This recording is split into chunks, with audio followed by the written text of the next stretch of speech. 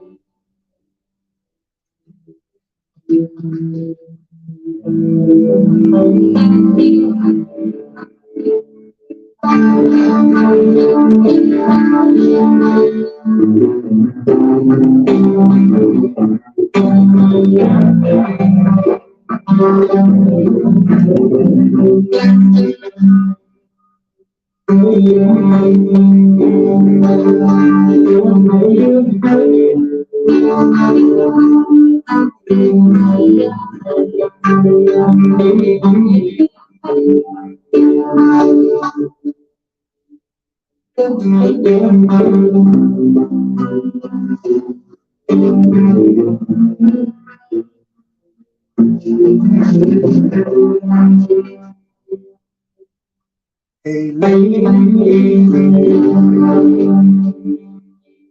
got the love I need. Look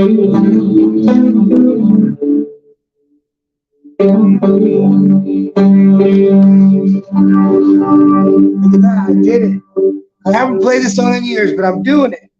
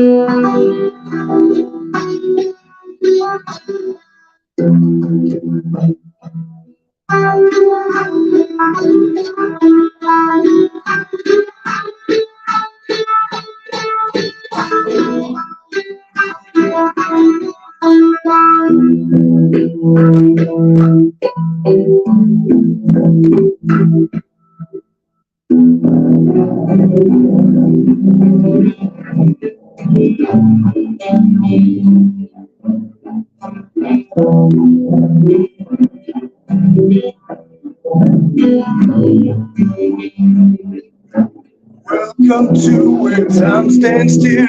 No one leaves, no one will. It's like all these changes. Why do they go like doors, no windows barred, no things to make my brain change.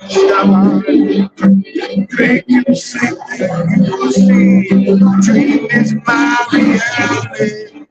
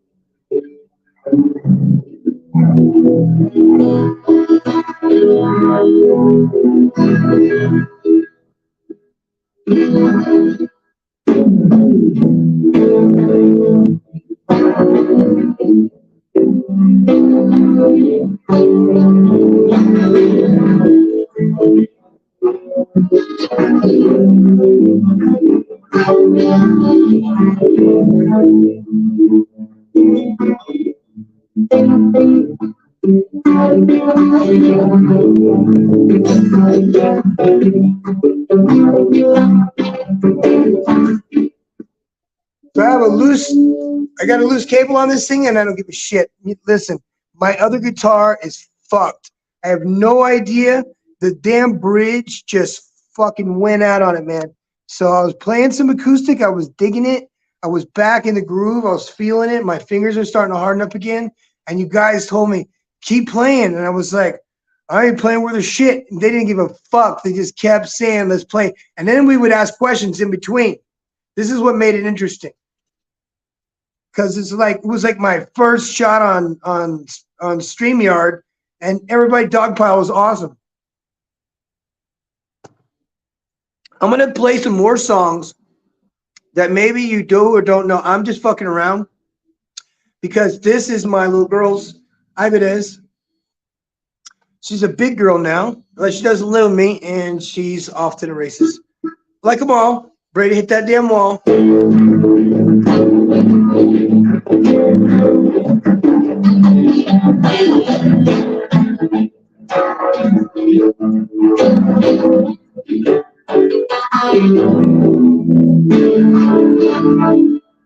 Let's see if I can figure this song out.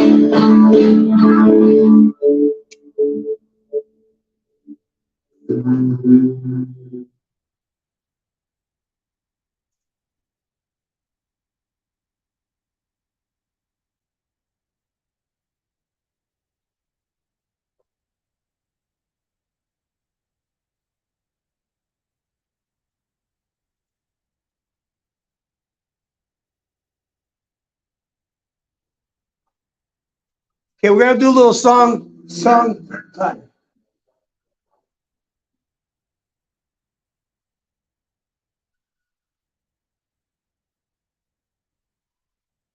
This is a pretty easy song. I just gotta remember how it goes. I can't hear very good.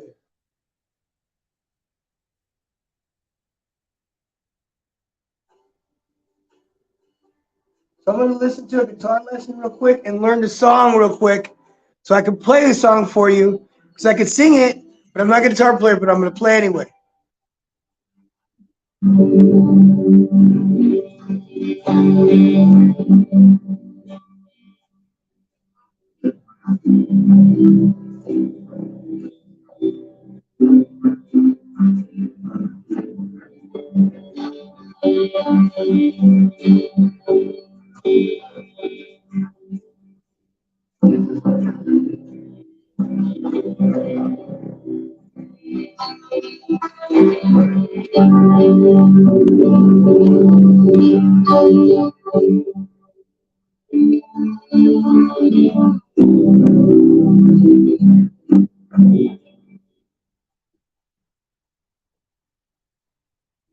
Okay.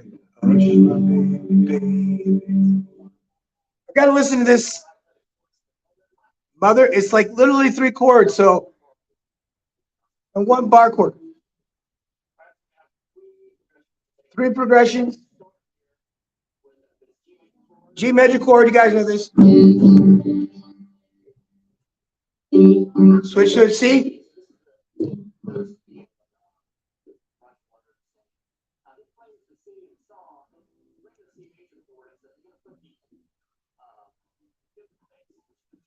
You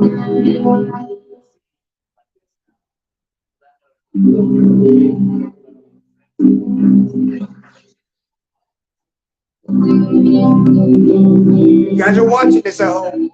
See?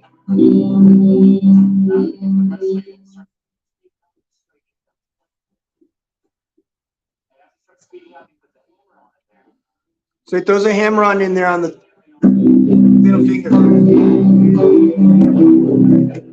Watch. There's a hammer on.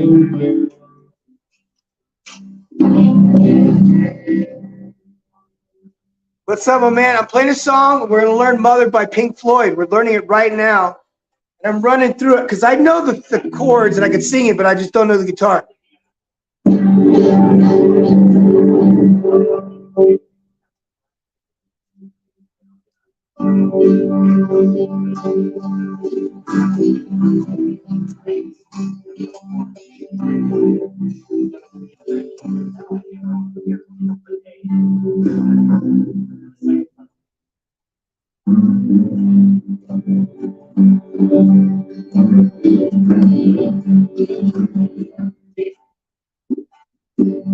Start with a G.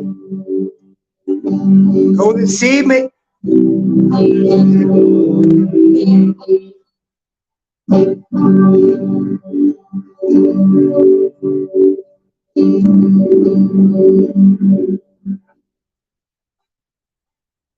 There's a bridge, and I need to find the bridge because I got the rest.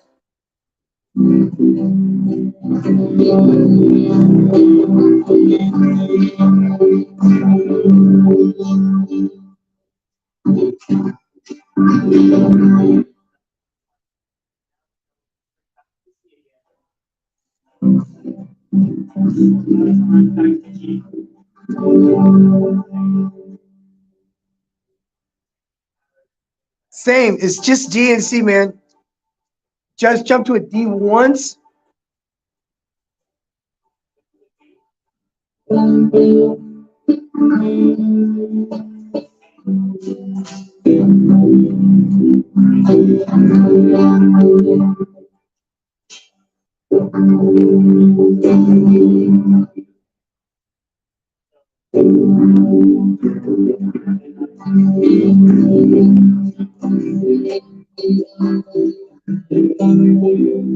This is too damn easy. I'm gonna play it. I'm gonna sing it, but I gotta turn the volume down because I don't have a mic. Oh, fuck you! I do have a microphone. Just let me know if it's too loud. I'm gonna plug in my headsets. Has a good microphone. I'm partially fucking deaf as shit.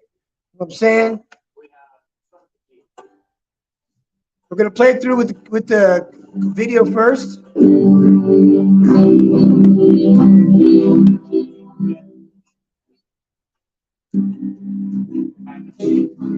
So is it F?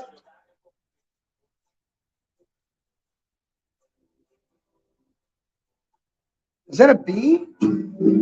No.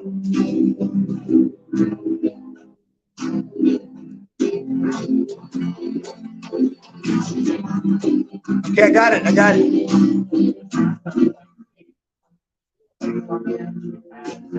It's a B, man. Bridge that pitch right there.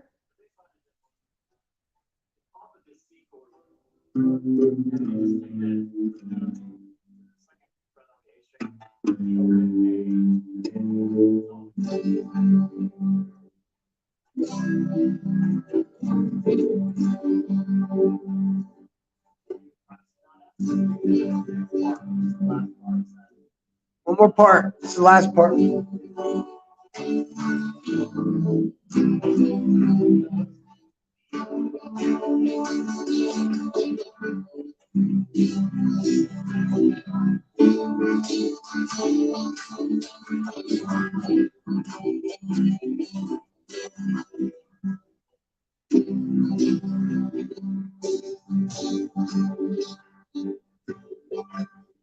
Now, I can sing this song really good, you guys. It might make you fucking cry if you hear this shit. But I did want to shout out to the Bomberos in San Juan del Rio who gave me this to wear for the Women's Month or something.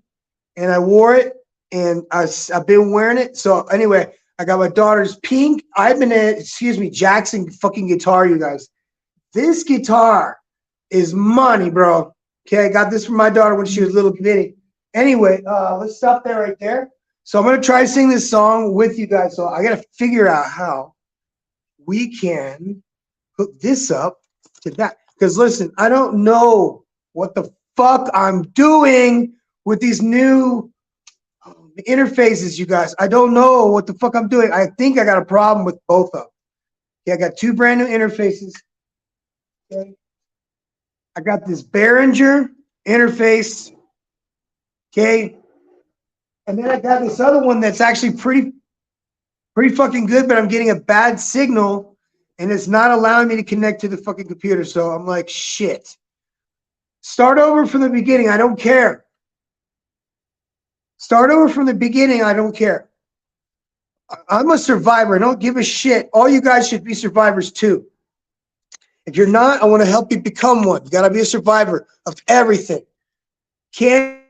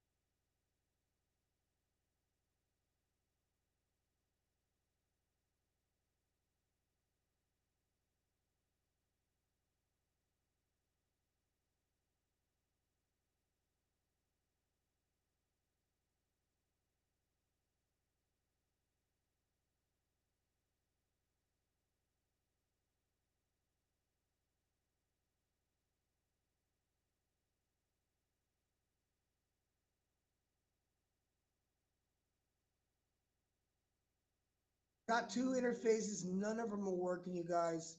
So you're gonna have to deal with me. I'm gonna have to do my best. I'm gonna do my duty to God and my country. Get out of here. All right. I said I was gonna do it. You guys said I should do it, and I said Mr. Goodbread should do it. I said Aviated Sounds should do it. And what I mean by doing it is doing what you do best. Doing what you do best all the time with no excuses at all, ever. No excuses. I got to stop it myself. I got to stop myself and say, dude, you need to shut the fuck up and be about your business. Because if you're not, somebody else is going to be. Bluetooth mode. I don't want to talk to you in Bluetooth mode. I want to talk to my players. What's up, players? Can you hear me? Because this is a goddamn, hey, it's a shitty microphone. I don't care. These guys get on the bus and do reggaeton songs using these damn things. I'm happy for them when they make a few bucks. All I want to do is sing a song. I don't need reverb. I don't give a shit. Oh, that's nice. But I'm here just to play on the guitar for the first time in a very long time. I'm almost embarrassed to tell you guys how long it's been since I was regularly on the guitar. Listen to this. I went on my first date. All right, that's cool. I mean, it's okay. You can hear the guitar, I'm sure. Because if you can't, I can turn that bitch way up.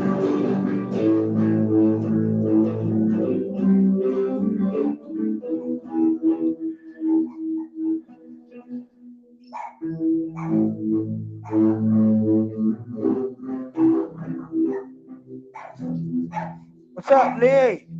Millie, what's up? Millie.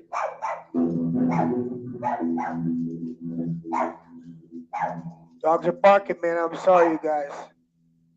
Oh, man, I appreciate that. If I'm good. Listen, you guys, I'm trying to sing a song for my friends. Okay? I'm going to go back in time with some Pink Floyd.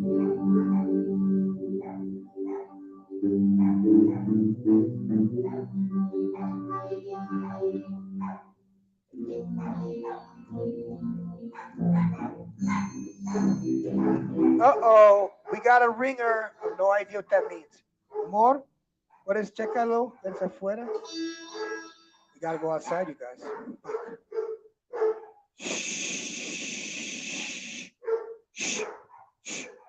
Hear that? Sorry. It is what it is. We got emergency. We got to go.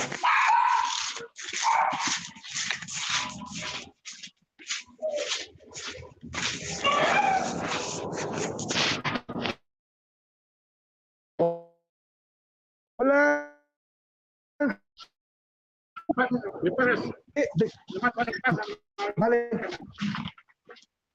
Look at that. That's my captain hanging out, man. Listen, you can't have a better captain that's always taking care of your shit. Always. He knew when we had 3 guys here. I'm talking about dudes that are disabled veterans.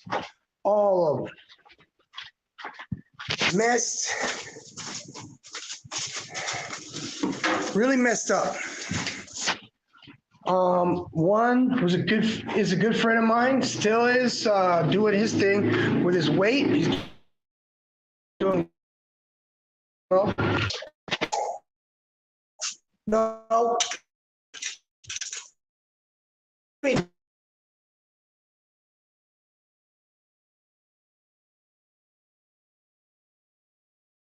Okay. Hasta mañana. Stop. Look at you guys. Look. Just want to show you guys. Oops. Fuck. Right here, you guys. This is our thing for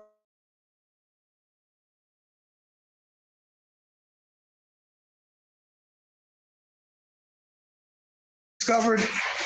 We had an abandoned park. In an abandoned park, we went in and cleaned it up. Got all my guys together, volunteered, machetes, weed whackers, and some garbage bags. And we cleaned up this abandoned park. So it turns out we could take over the park here if I wanted to. And so I just said, hey, who has the keys to the clubhouse? And there was like, oh, nobody, let's just change the locks and take over. So we did. And it was amazing. So listen, guys, all it was my captain asking me for a phone. So I'm going to put this back in the holster thingy. I got a new tripod, but I don't need it. Okay, guys, what was I doing? I'm looking for, here we go. There's this thing. And this is like you know what this is, you guys? Look at this thing. Have you guys ever seen one of these? That's all this is. Look, all this is just like a Spark-O-Matic fucking speakers in a Datsun from 1982. If it had a little bit of reverb, hold up, you guys, hold up. If this motherfucker got reverb, we're gonna go crazy tonight. We're gonna do auctions.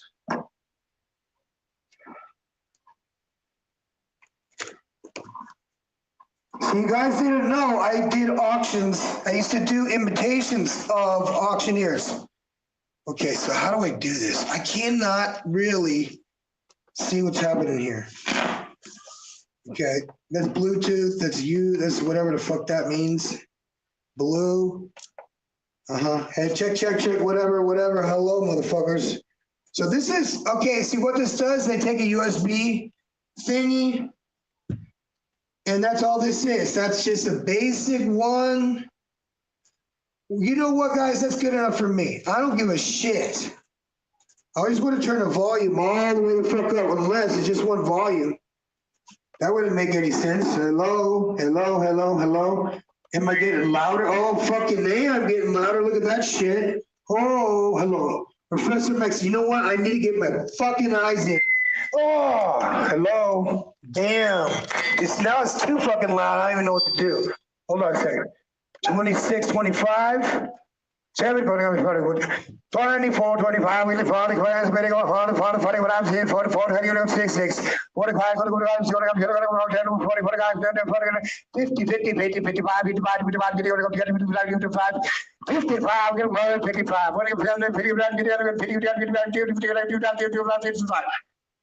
55, my girl say, 55, your IQ, hey. Yeah, 60, 66, 65, 60. So I'm going to 61. But I'm going to 65, I'm going to 61, 60. Well, I'm going to 55, I'm going to 61. Well, oh, it is from when I said, only on once, twice long, and then when any party when I say, I was here, meaning, and was one when I was here, any party, 60. I don't get out 60, 160, 160, 160,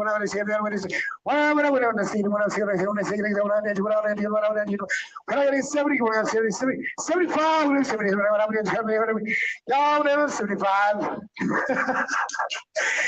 Okay, all right, we got some Brazilians in here, man. I love this, man. 40, 40, I'm gonna get 70, I got 70 coming up at 70, 70, we're gonna get 75, 75, we're up 70, 75. 75, 75, gonna get 80, 80, 85, 85, 85, we're 70, and the last price, gonna have someone 70, 75, gonna go 75 from 80. What's that, man?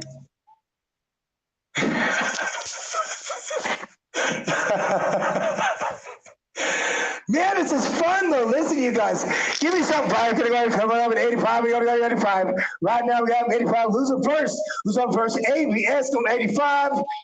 Go once. We got going up. Get up at 85. One more going up 90. We got 90 going to 95. We're doing 95. We're doing 95. What are we going 95? I-95, we're going to I-95, same from Florida. If you go to the right side of 95, goes 95. Do we have 95? 95 comes in without COVID. He says, 25, 25 pasado. Say, oh! 120, 121, 125. What are going ABS confused as on 120 on the clock. Is it 100 or 120? Do I got 121, 120, 125, 121, 121, 125, 125, 135, 135, 135, 135, 135. ABS is standing tight on his budget right now. But then you guys want to say, oh man, he's jumping for it. 120, 125, 125, 125, 126. Going once, hello. Yes, on, going once, going twice, sold. Sold to ABS. Aviated View Sounds is the winner of whatever the hell we were auctioning off tonight. Dude, that was awesome. And again, I want to thank the firefighters right here. Standing on their deal. They made us a deal. We had to wear pink shirts for a whole month. You know, I don't give a shit. You know how jacked I look in a pink shirt? It was like it was a large, and I'm usually like a 2XL when I was totally jacked. So anyway, did you guys like that? Did you like the subaste? I don't know how you say it in Portuguesa. How do you say subaste in Portuguesa? Subasta. So we had a very good one. We had a vein. You know what? That might even be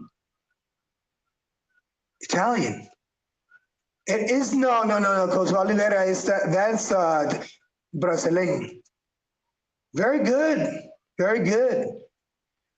Man, that was cool. Did you guys enjoy that? I want to know. I want to know if you guys like that, because we can do auctions all the time. You gave me 1, 2, 3, 4, 5, 25, 75, 175, 175, 175, 185, 185, 185, 185, 9, 185, 185, 9.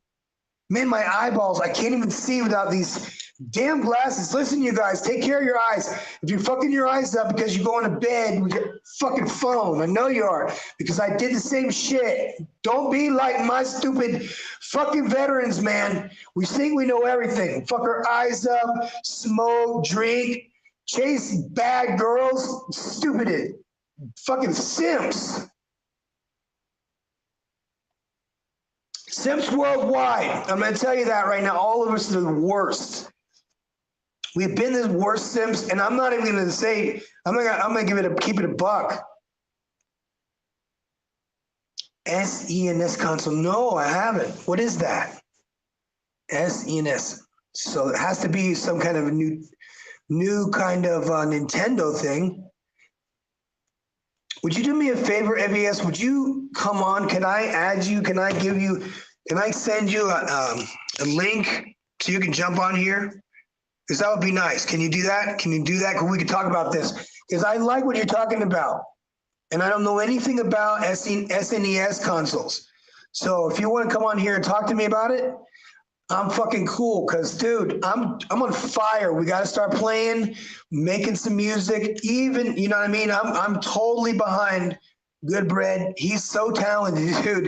And Mr. Palmer can actually sing pretty good, and he has real life behind his story. So I appreciate him to the max.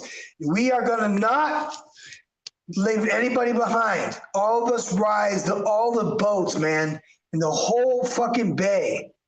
Everybody rises. Everybody. You know what this does to people? Do you know what this does? Okay, I'm gonna send you the link. Hold on 1 second, my man. Hold on. Hold on, my man. Hold on. See, y'all, I've given you guys my fucking WhatsApp number, and only 3 of you have ever fucking called or written. So I'm gonna hold on a second. I gotta jump in WhatsApp because ABS is online. Hold up, my man. Hold up, my man.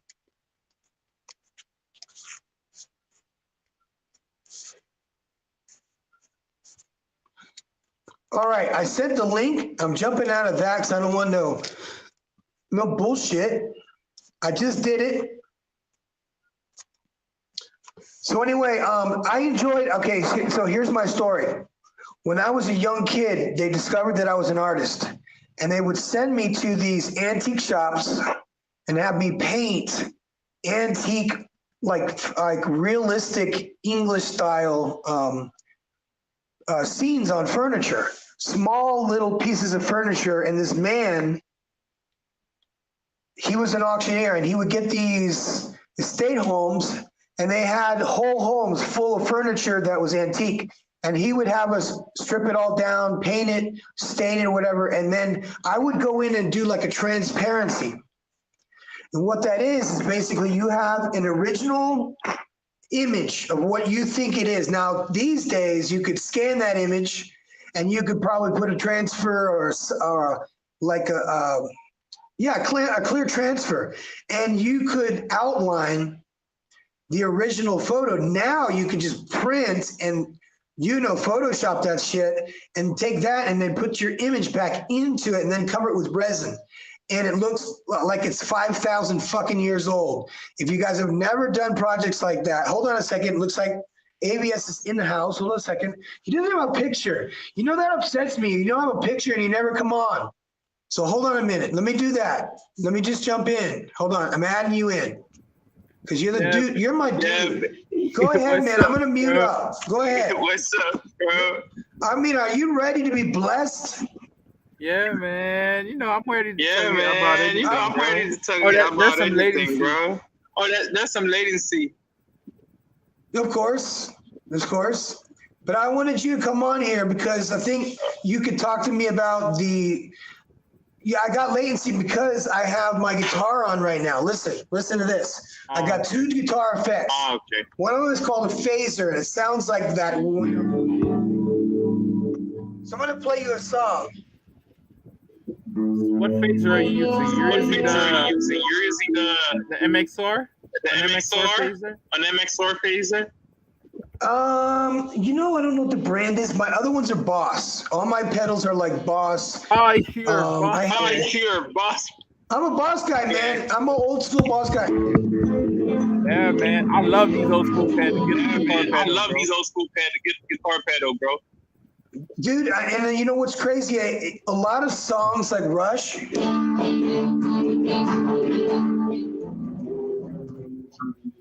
Bro, out of all the guitar feet, they're so overprocessed.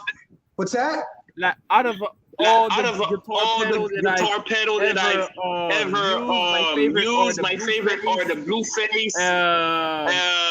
Not the Blueface, like the fuzz face. You know the fuzz. Oh yeah, the fuzz, man. Right? Okay, to explain the fuzz to these guys, and the Ibanez. Oh man, that has got to sound death. That is awesome. Bro, that's like you get that blues, but you get that rock and roll. It's got that buzzy sound to it, like. Yeah, you know it's Two-Face. Yeah, man, it's badass. Go ahead, man. Tell me about it. Dude, man. I was just asking you about your childhood, man. And I would ask you, have you ever enjoyed time and played some console, like the SNES, or the arcade. Dude, let me tell you guys, I used to do that. Okay, my childhood, as far as like my arcade history, I was just like a gambler in a casino when I had quarters and I got to a machine, especially if it was track and field, because I would take a pen and I would win. And I was getting so fucking good. And me and my friends were like, fighting for first place. I was still killing it, even years after playing that stupid fucking game every single day before junior high school. I would get on that fucking machine and I would play probably $10 in quarters. No fucking shit. And that was in the old days when $1 was like crazy for a day. But I was so addicted to winning on video games that was my start. When I got the Nintendo 64, it was the original. You're a Nintendo 64 kid. I thought you were with the SNES thing, bro. No, is that SNES? Is that the original? SNES is like the first. SNES is like the second console that they released after the NES. Released in 1980. I had the very first one. The very, very first one. Oh, you have the NES, right? Yes, right? Yeah, the NES came with Mario Brothers. And yes. I learned. I remember that, bro. I never got a chance to play with the NES. The game was. I was born after the SNES. I never got a chance to play with the NES. I was born after the SNES. Okay, so you came with consoles, the small little guys.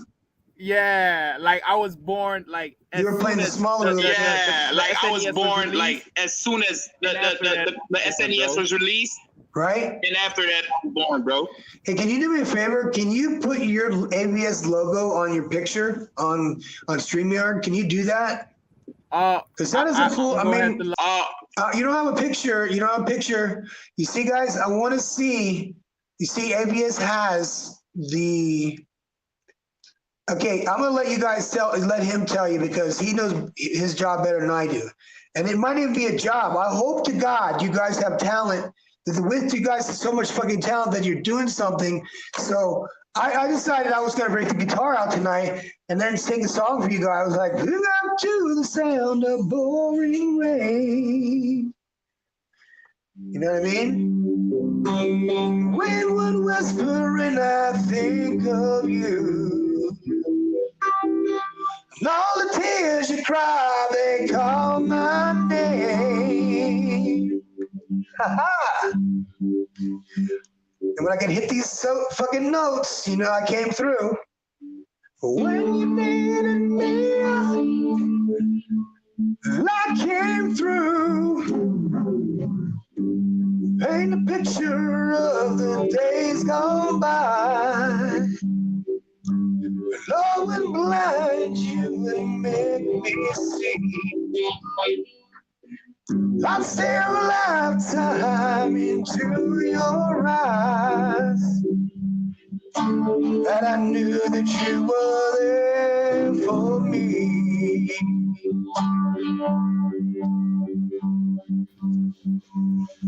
Yeah, man. We're back.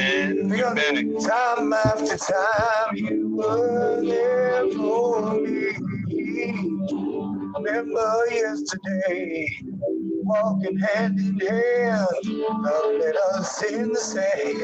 And I remember you, and all the sleepless nights, every endless day.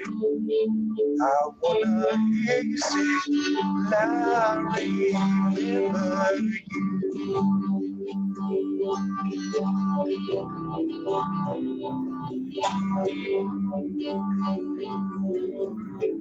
Yo,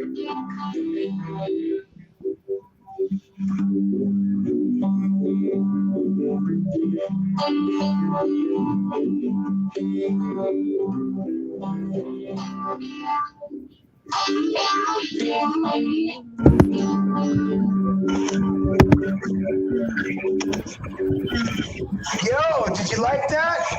Yeah, that was cool, man. That was good, bro. Cool, man. I never knew you could sing, Dude, bro. Never knew you could sing, bro. It's my thing, man. I see. Okay, listen, guys. I don't want to lie to you, bro. I was there. I was there at the edge of the abyss. When we talk about the business being dirty, I was this close. I was recruited, almost recruited. A guy named Scott that worked for the agency that got the Backstreet Boys together. Just going back, just so you guys know, at that time I was in a rock band. I was in a heavy metal band that did covers for Ozzy Osbourne, Led Zeppelin, things like that. So I blew my voice out nice and early. I had a high-pitched voice, so I was able to sing and play guitar a little bit, but I had guys that were around me that were fucking incredible guitarists. And so my influence was like Pink Floyd and Led Zeppelin and all these bands from the 70s and 80s.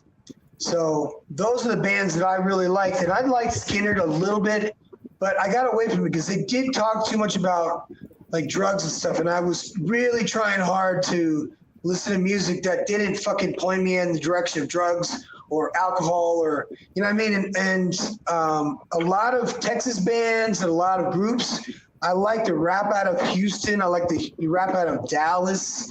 I like some of the, you know what I mean? It's like Mexicans can rap too. And I don't care about beef. I just like to hear music that sounds fucking cool, that I can hear the words. So I don't want to talk more about that. I love video games. I always have, but I'm an addict. You know what I'm saying? So if it's one thing, if one is too many, 1,000 is never enough. So you want to talk on that? Yeah, man. Let's talk about games if you want, and if you like. I mean, I don't know how to do any of that shit. So yeah, man. I don't do it for that reason. Talking I'm about too much of an addict. Games. Is that game was released first? Game is not the same today as it was back in the 80s and the 90s, because people don't enjoy game with their family anymore. Game was supposed to be something that you do with the whole family and you enjoy together. You know what I'm saying? And you bond. You're living in a time where people don't really value family, and you have people that really have differences or have problem with each other, family problem. Like you might see this brother has some concern or has some problem with his brother or with his cousins, and there's no unification. Family or enemies with other family members, and some people just put the frustration with to other people into life itself, and they're trying to cope through drugs, through sexual promiscuity. And it's the same for female and male. That's why you get all these let's say, for example, you get some dudes, you get some of these dudes, and you get females that go in the streets, they do drugs, they party all night. That's because they don't have nobody to go home to. It's not when I say nobody to go home to, it doesn't have to be a wife or a husband, but like we don't have that tribal mindset. We don't have that clan mindset that we used to have, where all of the people of our family, we treat them as a clansman. Like, for example, if Professor is part of my family, he's like my brother, he's like my cousin. We're clansmen, so he's part of my clan or my tribe, and if for example, me and Professor, we're brother and we have a sister, and a guy has to come into our clan, we have to like analyze certain thing about this guy and say that it's not about her at the total, or it's not about him, or if we have a third brother and he's marrying with a female, it's all about the clan. What's better for the clan? Is he gonna contribute to our family that we already built because he's joining our family? You know what I'm saying? So that's how you make family bond. That's how family grow, because family enter other clans enter other clans and get stronger, and they build wealth. They buy stuff. They build infrastructure for their family, and they have someone to go back home. They don't even have someone. They have a group of people to go back home to, where they can enjoy time. They had their grandmother, their mother, their grandpa, their cousins, all enjoying time. But we're so dark these days. We're so fixated with getting rich, with getting super successful. People think that being rich and having all the money and having all the stuff in the world is gonna solve their problem, but it's not the truth.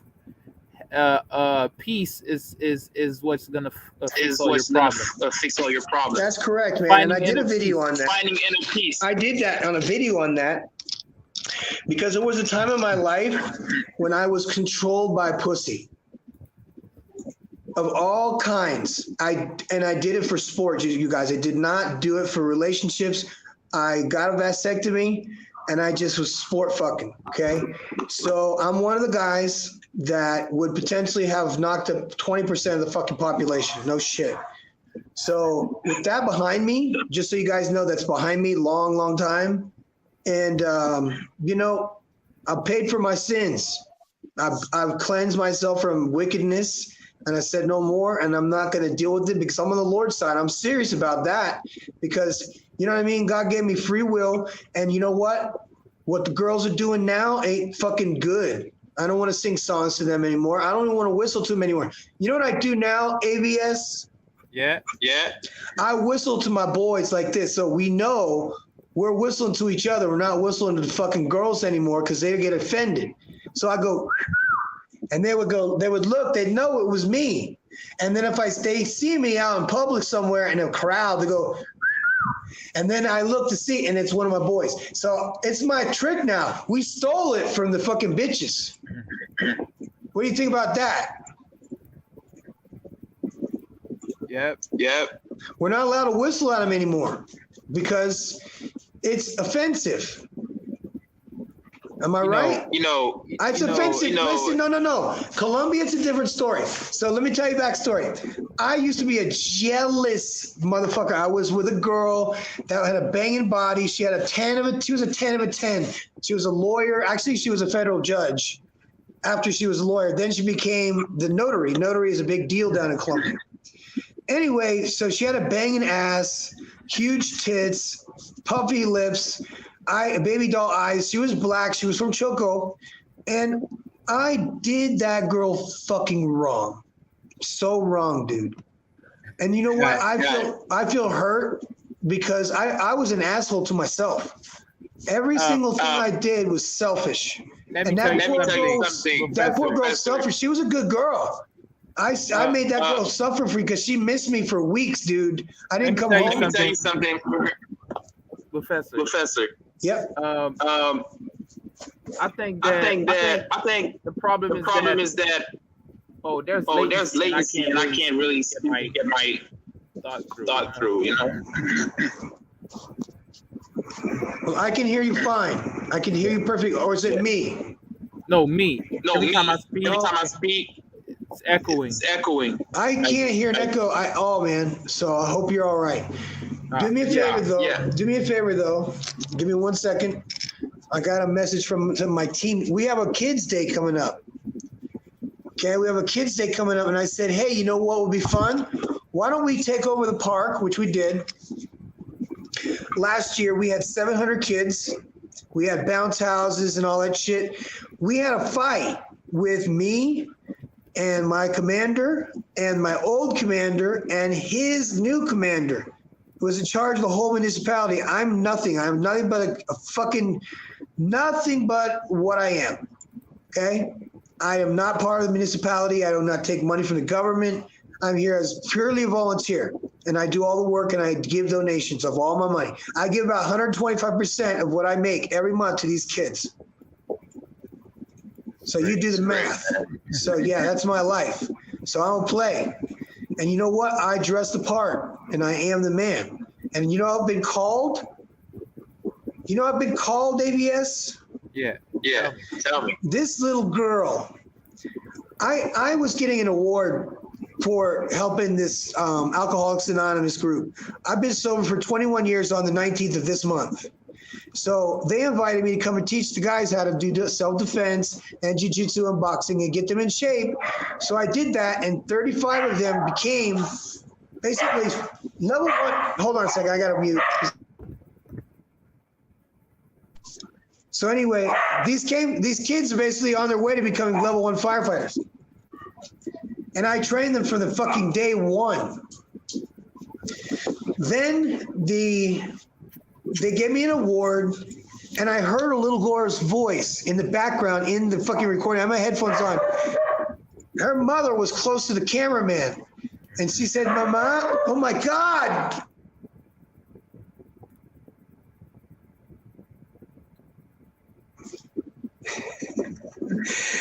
And I hear this little girl's voice in the recording when I'm getting this award, walking up to the man who's giving me this award, and this little girl goes, "Mama, ¿es ese hombre más fuerte?" And I'm going to translate for the people who don't understand what that means.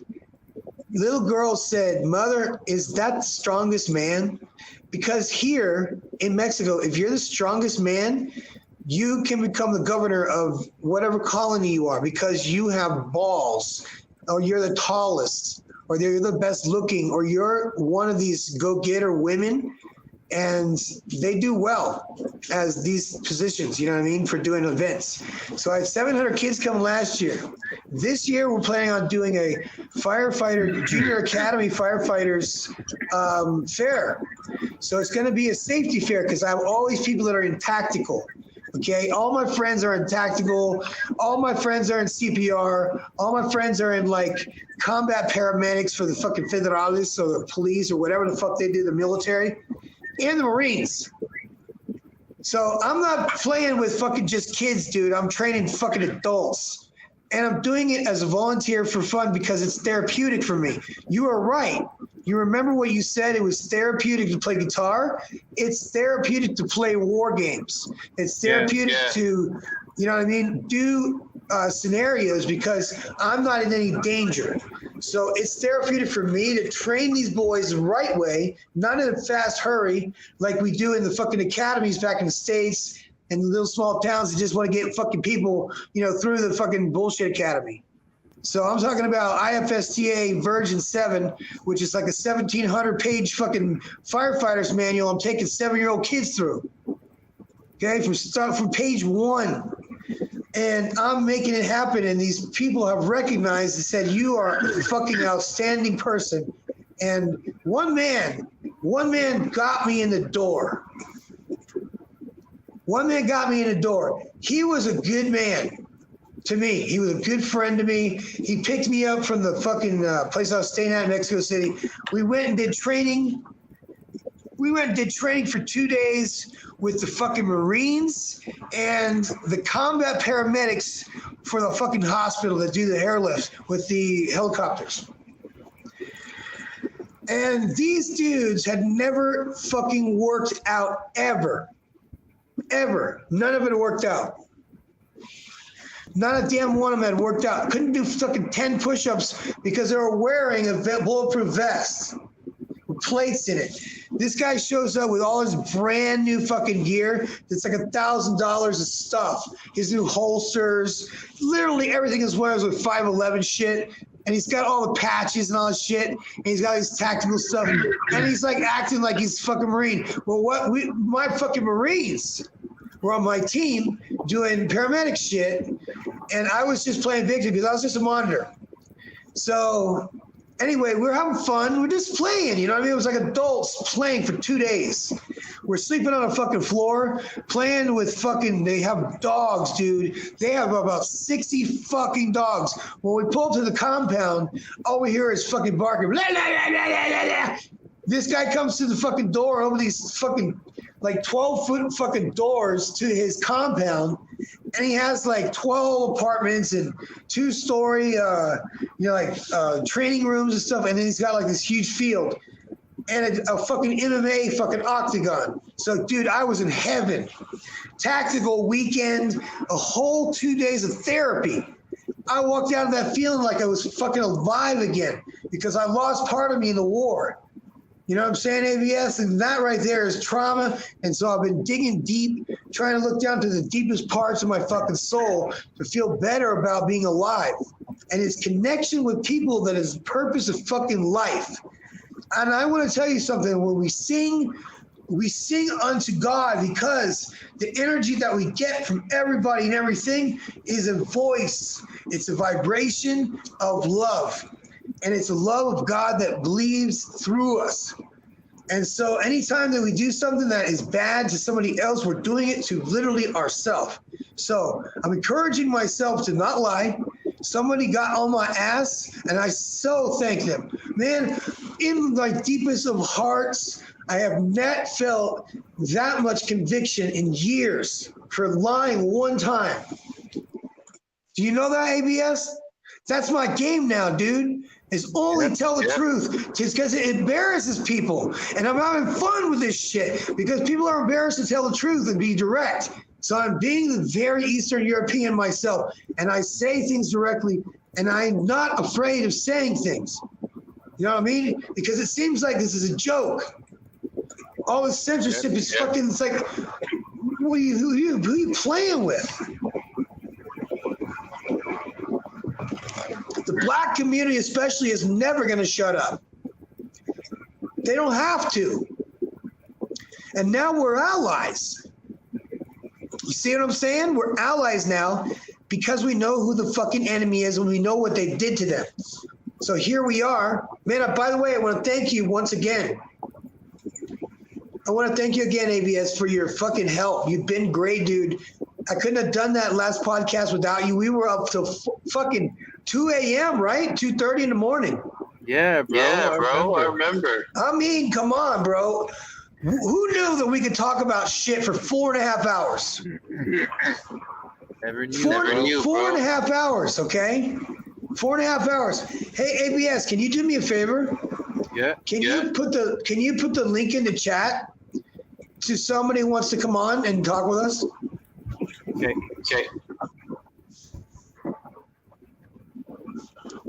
Hey, you guys, whoever wants to come on, I'm going to put the link in the chat. Actually, no, ABS going to put the link in the chat. If you can. I don't know if you can. Holy shit, you guys. I don't even know. How do I do it? I'm gonna go after a couple of minutes. After 15 minutes. I'm sorry? I'm gonna go after 15 minutes. Right. Okay. So I want you to tell me something. I want you to tell me something because what I have 2 interfaces, and I'll show you both of them.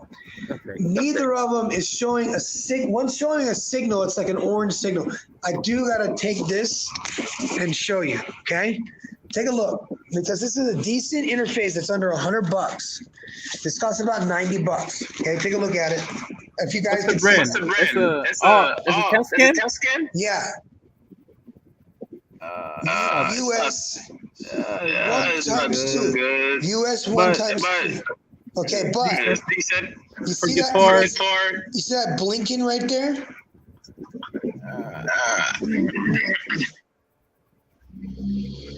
Can't see the text correctly.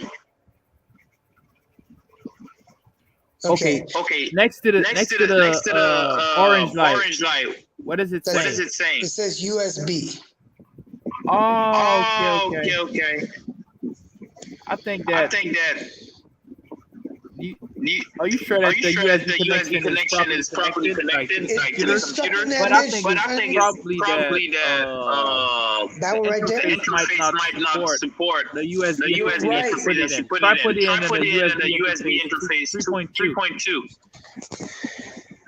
Like okay, when you're connecting devices into your computer, there's USBs that are blue. They have that blue line in there. That means that they're USB 3.2. Oh, yeah, maybe it is. That's what it. Yeah, man, that's what that is. No, I'm thinking about inside of it. Where you connect to, like on the side of the side of my laptop. The socket. Side of my laptop. This is a Lenovo IdeaPad. Yeah. I know this laptop. It's actually, you know what? It started off very good, but I dropped it about 100 times. My ex-girlfriend threw my shit around. Threw all my bullshit around. Hey, you know what though? It was all my fault. All the stuff, listen, all the bullshit that happened to me was my fault. Every single thing. I admitted this stuff to my son that, you know what I mean? All the stuff that, the reason why I was gone. Hey, does your son listen to the live sometimes? Does he come live and I don't think so. He doesn't care. He doesn't. You don't send him the links. He doesn't know you have a YouTube channel. I stopped doing it. He said, "Stop talking about my mother on the internet." So I don't have anything more to say. You know what I mean? It's like, look at my life. So every now. time you send them the link, never like. Oh yeah, never like visit. Every time, man. I sent him several links, but I doubt he ever looked at any of the videos I sent. And if he did, good for him. He probably learned something. But my intentions have always been good. Always been. I do not wish ill on anybody. Okay, and I used to. You know what I mean? I'm gonna tell you something, man. Some of my friends are the luckiest people in the world. Some of them are the nicest people. Some of them are the most vicious. Some of the most intelligent. Some of the most timid. Just a disarray of broken-toyed men, you know, that needed help at one point and said, I don't want to live in the States anymore, and I'm going to go because this fucking guy, the professor, is on the internet talking about how cool fucking Medellin is. And I've never been a whoremonger. I've always had one woman.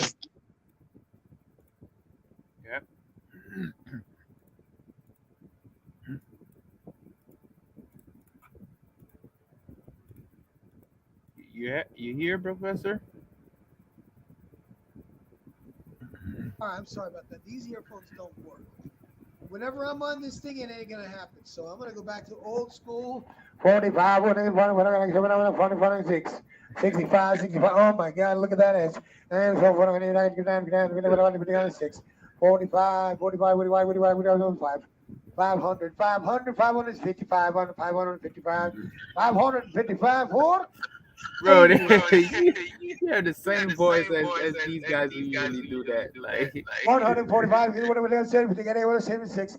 Hey, coming for the big you know when like sport commentator, like let's do a sport commentator impersonation. We can do that because we got the two teams. Look at him, press the ball. He's going dribble. He sounded like he was going for a triple. He throws the ball up into the air, and then the other guy runs to the end zone and catches the ball, and then makes the touchdown. That is how LeBron is going strong at this match tonight, huh? LeBron is jumping through hoops. I've never seen him jump so high. He throws the ball. He's invisible to everybody. No one can touch this guy. Yeah, LeBron is having a good time today. We're going to see how this game shows. So if he has his shoes on right and they're on tight, it's gonna be all right. It's gonna be disgusting. He's gonna be around so bad they're gonna have to call fucking United Nations to come and get his ass off of the fucking. Goddamn, Kyrie's having some bad time right now. Kyrie's probably pissed off. LeBron is taking the highlight. If he had a baby carriage, we could push him around a little bit. KD's doing his thing. You know what? I'm proud of him. Good for him, man. Throw the ball, make the money. Shut up. KD pass the ball. KD pass the ball. KD pass it to LeBron. LeBron dribble. LeBron dribble. And Kyrie's in the interception. For the interception, pass the he's got his ball. shoes on right. Oh yeah, the ball has been taken by the Celtics. He got the elbow. You saw the elbow go to the face. He calls the foul. Goes falls right to the goddamn floor. We know what happened there. It looks like bullshit. What are we playing? Women's soccer? What the fuck is going on here? I don't think that Kyrie's in his mood today. LeBron is with the spaghetti legs right now. Hey, you know what? Hey, LeBron just watched at me. Chill, LeBron. I'm the commentator. You can get up there. I saw him up front. You know what I'm saying? I saw him up front beforehand. He's drinking the cranberry juice because he's obviously the women say he's on his period and he's got to run through this shit. Yeah. Don't listen to LeBron. Everybody knows LeBron is a weak ass homie. Okay, I gotta disagree with you. His wife is emasculating him. Everybody knows that. LeBron, don't look at me, LeBron. I tell you, don't look at me. I'm behind the glass. Get to me. I'm the commentator. He's not even listening. I got corn cobs in my motherfucking ears. I can't hear shit. I got 3 Mexican guys, I swear to God, today on the fucking roof doing fucking backflips, slapping each other with the fucking hot mops and shit. John, I gotta tell you, tonight is gonna be the night. Tonight, if the Celtics win, I'm buying you 3 drinks and I'm paying 3 tacos for 3 prostitutes for you. Oh, good for him. I'm gonna give him a double down Uno card, and he could draw 4 tonight if he wants. That's where it's at, man. Draw 4 right here. Yeah, I keep my word. You know Chris keeps his word. Every time. You know what I mean? He comes through as Tyrone and he doesn't even give a shit. LeBron. Stop being a beta male. Debating male. Yeah, damn. He's bigger dribbling the ball like a beta male. You know what? I don't know, man. I gotta push back on that, dude, because he drives a big ass car. Have you ever seen him drive a car? Professor, where is LeBron coming to? Bro, Professor, is LeBron coming here? He's already here, man. What are you talking about? Listen, man. If there's no more Kobe, he's already got the ghost, man. This isn't the 1980s. These aren't drug addicts and fucking alcoholics these motherfuckers are training day and night, okay, to the level of the Olympians. And you know what? The old days are fucking those days of drinking and, corral around. They can't fuck any girls like they used to. They used to like have girls lined up. You know what I mean? Just whatever. Those days are fucking over. And good for him. If his wife emasculates him, it's be fucking for money. It's because he has a reputation to uphold, and because of a political environment he lives in, and it's all owned by the fucking Chinese that are trying to censor everybody and neuter everybody. For the fucking NBA is owned by the Chinese, so they have to march to the fucking drum. Most of the business are owned by English people and Chinese people. Okay, and because they buy the team. Like a lot of rich people are from BlackRock Holdings, United Kingdom. They're from the UK. I don't know, man. I don't know about the UK. I know about the States. Yes, but they're from the UK. Most of the people they're from the UK, and they have close relationship with the Queen, with the royal, like with the royal family. But because that the royal family has 90% or stores 90% of the world's gold, right? Okay, you know what they did? Every single thing that's in South America of value was taken away to the North Americans. Everything that was of value in Africa, in the South, was taken to Europe. Gold, emeralds, diamonds, you name it. They started underground. chocolate and everything else taken away from Africa, sent up to Europe, and monopolized.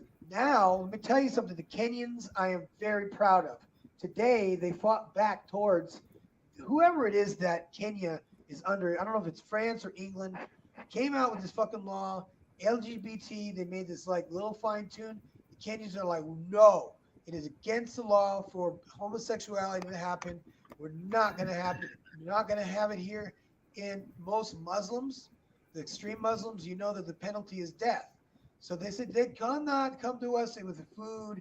And then Obama's wife came there 2 weeks before they had a vote and offered all kinds of fucking aid money in the billions, which those politicians are all corrupt. That will take anything, fucking any hand. They're not going to say no to money. They're corrupt. They're fucking politicians. They lie and steal. That's their whole fucking job. And it's sorry, it's sad, but it's so fucking true that you can't trust fucking anybody. But I trust what I'm doing. I don't have anything to hide, and I'm not doing anything that's shameful. So none of us have anything that we, as men, have anything fucking. We can say what we need to say. Okay, I had my two friends that I say that are always around. You know what I mean? The two friends that are always here with me. One is outside right now, huge dude. He's motherfucking enormous. The other one's downstairs. He's fucking huge too. He's taller than the fucking door. So these dudes have me. And then I got two more guys that come during the daytime. And then another guy, there's another captain and stuff. So I'm good. Problem is, we had our group of guys that was in the Guerreras, and they didn't want us to come and train them anymore. They said, no, you can't come. And I was like, why, man? No, the captain said, no, if they can't do it, it's fine. They gave us the university. Tomorrow we have a meeting, and I'm bringing all the kids to the university and said, listen, here's what we want to do. We want a school for firefighters that is open 24 fucking hours a day, 365, and it is a type of, militarized type of environment. So everybody is at attention. Everybody's learning all saluting and marching and learning how to play drums. So it's a lot of fun, but it's also technical shit. And these are kids that are just getting out of high school. They're in the university. Now, the university has Fire Science Academy engineers, okay? And just to make something very clear, okay? I did not go to college, okay? I went to the United States Air Force Civil Engineering School, and I went to the advanced levels of all types of civil engineering. So I'm at the top of my game. I was at the top of my game for all the years I was in the military. And thank you, Jesus, for that opportunity. I appreciate my friends who have, called me and checked on me every couple of months. And it's okay because we're men. We don't need people, to cry and all that shit for us. We're dudes. Professor, I'm going to have to leave. I know, man. I'm going to keep going because I got to touch the guitar. You know what I mean? The magic is coming out. And okay, I'm not man. Make sure you don't sleep late, bro. No. It's fine, dude. It's early still. And it's okay, I get it very early. 8 o'clock, right? I appreciate your help, man. You've been great, and I appreciate your time. Okay, bro. Peace. All right, bro. I'll talk to you as soon as possible. Look at that, man. That was AVS. Man, I'm going to tell you something. The guys that come around, they always have something. Definitely they have a need. I see a need. I see needs. And I see through a lot of faults. Listen, guys. It's something about the community, the comunità. And I'm going to talk about the comunità for a minute because you guys are my friends. And I'm not going to let you do stuff that's going to make you look dumb. Because the girls are making men look stupid, or trying to anyway. We're not going to let that happen anymore. Because men have been simping for women, since the beginning of time. But now, because it made life difficult for us to meet women and somebody whose values are in place, that, you know what I mean? That we don't want a girl that's done porn, for God's sake. Who wants that? So we are now in the righteous sphere. We're on the right side. We're on the right side, not just of men, not just for men, but for everyone. And it's our duty, because a lot of us have fucked up. I'm the first one to admit it. I was not a good father whatsoever, and I could have been, and I should have been. But instead, I was running away from fucking everything and everybody. Anything that caused me any kind of fucking pain, any kind of suffering, adios, motherfuckers. Because 9 times out of 10, I could have very well pissed somebody off to the point where they want to fucking delete my ass. So here we go. Kali West. Man, I don't know if you could see the link in the chat. Okay? I don't know if you could see the link in the chat. If you don't mind, did you want, I'm going to send a link. Okay, I'm going to send a link. I need to because you're my dude, man. You're one of the dudes that I appreciate. You're always busy. Man, you know what I'm saying? When people are busy like this, you guys. All right, hang on one second. I got to jump into YouTube. Sorry about that. You know what I'm saying? This is not. Here we go. I'm going to play some guitar for you guys. I'm going to put the link in the chat. About that. You know what I'm saying? This is not. Here we go. I'm going to jump out of the YouTube and put the fucking link up there. So you're more than welcome, my man. So I'm going to do that. I'm going to jump out of here. Hold on.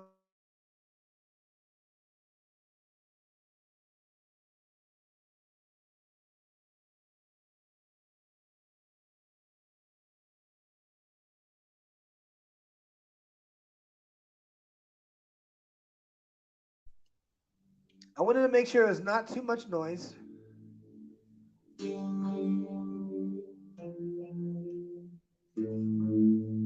So anyway, what I did, guys, is was Good Brett's fault.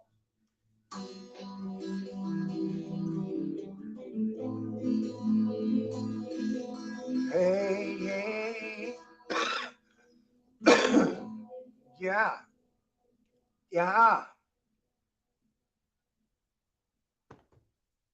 Let's play a song. I'm going to sing you guys a song. I know that there's people watching. If Kali West is going to jump into the chat, I would more appreciate it.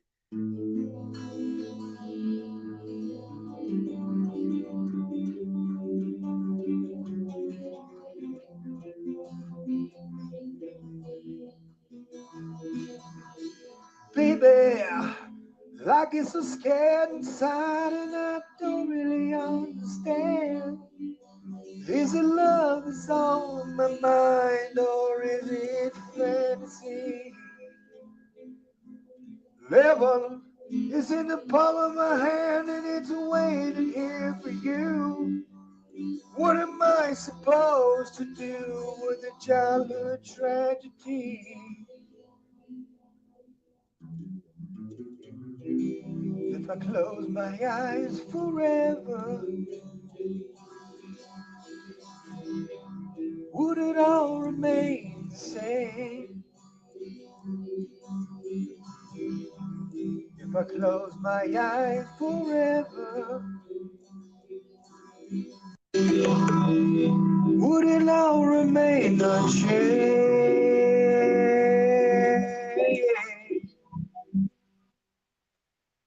Sometimes it's hard to hold on, so hard to hold on to my dreams. It isn't always as it seems with a childhood tragedy.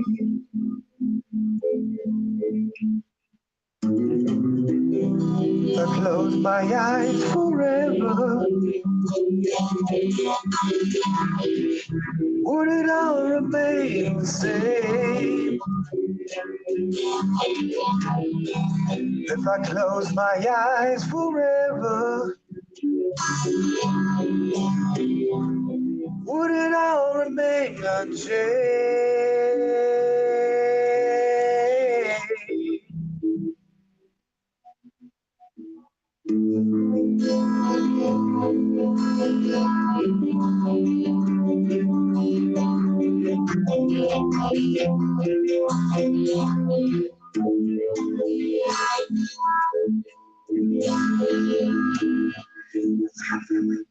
I hope you guys like this shit, because, man, this is my history, okay? I was a little punk rock star, fucking high school, junior high, was into rap with the friends. All my friends were black. Every one of my friends was black.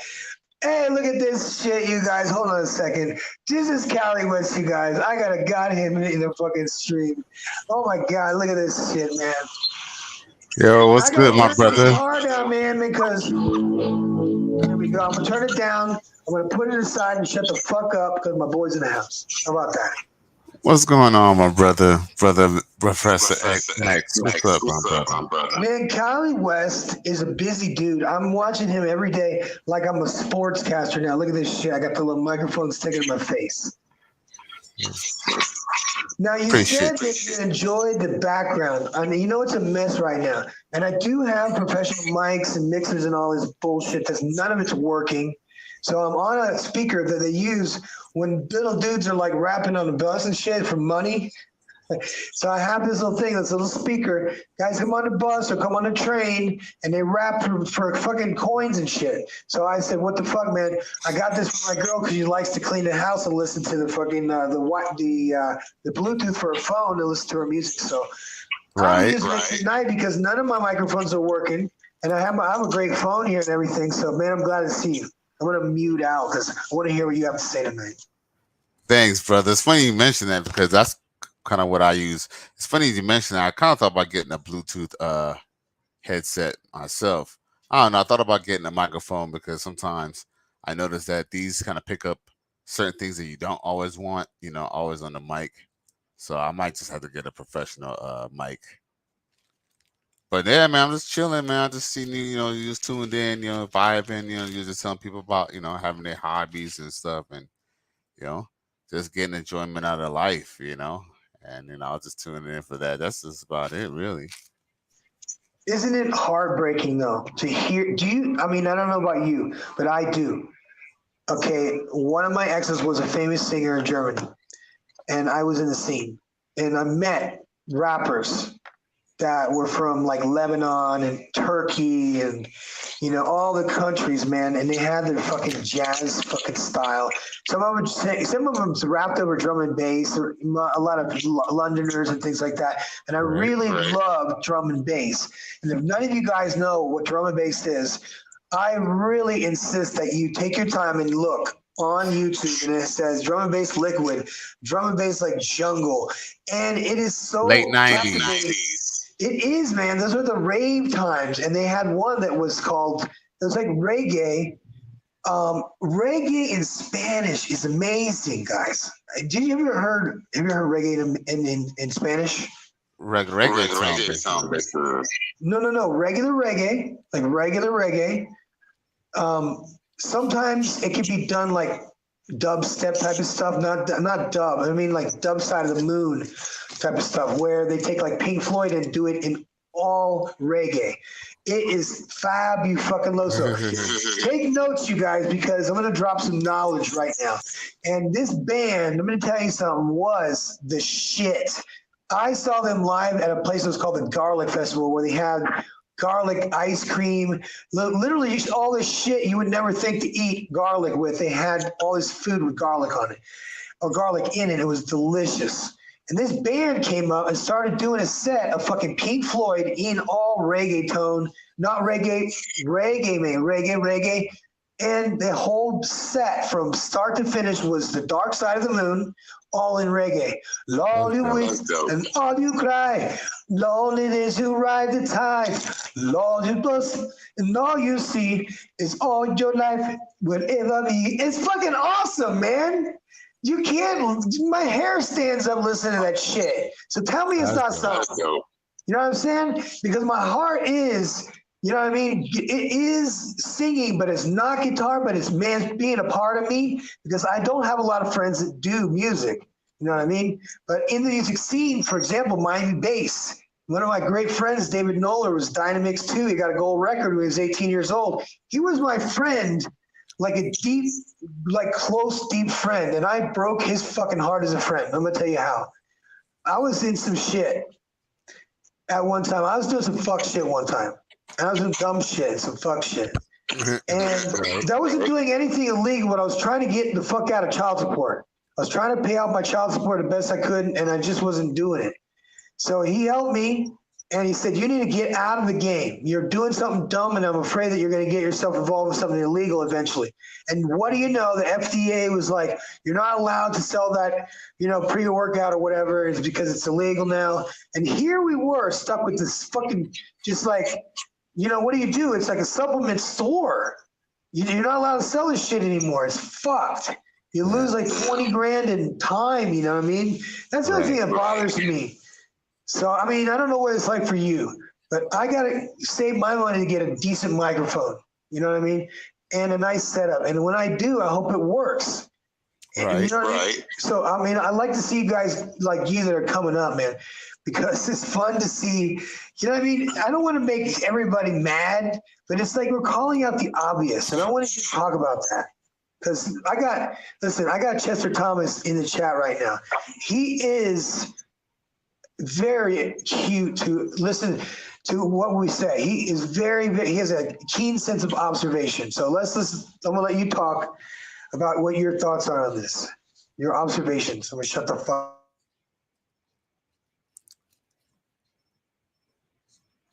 Shit, let me see what's in the chat.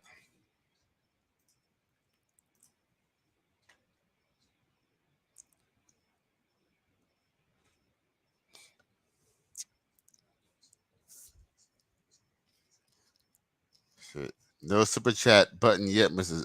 Chester Thomas. Probably have to do the Cash App or Venmo.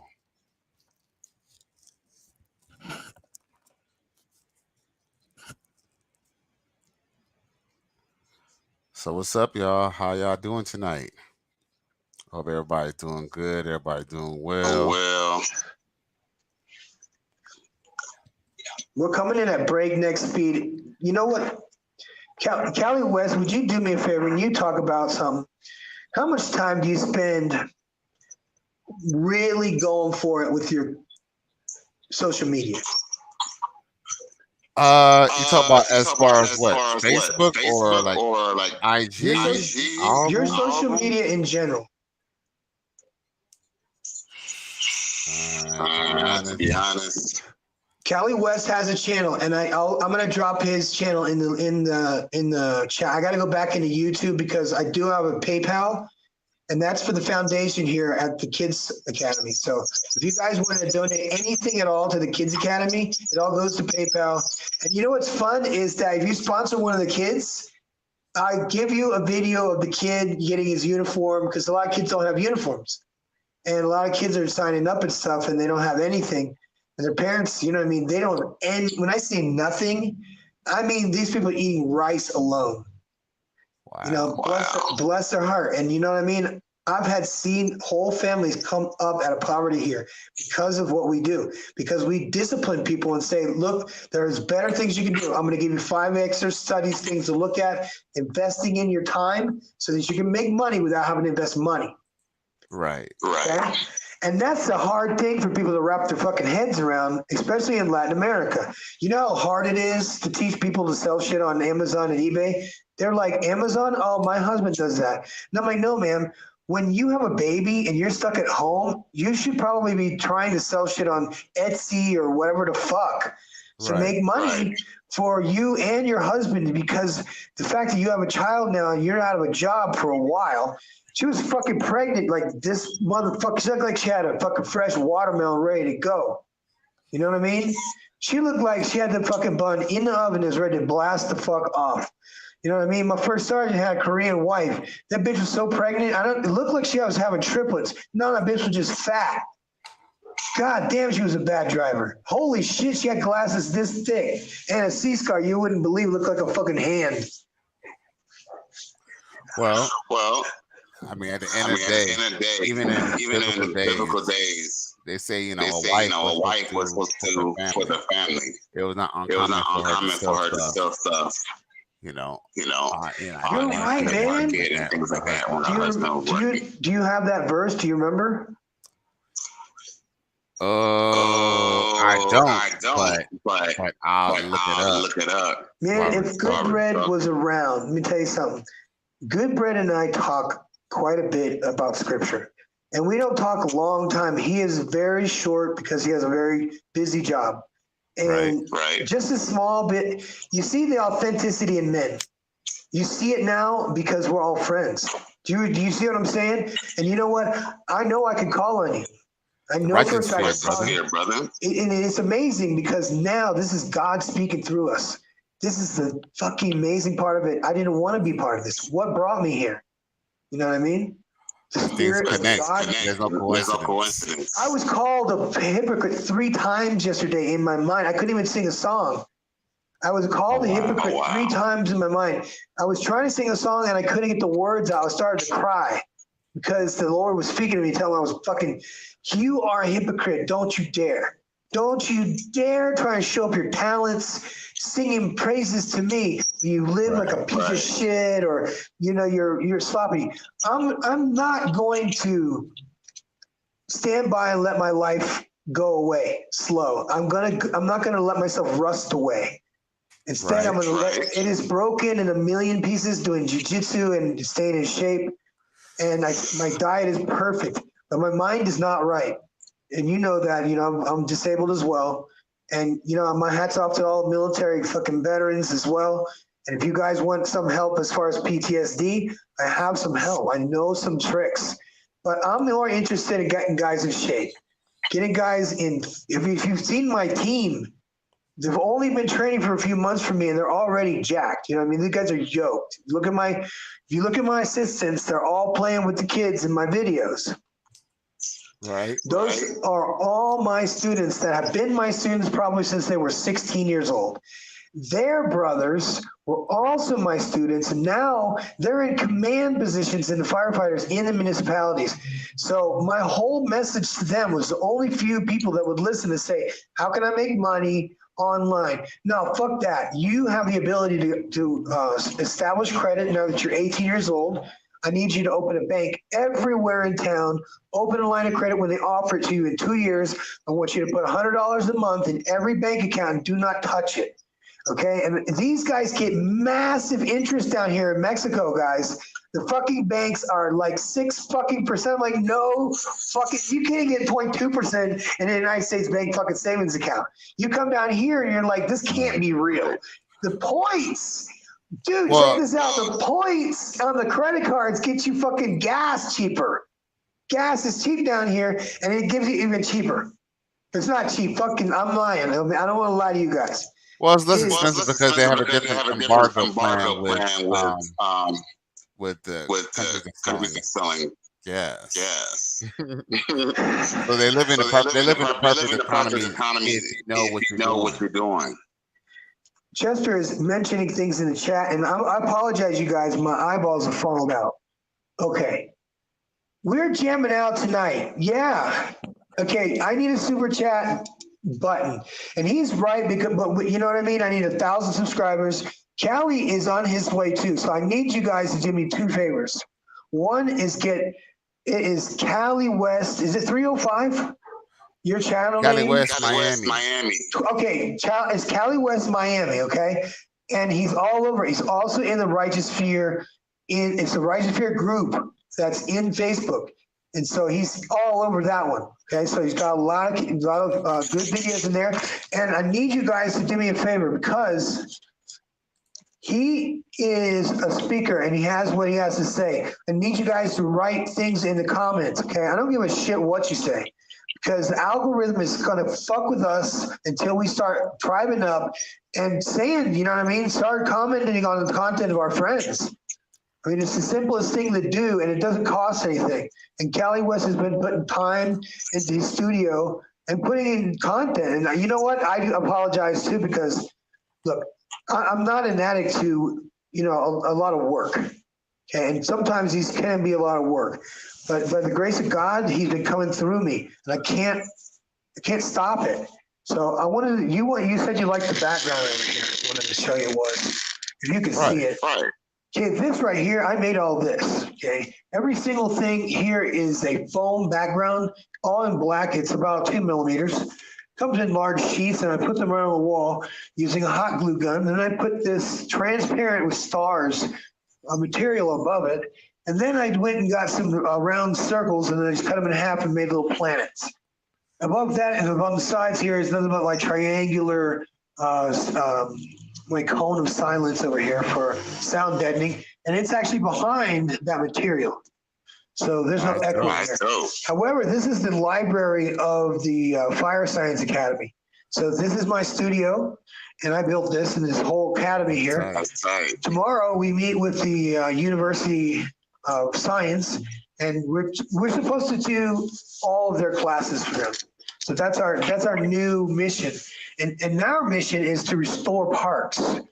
So it's an interesting thing because we get people that come down from the States to volunteer, and they come down for like a week, and it's more work than they've fucking done in 10 years, and they're so fucking tired, and their arms are like dying and shit.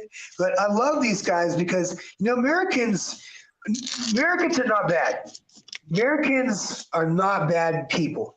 There's a few that make the rest look cuckoo, but by the grace of God, I'm seeing men turn around. Right. And I'm seeing men take responsibility for themselves and saying, hey, you know what? No is the answer, and I don't want to deal with that anymore. And I'm sad for a lot of people because, you know, Black women are beautiful. They're fucking hot. Right. The problem is that they're short-circuited in the wrong ways, and it's affecting the families, and now the point where it's about to be bred out. And I'm sorry to hear that a lot of people have to be stuck and they can't leave. And then the guys who want to leave are getting a new life, and they're kind of poking in the face of the women that raised them. And I don't want to be unfair to anybody, but I'm not a fucking feminist. But they fucked up these women bad with some kind of like, you know, Tuskegee fucking experiment or some shit. Well, I mean, it's pretty simple. Here's the thing. Everything happens, especially in a community, is all by design. Basically what they do is they knew already because here's the thing, the whole welfare system is something that's not really new. That's something that's always been available in the country for quite some time. And basically just do statistics and just do the math, they could see that basically if you take the father out of the home, it could basically ruin a community and basically make a community nothing full of dependent people. The best way to get people under captivity or under your control is by making them dependent on you, or at least giving them the illusion of that being the only avenue and choice at hand. And basically what happened in the community is they're given a choice. They could either be under a man and listen to what he has to say, or they could be a modern day woman and basically kick the man out and still get the benefits. And unfortunately, when that happens over generations after generations, the young women learn the same things and they repeat the cycle. So that's the problem with Black women. I mean, I have no problem with Black women personally, per se, but I just understand that if I'm dealing with one who doesn't have a strong father, then I'm going to understand how her environment could definitely be a detriment to our relationship. I understand wholeheartedly. And it's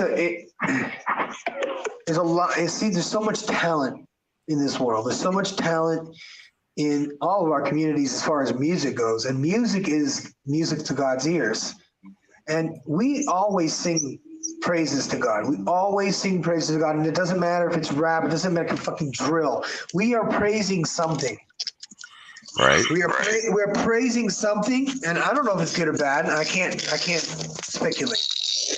What I can tell you is that all we got to do is switch songs around a little bit and say, baby, Lord Jesus. You know what I mean? So it is simply a change. And when you feel that feeling when you go to a concert and you feel that magic and you feel that togetherness, that's actually an energy that belongs to all of us.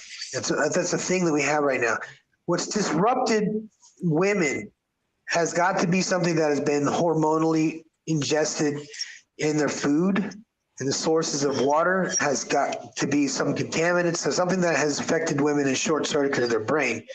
We could probably define the defiance from women you were saying, and this is absolutely true, is when they made it financially fucking,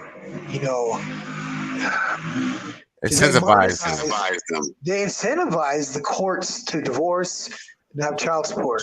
The child support system is a $60 billion a year system that gains money off of the deposits of fathers and makes interest.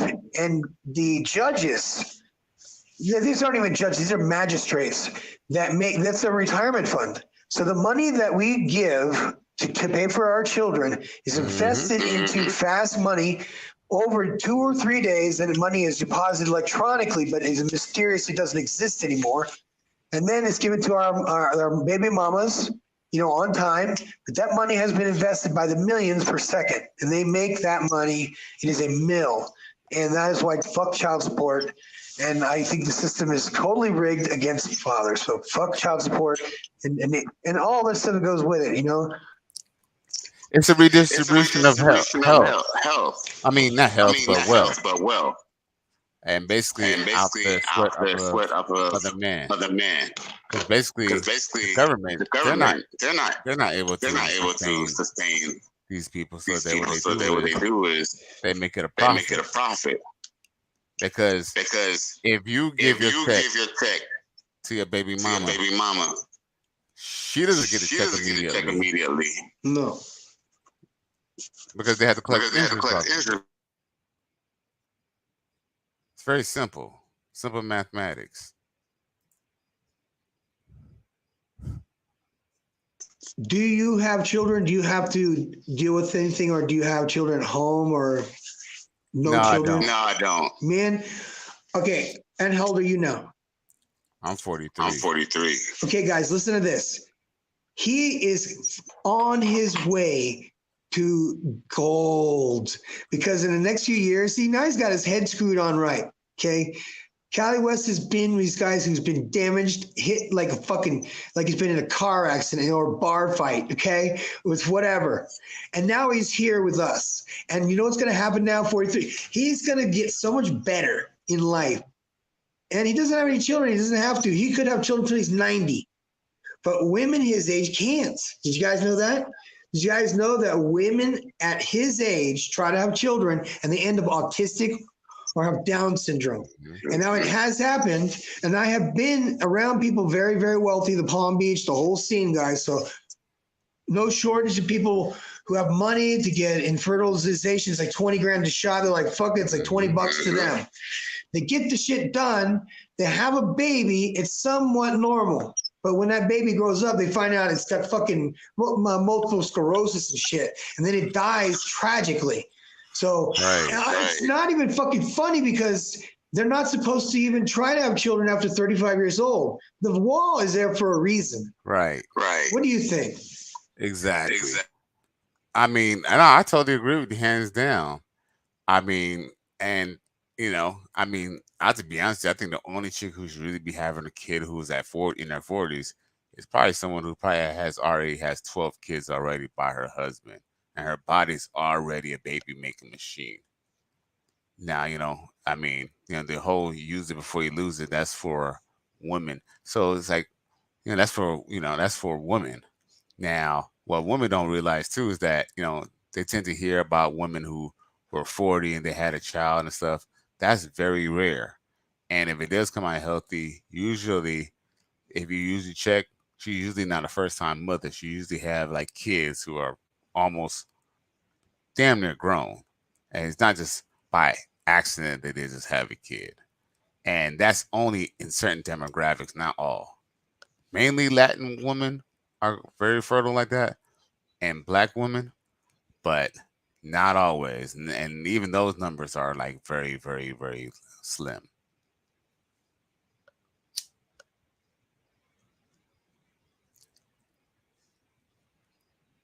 Professor. Yeah, I was having some little video issues too. So I don't know if you're froze or maybe I'm froze.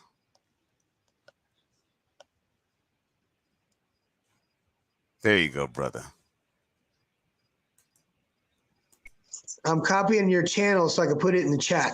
So he could look at Chester has some things he had to say in the chat. Hold on a second. I'm gonna go and put this link in the chat.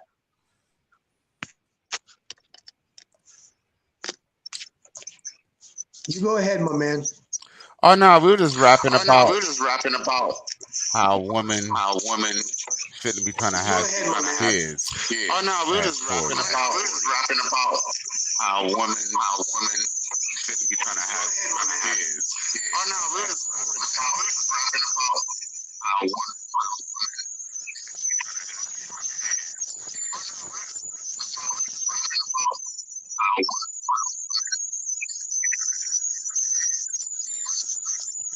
I hear a little feedback. You're gonna get tons of feedback because I was in YouTube and I had my damn microphone on. Oh, okay. I was wondering. So I'm sorry about that. I apologize, you guys. Hey, listen, what are you smoking over there? Oh, tobacco. Talk to me about that. You smoking tobacco or are you smoking weed with tobacco? You don't have to lie, man. You can tell the truth around here. You know what? I don't judge what you do with your body or your money. Right. But you know we're in the YouTube streets. But it could be anything. Look, you could be in fucking Cali, which could be California, which is where it's fucking legal, my man. Well, I'm in Florida. Okay. Well, I'm not gonna lie. Look, at this point, you know what I mean? We might as well tell everybody that everything at this point forward is gonna be a lie anyway. Anything we're saying is a script. So now what we're saying can be used against us because it's a script. And I'm reading the script with my boy. Kali is also, by the way, radio commentator. And I need to put my headset on because I sound like a clown over here without a microphone. I got a pink hat and everything, looking like a bitch. But you know what happened? Sometimes you gotta conform to the, you know what I mean? Don't conform to this world. Do not conform yourself to the fucking world because people who are in love with the world love worldly shit, which doesn't mean anything. I bought everything there is to buy. I've driven every car there is to drive. And it all means nothing. It's too much shit to carry around.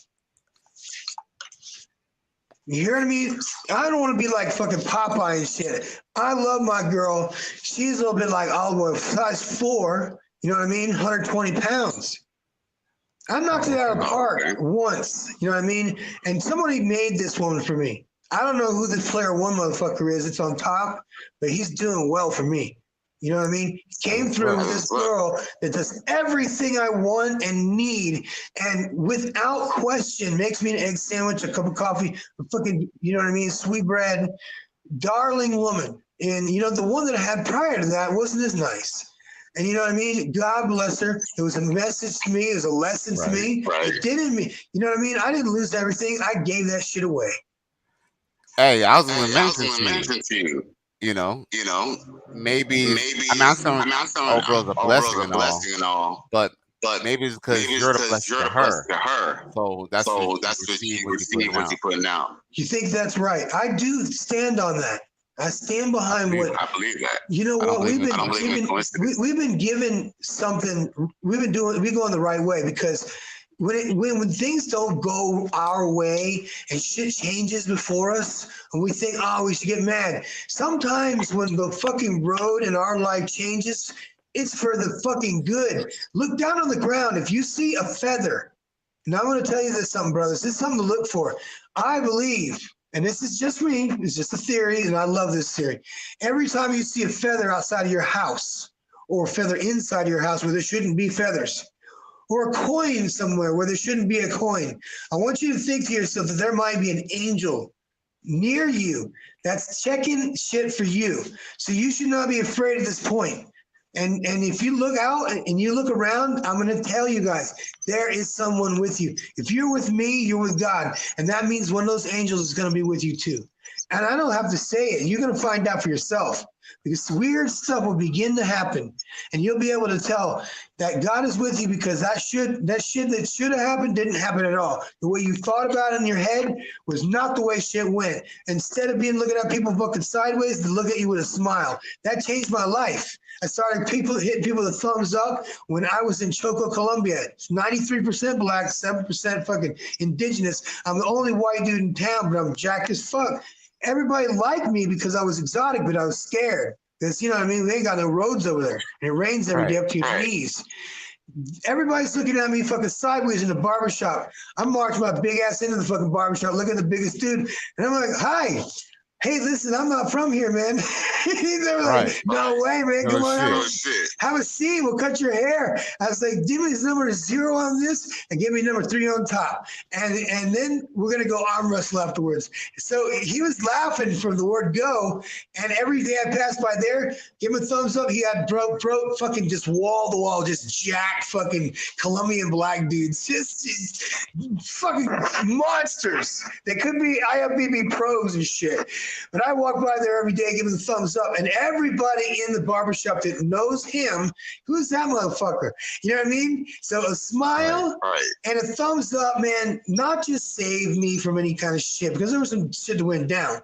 But I own 2 beautiful fucking stores. My neighbors didn't pay the fucking, it was called Vacuna. They threw a fucking hand grenade and killed 12 people in a fucking grocery store. My next door neighbors. So I don't play that shit. I sold my fucking businesses for a profit, bought a fucking coffee farm, ran that shit for 2 years, sold that bitch. And as soon as they started putting taxes on expats, 33% of all your worldwide income, fuck you. We were like, baby, we're out of here. But at the same time, I pissed off the wrong people and they canceled my ass on fucking YouTube. The feminists came after me in fucking droves. I went into the dark web. They posted my docs to me, put all my shit on fucking Facebook, put my name up there, said I did a bunch of bad shit. I admitted to everything that I did wrong. And it's not a big deal to me because I don't have a problem because I don't do anything that's dishonorable anymore. So they tried that shit on me, and you know what? It backfired on me because I had more followers. I was always at 3,000 or something like that. So I was doing well. And this is in 2014, 15, 16. And I was doing all right. I was a professor. I was full-time fucking YouTuber in Colombia. And love of my life, my brother came down and fucked everything up for me. You know what I mean? He was like that. You go to Denny's and you get a cup of coffee and that's just right. And you're like, oh man, I'm like halfway through. And she comes over and wants to refill. I say, here, let me fuck that up for you. You know what I mean? Because I had to go to the chemistry school to fucking figure out the first one to begin with. Shit. Wow. I feel what you're saying. I love this place. I don't have a problem. And you know what's crazy is they're trying to keep people from coming to Mexico, and if they get rid of the cartel, it's because they now have access to all the fucking manufactured drugs in Canada. Duh, who's not? They blew up the fucking trains except the ones going to Canada to bring drugs down here. What the fuck? And get rid of the cartel, they got no competition. They had to find the fucking scapegoat. They killed those poor fucking tourists, which, by the way, may have a different storyline that you may want to hear. You want to hear the backstory? I don't know. All I know is that if they thought they were Haitians, that means they were talking to Haitians. They were saying they were in Brownsville, Texas. If they were talking to Haitians in Brownsville, Texas, there was a setup going on. Well, you know what? I personally believe that story. Because there's time go out there for illegal stuff. They would have been prepared with like weapons or something. Exactly. They didn't have nothing to run. There's a setup there because they tried to identify somebody and call the other side and say, hey, these motherfuckers are coming through. This is what you need to do. Because it would have happened. It happened so quick. And they didn't misidentify fucking anybody. That was a setup, man. And they knew that they knew that bitch had money for fucking a surgery. So how much money is the surgery? Like I don't know, like go figure. In the US, it's like 15, 20 grand. So it'd be like it'd probably be like 8 or 10. It'd be like 8 or 10 grand down here. It's about 30% cheaper than the States. So she came down here with like 10 fucking grand. That's like a whole year's salary for a cop. So a cop or 2 cops dressed up as whatever shoot these fucking people and blame it. No. This was a setup. And this was low energy, low bottom guys. These weren't cartel people.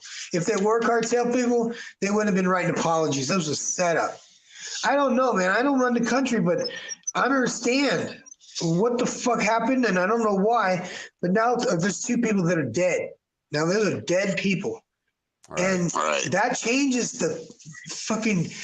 It makes Mexico look like it's a fucking war zone everywhere in Mexico. And Mexico is big.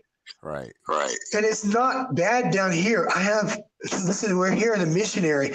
I live in a little colony, and it's like 60 white, black, Hispanic from other parts of Latin America, and some Americans that are Latin America that came down here to missionary school. There's 60 of them. They have 5 houses almost next to me.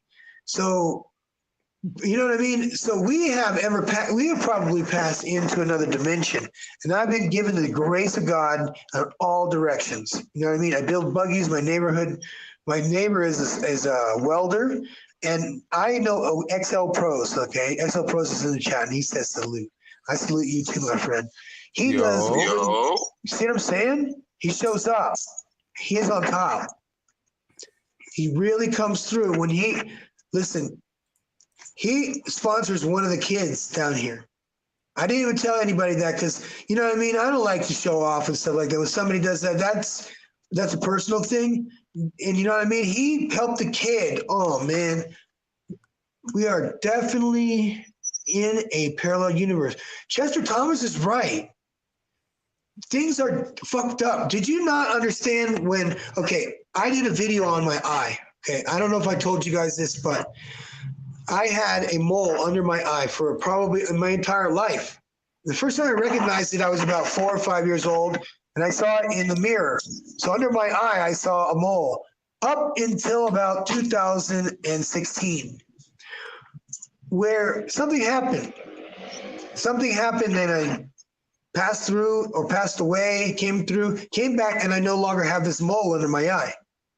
It's no longer there. Okay. There's no sign of it ever being there. Okay? I was unable to walk correctly for a long time. And now I'm capable of walking, and I have no pain in my hip. I have no pain in my knees. I have no metal fragments coming out of me anymore. I don't feel anything. And I smashed my face, jumping a fucking jump. I'm 50 years old, by the way. I came down on a jump. I jump all the time. And I came down hard, and I fucking smashed my face right on the concrete. Broke my fucking nose, my lip, both my lips. My tooth is fucking loose. I had to have my teeth done because my teeth are fucked. And you know what? You got mirrors or something? Not yet, but I'm getting them, man. I'm gonna look good.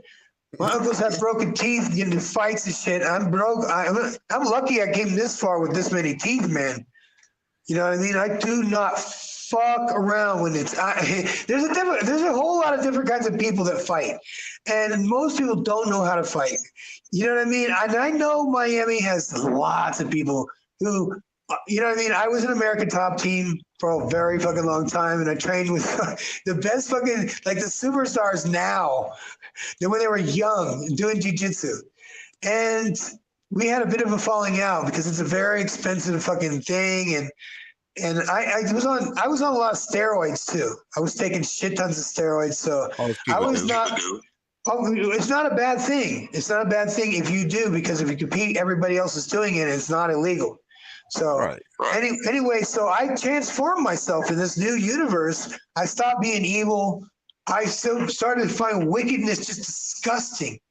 I found women that I met, and I would see right through their game, and I'm like, are you fucking serious? This is what I have to choose from. No, thank you, sir.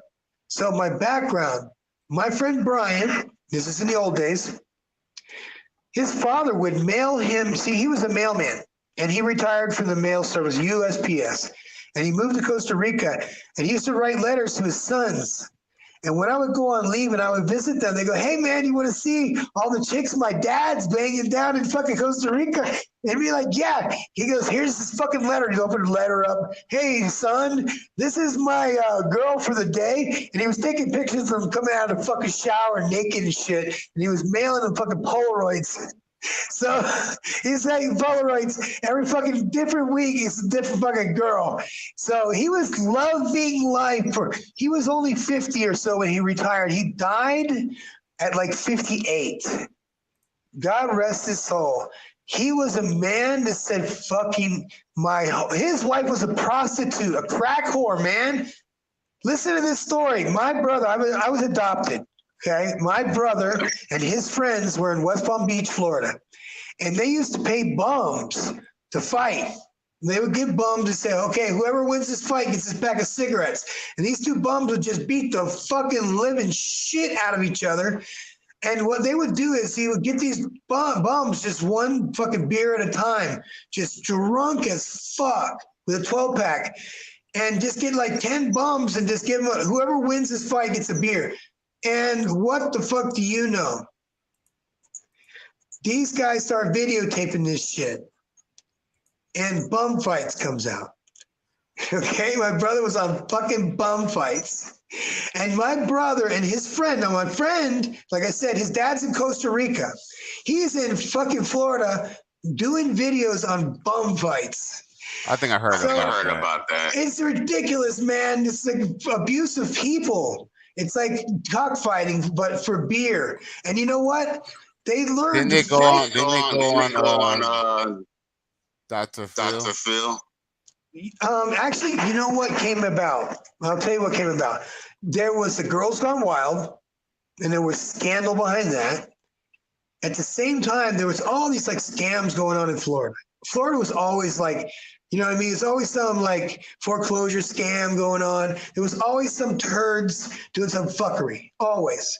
And somehow, you know what I mean? These kids, they were such a pain in the ass. This man, he said, you know what? I'm going to move to fucking Costa Rica because I fucking hate my kids. They're on fucking TV beating the shit out of bums. I mean, and it's like, and I'm embarrassed, but you know what? I don't give a damn. I'm going to go down to Costa Rica and spend my retirement until I fucking die. And that is exactly what the fuck he did.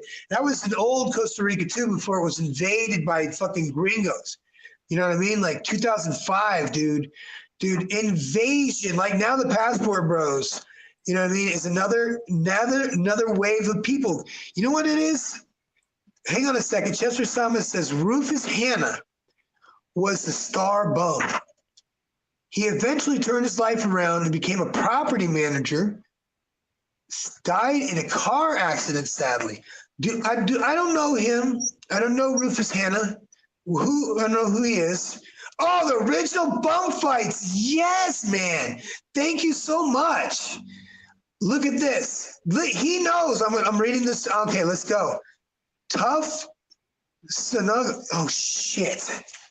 No way. I told you I heard about the Bum Fights. Dude, this is great, dude, because he's naming all the people that were. Hang on a second. Hang on. This is awesome. Talk about it, man. This is badass. Fuck. You know what? I got a problem here, you guys. Hold on a second. To the rescue, motherfucker. Here I am. But I gotta get through.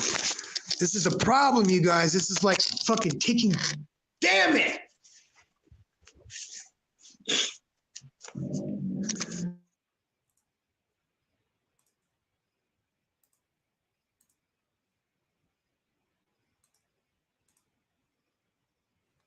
You having technical difficulties?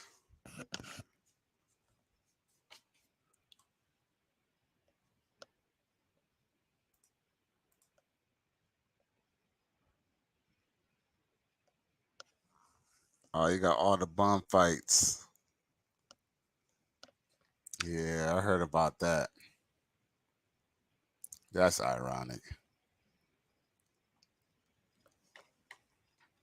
But yeah, that's the early 2000s for you. There was Girls Gone Wild. There was Bum Fights, Ghetto Fights, all of that. Yeah, I remember that.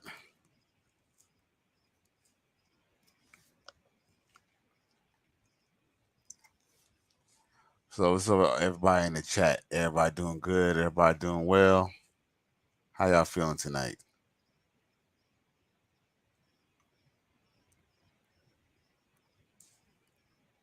Yeah, Girls Gone Wild.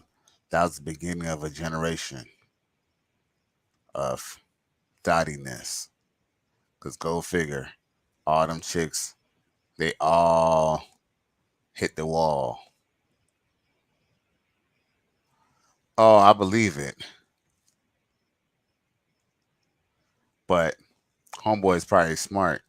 He probably had, most of the money going to an LLC And shit, Girls Gone Wild, they been done.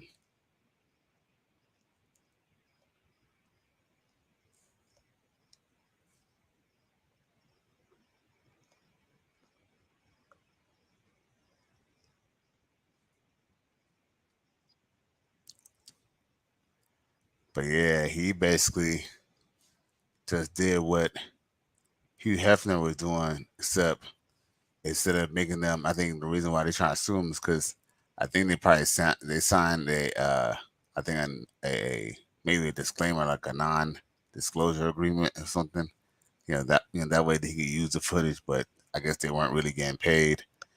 Yep, and they all hit the post wall. Now they broke. No man, and yeah, non-disclosure agreement. But and at the end of the day, now they just looking for a payday. Because guess what? At the end of the day, women, they always try to come back off of something old and something that has to do with some type of sexuality in the past, when they end up realizing they made all terrible mistakes. Yeah, there's no such thing as young and dumb. Those women were at the age, at the prime real estate of their life. They knew as a little kid, they seen other people, they seen their mother be single mothers. They knew if they chose a dude who, even if they didn't have a father, they knew that certain guys, like, they could have had guys who wanted them, but no, they chose guys who they wanted instead, because the good guys always finish last, right? They want to be thoughts. Them hoes over there. Those hoes. I want to know something from you, man. Talk to me. I don't want to embarrass you. I want to ask you straight up. Have you ever dated a girl that was 5 years younger than you, that was a fucking just straight up bombshell thought, and she was a chronic cheater? Ever had one of those? They were amazing. They were fucking banging. Oh, of course, yeah. Okay. I mean, maybe not to the point that I was being serious with them, but you know what? Now I think about it, I take that back. I was dealing with this little young chick, and she was a thotty, and I think I dealt with her, but it was only because, I was kind of just foolish and I didn't know any better. And, I wouldn't even say I didn't know any better. I just think I was just at a low point in my life. And when you're at the low point in your life, you end up realizing, you end up kind of taking things that you shouldn't really have to take, because you could be a freak all you want. Nothing's wrong with that. But you don't have to be around me 24/7. You don't have to be my girlfriend to be a freak. But I think sometimes when men don't have their shit together, or they off their game, they end up taking things that they don't have to. Because when you're an older man, you end up realizing, don't get me wrong, everybody, as a man, everybody can enjoy a freak. But what you don't want is to deal with no bullshit. Because you don't want to deal with a freak who's everybody's freak. Can you tell us any stories? These are toddlers, by the way. These are like the mentality of 14-year-old girls. So you tell me one story, because I have one, and I'm going to shut the fuck up, and I want you to tell a story that may sound... the reason is, these are warnings for guys, okay? We've gone through some stupid fucking shit with these women, and we've exposed ourselves to them. We've allowed ourselves... It's our fault. All of this bullshit that all of us are talking about, every time I think about when they say black men abandon their children, they're talking about your grandfather or somebody's great uncle. These are men that were from a generation of past that had no interest in being in a family. Now God has turned our hearts around and said that we will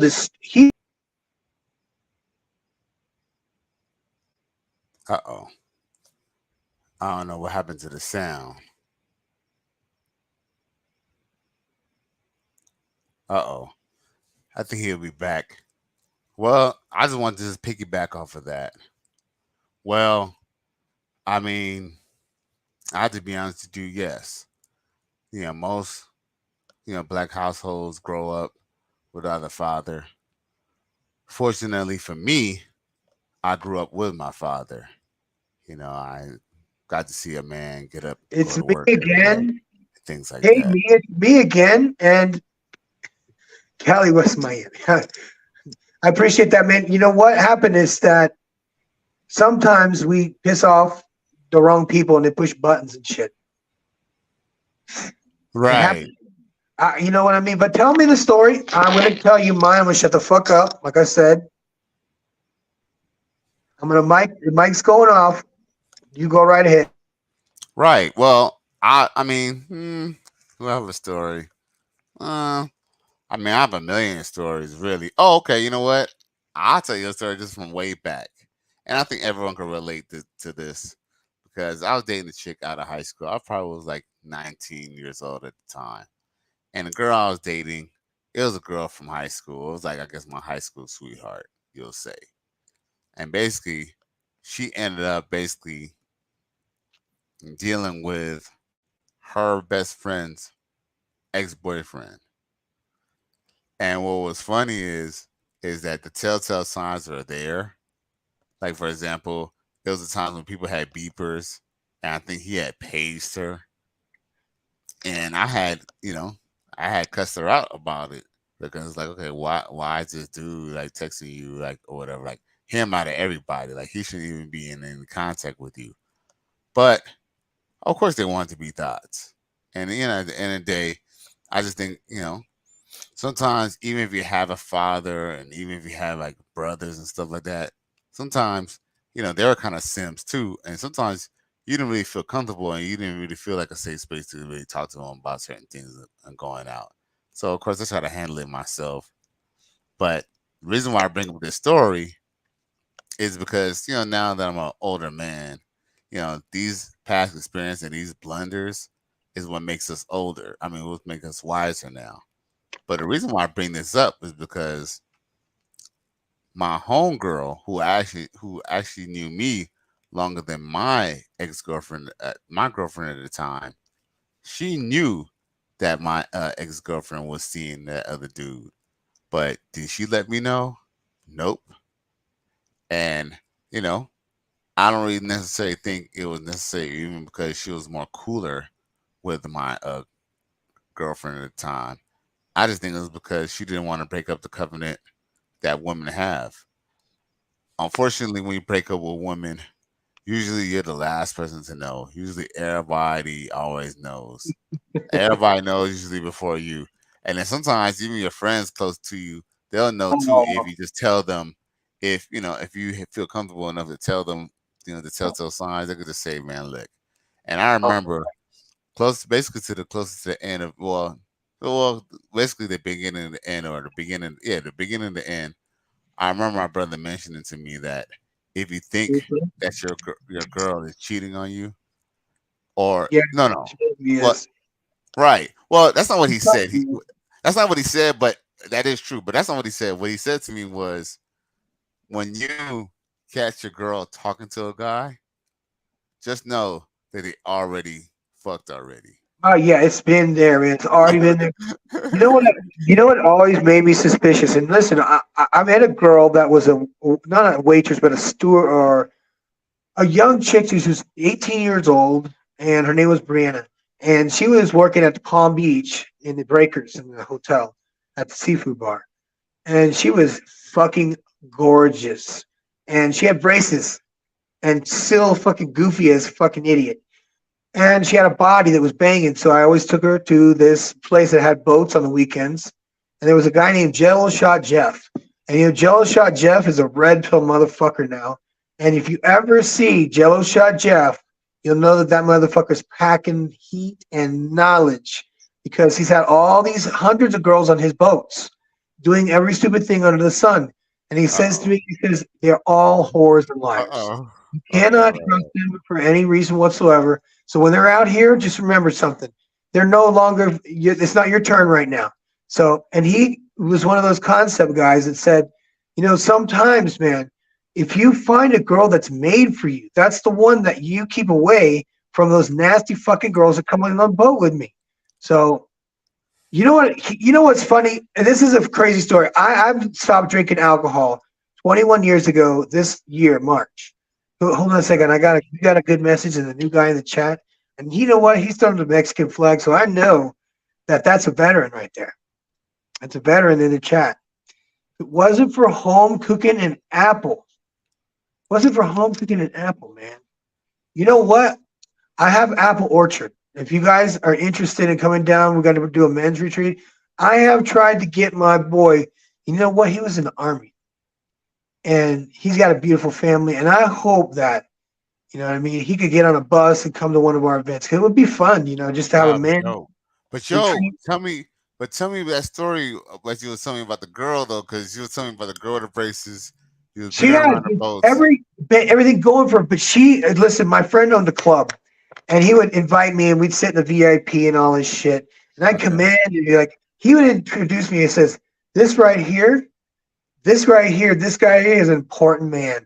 They wouldn't tell him anything when I was doing this. This is an important man right here. Because I was always dressed nice. I always have a Brooks Brothers white shirt, a polo white shirt. And that tricks people into thinking that you're fucking wealthy. That's a good trick, by the way. It changes your whole outlook. Everyone looks at you differently. So, and you know what I mean? And this girl was on me, just loving on me and shit. And when I wasn't around, that bitch was on the bar, falling her ass fucking drunk and shit, getting fucking railed in the fucking back room by the fucking bouncers. So there was nothing there anymore. And I knew it. And you know what's fucked up, man, is that, you know what I mean? After, you were right. Everybody else knew the breakup was over. I was the last one to fucking know. And you know what I mean? Hold on. What was that song? Man, there's some Sim songs from the 90s and shit, man. But I love them fucking Sim songs, man. You have no idea. I'm going to get all these bitches fucking pregnant. So I had to get a fucking vasectomy, man. Told me to get down on the ground. Shut the fuck up. Put your hands behind your back, and I got my ass in trouble again. You know what I mean? So I stopped drinking. I was getting in fights all the fucking time, Miami. Cali, man, listen to this shit. My last drink was the 19th of March, 2002. Now fast forward to this girl. I met her mother. She sucked my dick in her fucking room. Her mom came in. I pulled my pants up so fast, about to zip my dick in the zipper. Hold on a second. Hooah! Shout out to Chester Thomas, Hooah Army. See, I told you there's fucking veterans in this chat.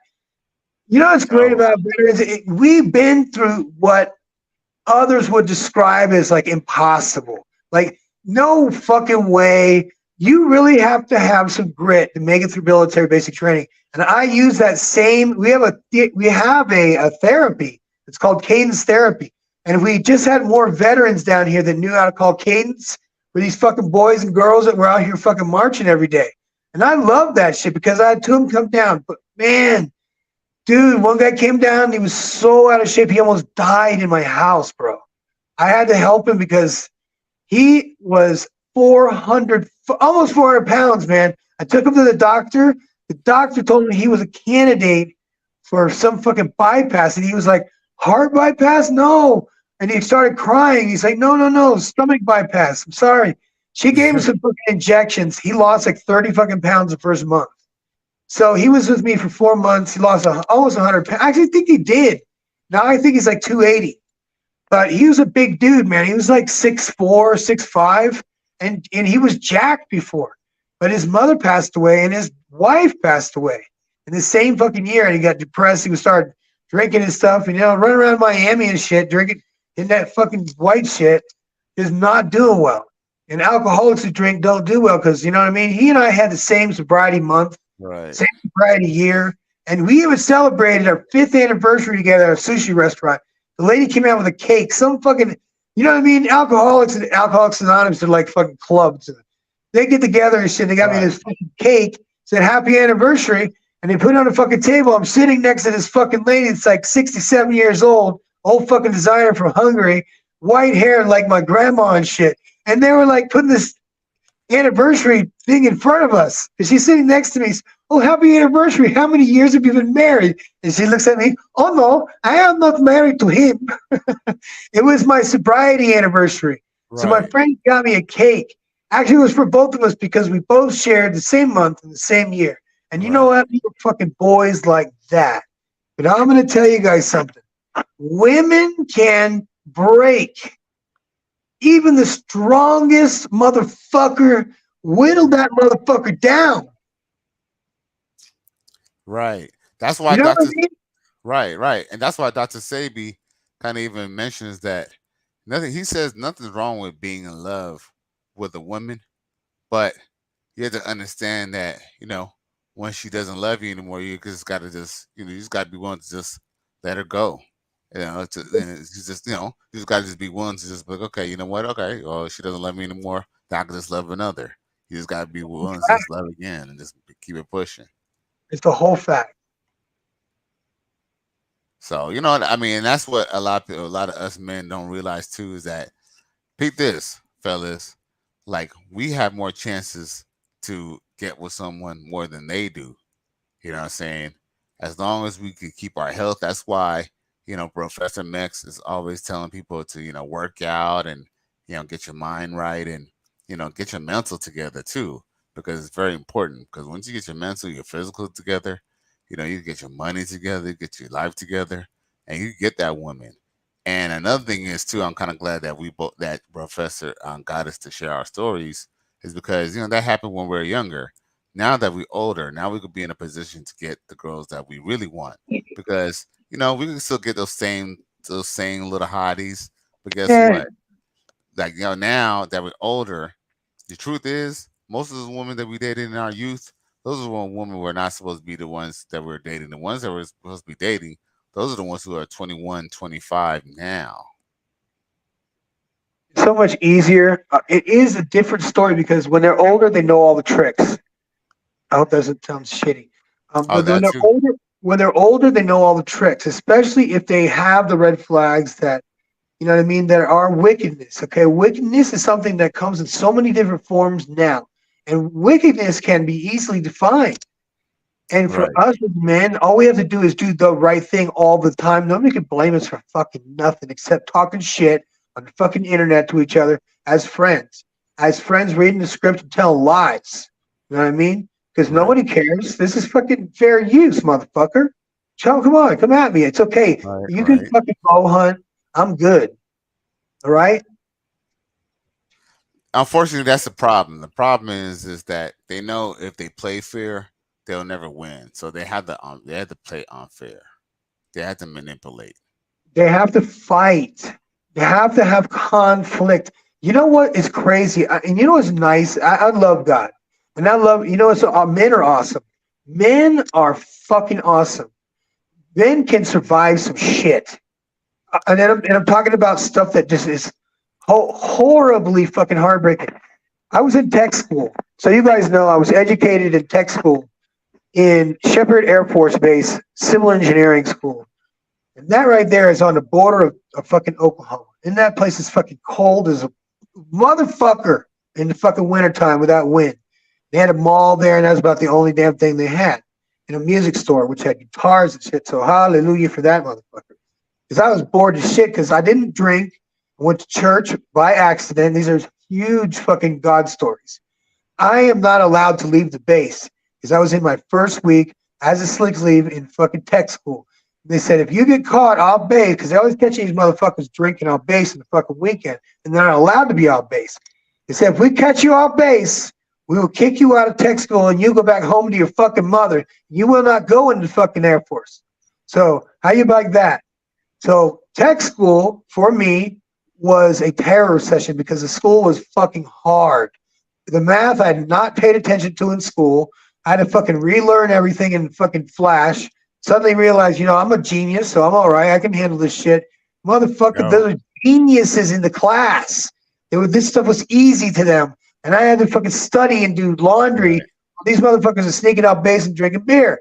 Sunday, I got the big Bible, the big giant Bible, the family Bible, the white one that you're not supposed to take anywhere. I took that motherfucker with me. It's still wrapped in plastic, grandma. You know what I'm saying? Right. And it had the gold leafing on shit. The giant family Bible. I had that motherfucker. I had that motherfucker under my arm, big white one. You know what I mean? And I probably had somebody writing it in the inside. I took it to the chapel, looking for the chapel.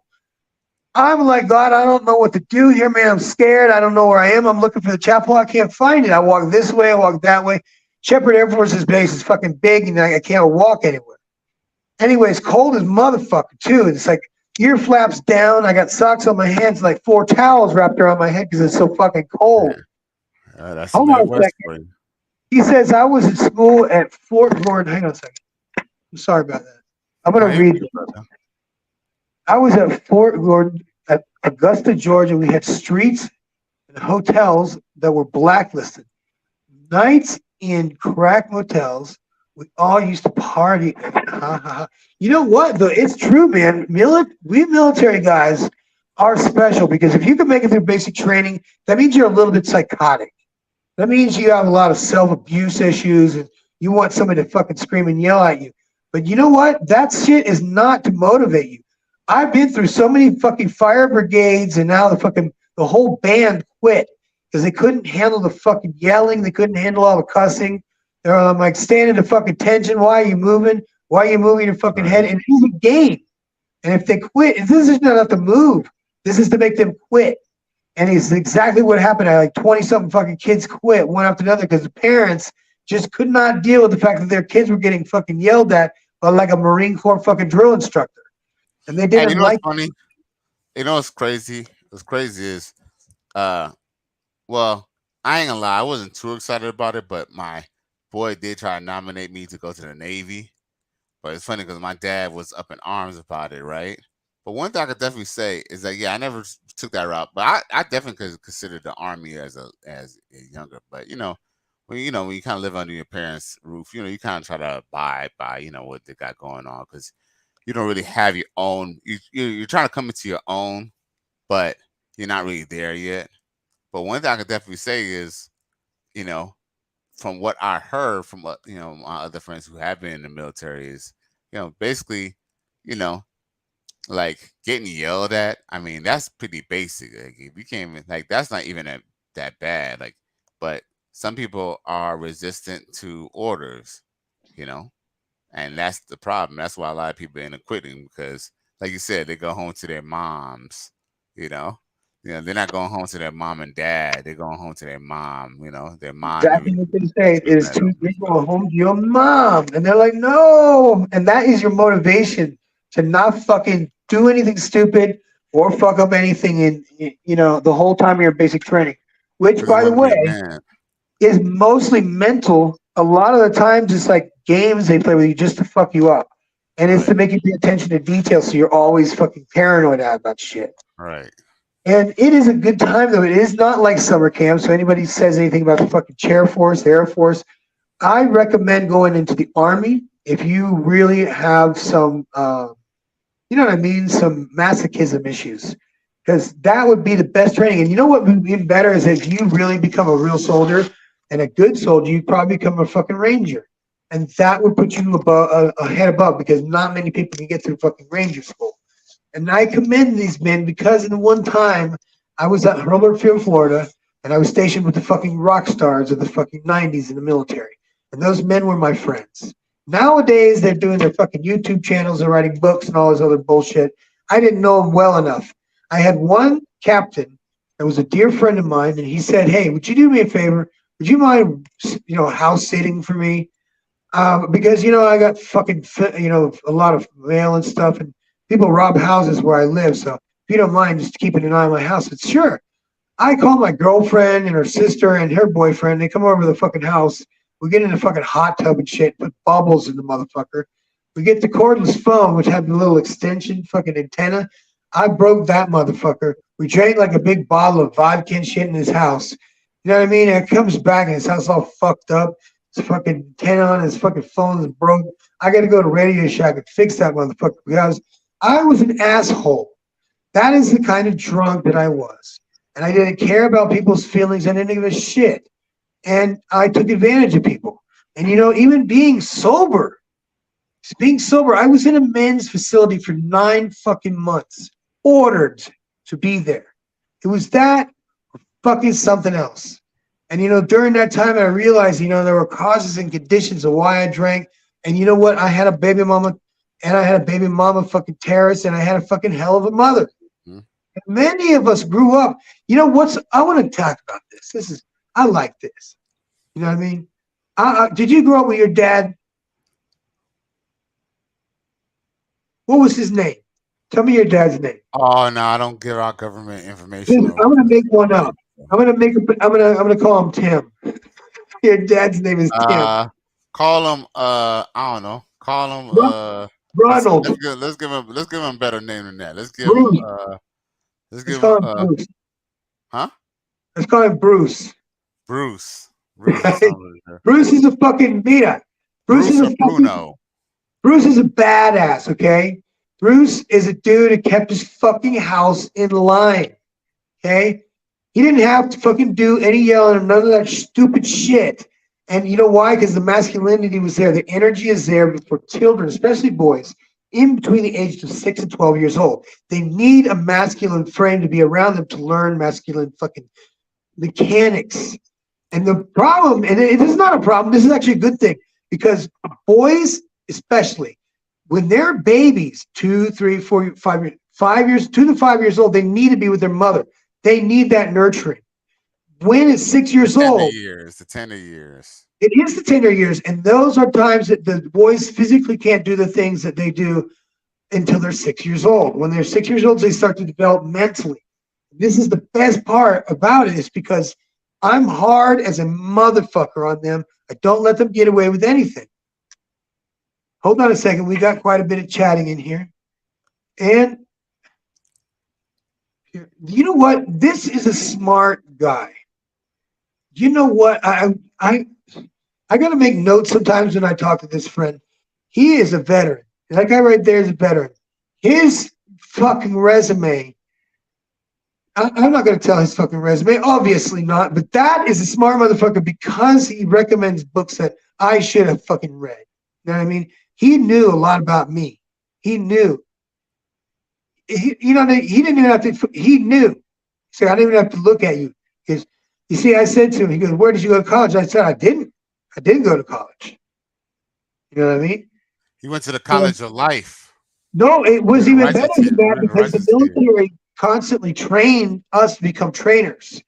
So that means literally every aspect of civil engineering. You had to learn every single trade.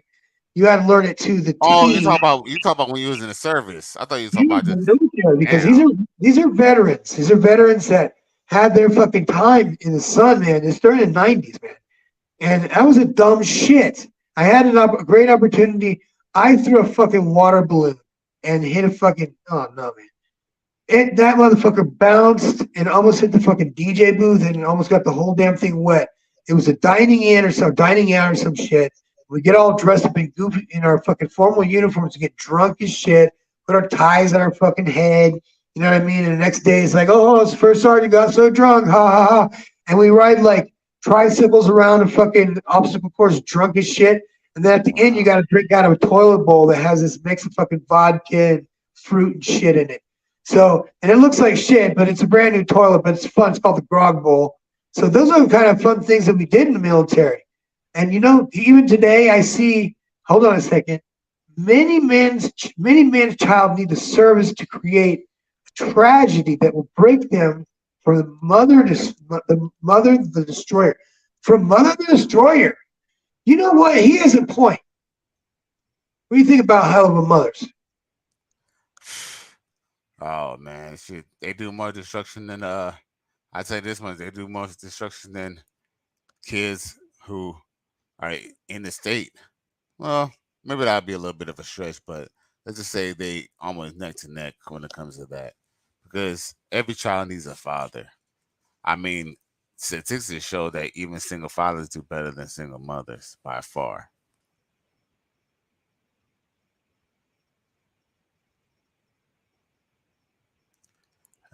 Bro. Oh, there you go. So, okay, now this is a fact. They said now, these are statistics. I don't want to blow smoke up your fucking ass.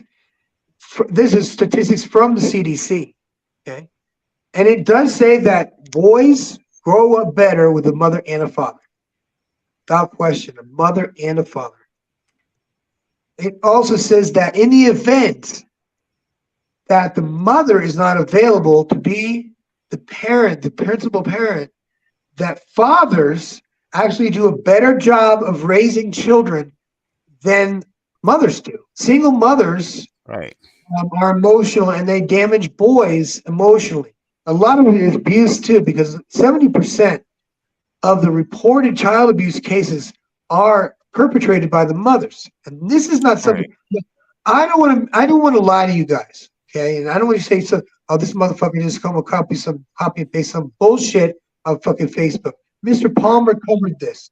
The Department of Human Health and Services did a statistics in 2000 to 2006.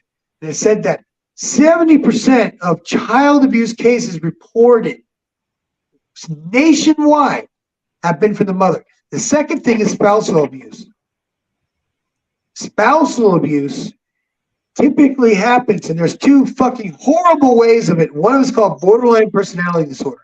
If you don't know about this, find women with mental problems that fuck the shit out of you like they hate you, and then have like bipolar reactions and run away and cause problems and break your fucking windows with hammers and shit. And there is no cure for it. It only affects women. It's called borderline personality disorder.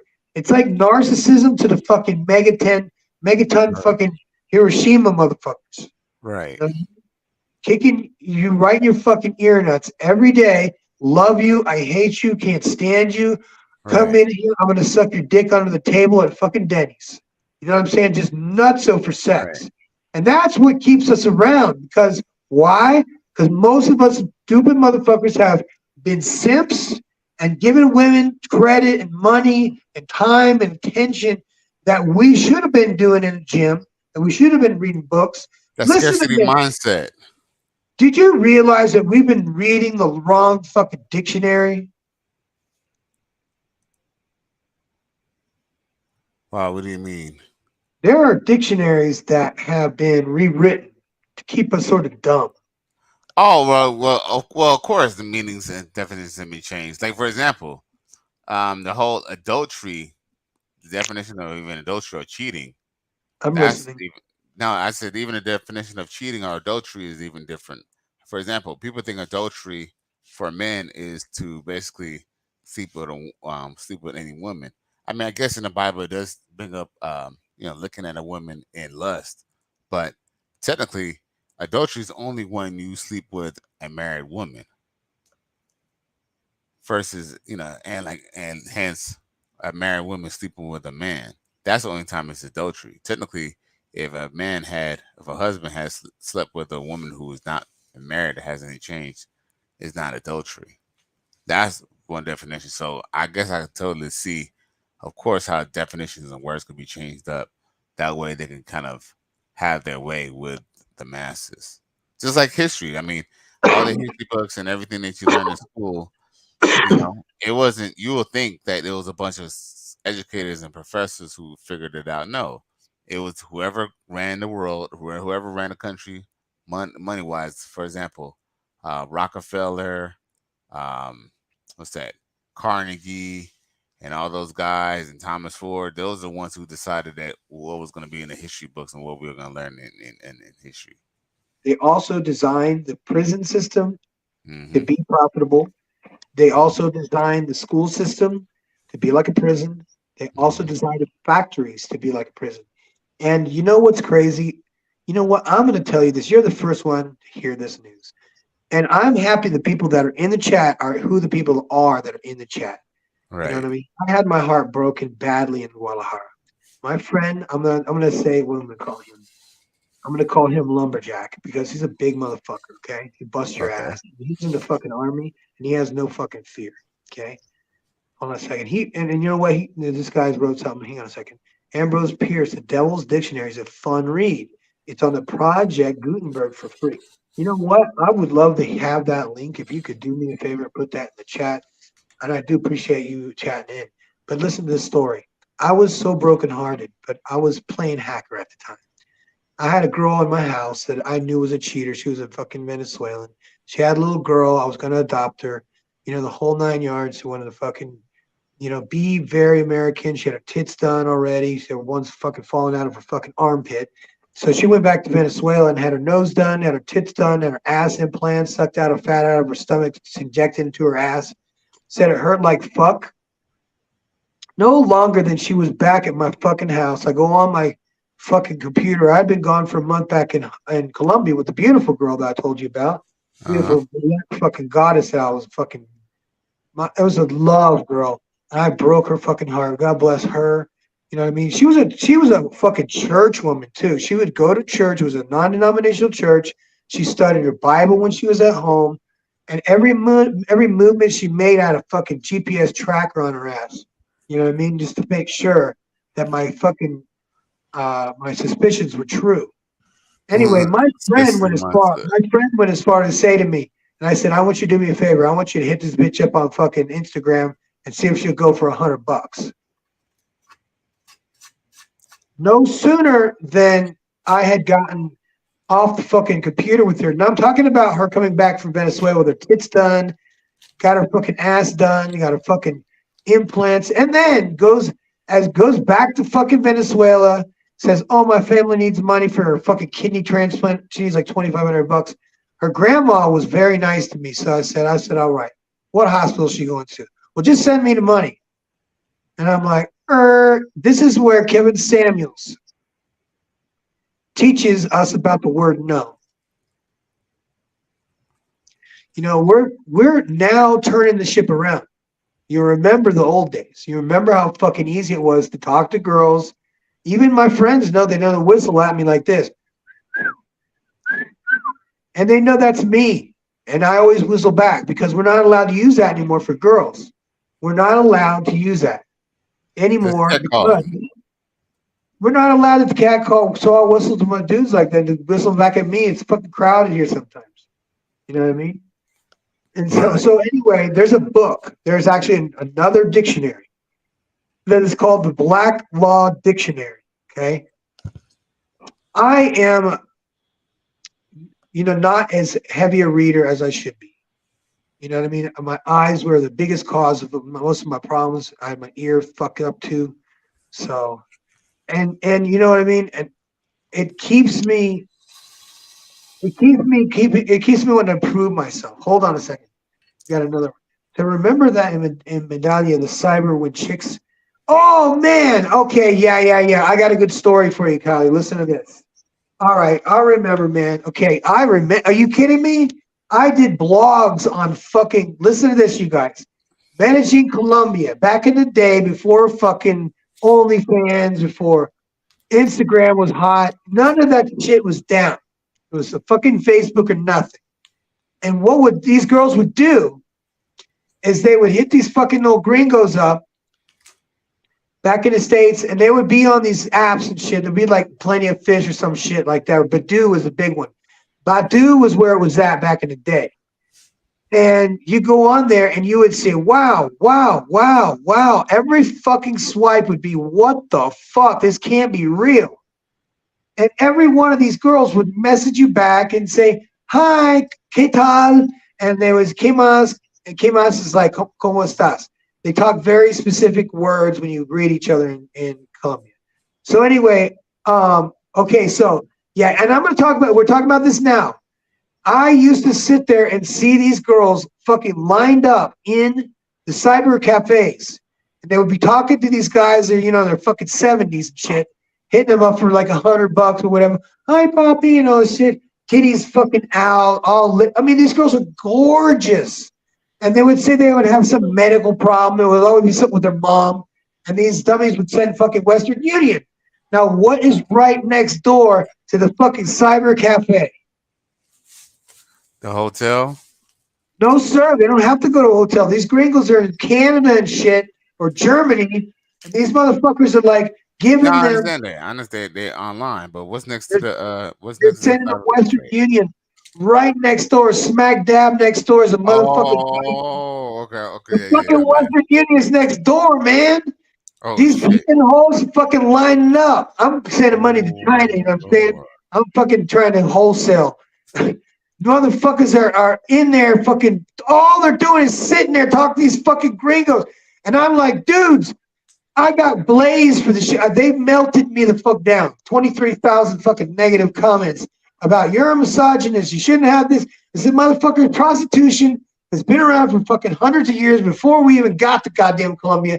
And the Colombians use it more than the fucking Americans. We only make a 0.001% of the whole fucking population. So get off your high horse. It's not about prostitution down here whatsoever. And the fucked up thing is they confuse the fucking passport bros, and they say they fucking passport bros are nothing but sex tourists, black sex tourists, not expats, which is what the fuck we all are, is fucking passport bros, whether or not we're black or white. And we've smashed that shit home because these motherfucking, listen to this shit. When Kevin Samuels passed away, okay, this is a dude that gave me fucking the ability to talk and say no. Whoremongers, exactly right. Western Union, right next door to the fucking cyber cafe, and these whores will be fucking lined up getting their fucking dollars, pesos, whatever the fuck, man. And you know what? They spend that money on their boyfriends.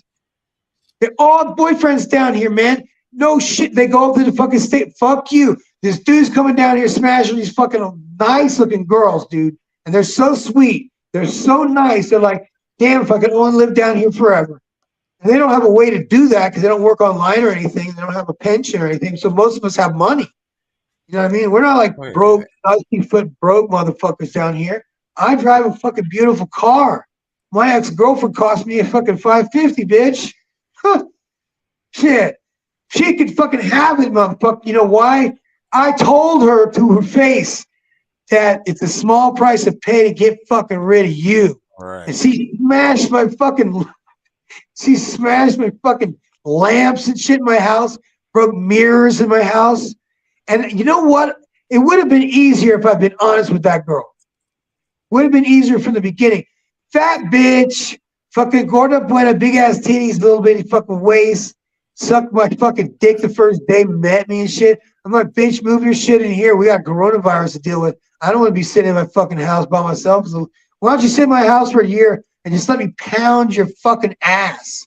And I'll give you a Mercedes at the end of the fucking ride. How do you like that? And that is exactly what the fuck I did. Whole fucking year putting up with me. Fucking cooking for me and shit. Cleaning my fucking house like a fucking whore. Like a fucking, every single thing about this fucking woman could have been replaced by getting a fucking maid. She would have never bitched at me. You know what I'm saying? It's like I pay a fucking girl 200 pesos to come in here and do what you bitch at me about. Fuck that. And they wouldn't bitch at me at all. 200 pesos like $10. The bitch would be there all fucking day mopping the ceilings. Fuck you. Well, I don't have to deal with that shit. I learned I had options. I learned I had fucking options. And you know what? My age, I'm 50 years old, and I'm jacked. I got a big, you know what I mean? I'm fucking still. I'm still in shape, man, and I'm doing my shit. And I don't pay attention to fucking women or ignore them at the fucking gym. I have to break my fucking cycle of fucking my own fucking, you know how it was? I'm the one in my family. I'm the one that broke that piece of purse. I'm the one that broke that shit and said, I don't want to deal with this no more. You people are not nice to me. Every time I come around, you got nothing nice to say. I trained for fucking Mr. Olympia. Mr. Columbia was first. You know what the fuck they said? I sent him a fucking picture. I trained for a year for this shit. Got fourth fucking place in Mr. Columbia. The best thing they could say is you look like a fucking frog. And I'm like, really, motherfucker? That's the best you can say? You know, this guy's the people are like bass fishing and shit. And these are the fuckers that do use N-word. Because, you know what I mean? They looked at my wife and like, you have fucking those motherfuckers in my house. You know what I mean? And I never, ever would use words to that. Never would use words to fucking ever. Because most of my friends are black. I grew up with them. They were in the military with me. And no problem at all whatsoever. And you know what I mean? And now when we've had fucking Kevin Samuels come into the fucking picture, give us the words to say to get rid of fucking toxic people in our life. To say no to these motherfuckers. You know what happens? And you know what? Cali West knows this shit too. Talk to me, man. When you say no to a bitch that's using you, watch what and it doesn't have to be a bitch. It could be a friend. You think it's a friend, and they're fucking always hitting you up for shit. Or they're doing something fucked up, or doing some fuck shit behind your back. You tell them no, how that person reacts. That's the real person that you're dealing with. You know what I mean? And my heart goes out to my boys. You know what I mean? Because now they understand me better. Hey, that's definitely a fact right there, man. I mean, at the end of the day, you know, everyone's real intentions is viewed. You can never know how someone is by when you tell them yes. You know how they are when you tell them no. But yo, Professor, man, I appreciate you having me on your show. It was live, and I definitely enjoyed the combo. But unfortunately, it's still Friday. What is it, Friday this morning? Yeah, I still gotta get up and get my work day started. Plus, I still gotta make sure I still make sure I could set up my computer so I could drop some videos tomorrow too as well.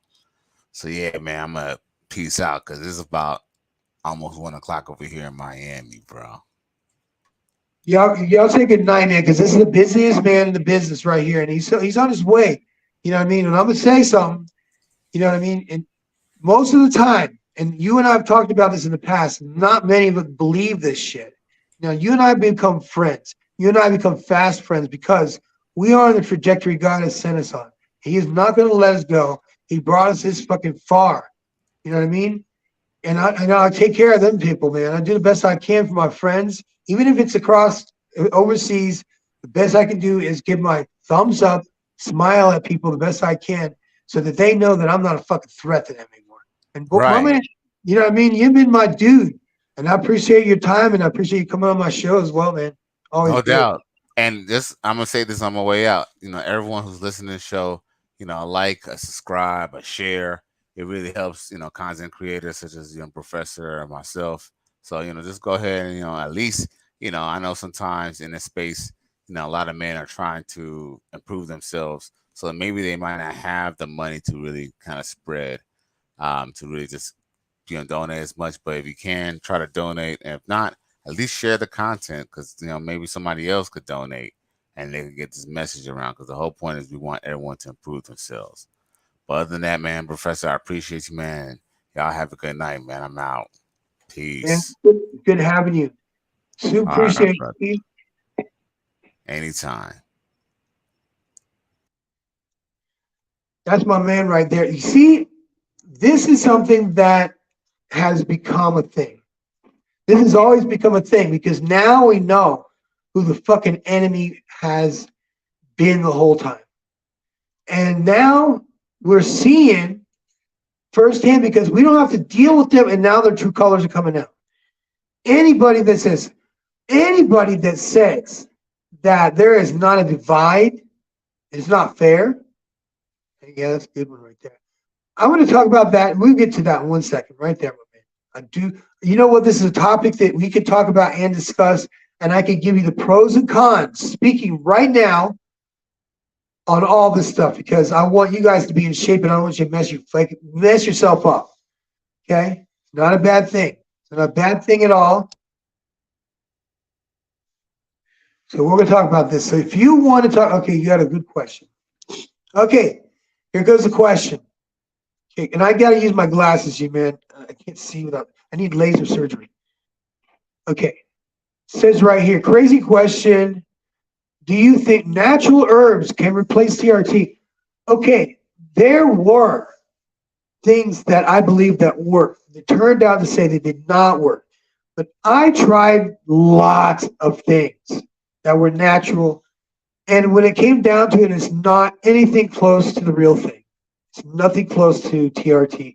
You can take zinc your face off. Okay, that'll help you sleep at night. It'll definitely help you with a sex drive. Yohimbe bark also works really well for burning fat. You can use about 3 milligrams of that shit. It is very, very expensive. Just buy it in capsules by a well-known brand, like Now Nutrition or something like that. Excuse me. But yes, it is possible. We have yet to discover, but I'm going to tell you guys something. The testosterone is made from red Mexican yams. So if you have sweet potatoes, red sweet potatoes is what they synthesize testosterone from. Why in the world do you think bodybuilders eat the most delicious thing that I think I've had in Guadalajara? No, I was in Zapopan, and I think I went to Guadalajara, and they had this cart that had these giant vats, the huge vats that are this big, with honey and cooked just deliciously soft sweet potatoes. And I would buy these fucking things and put them in a bag with honey and all this shit. I don't care if it's real honey or not. It's probably not. But delicious. Sit down with a fork and eat the stuff. Now, the girl that I was with at the time, she would just say, hey, you know, we're going to put some milk in a glass, and I'm going to put my camotes, which is sweet potatoes, in the glass right there and eat it. Listen to this, you guys. This girl started eating fucking sweet potatoes and training and learning to do fucking squats. She had a banging ass to begin with, okay? It was banging, dude. And you know what? You know what's wrong, dude? Chicks that pull their fucking tight leggings up into their ass crack to show off their fucking ass. I'm not going to let... There's girls on my team. There are women in my team. And when they're training in the gym, they have to wear a sweater. They have to wear a warm-up suit. They are not permitted to wear anything that is sleeveless whatsoever. Nothing that shows your titties. They got that motherfucker zipped up to the top. Like that's a fucking abaya for fucking Saudi Arabia. It's not a joke, and there's a reason behind it. Now, I want you guys to take advice from this, because if you're into bodybuilding, you're eventually going to need to know some of the standard shit that's going to help you burn fat faster and get in shape and stay in shape all year round. And the trick is heat. The trick is metabolism. And if you can control your diet by doing nothing but eating once a day, intermittent fasting, I recommend one in the afternoon. If 2 times one's not enough and you need to eat post-workout, have one at 6. Have your workout in between that 1 and 6 window, so that at 1 o'clock you have fucking calories in. You're going to get fucking just go to the gym in just a few hours, and you're going to need that fucking energy, have brain power at least. When you hit the fucking gym, you hit as hard as fucking possible, because I'm going to talk to you guys as if you're doing steroids, because testosterone over the counter, no big deal, 250 milligrams a week. That's what the fucking doctors give you. You know what I mean? You can go and get a prescription of that shit, so it's legal. You get all that shit, and you have that motherfucker inject you the first time, and then you start to feel better in about 14 fucking days. You start to stand up straighter. You start talking a little bit deeper. Your voice gets deeper. Your beard fucking grows in. If you have a problem with beards that don't grow in, your patchy beard, that motherfucker will grow in like motherfucking Mr. T. You know what I'm saying? So listen to me now and hear me later. Shots of testosterone are not going to fuck you up bad unless you have kidney problems, heart problems, cholesterol problems, any kind of health problems. I do not recommend people doing any kind of testosterone. But if you're a man and you have a pulse and you go get a fucking test done, then guaranteed that if you're a man that is over 35 years old, your testosterone is in the shitter. You know what I mean? Especially now, or if you're in the United States and you eat all that poison-ass food, that's just making you all pussies anyway, eating soy and shit and everything that's in the fucking store. So no wonder. There's no question about it. No question about it. You know what's going to happen is that they weaken men and they take away the fucking men that are strong. So I want to talk to you guys. Listen to this story, because one of my boys, I'm going to call him Tim. Tim lived in Guanajuato, and his wife was a dentist. Darling lady, put up with him, had a baby, thank God. Had a boy and a miniature version of him. He's doing cool stuff with his son, and I'm proud of him. And that's about, you know what I mean? It's like a dude I met years ago. Years ago, I was in Zapopan, and I'm like, dude, I need you to do me a favor, man. Can you hit this fucking girl up on Instagram and see if she's fucking put out for money? Because I did not trust this fucking bitch at all, dudes. Well, what I ended up doing was sending a fucking virus to my own computer. I'm fucking around trying to learn these stupid programs. It's called pen testing. It's to keep people from hacking your computer. So I send this fucking hack fucking code to my own computer. So I was the recipient of that fucking file. What happened when that happened is it opened up an archive of conversations of other fucking people that are hacking my computer, that are in my computer, having full-on fucking conversations about me, calling me Thumper, calling her Pitter-Patter.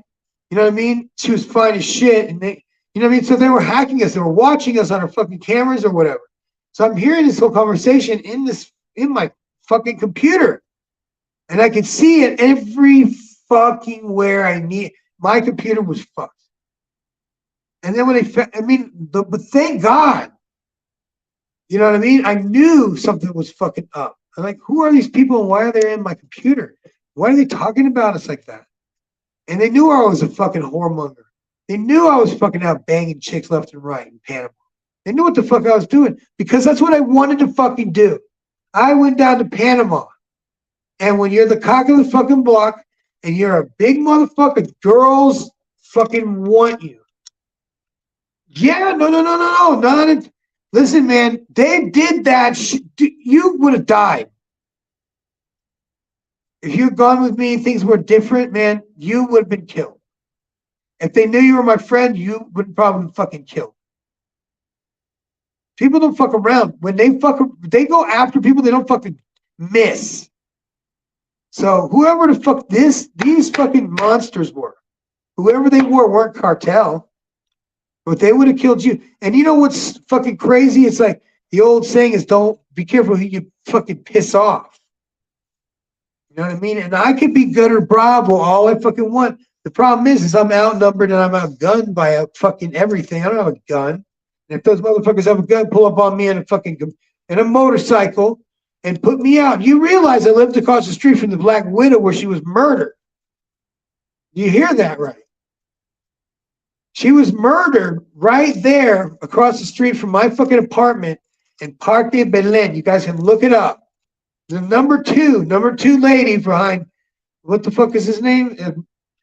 Pablo Escobar. I did a good video on Pablo Escobar.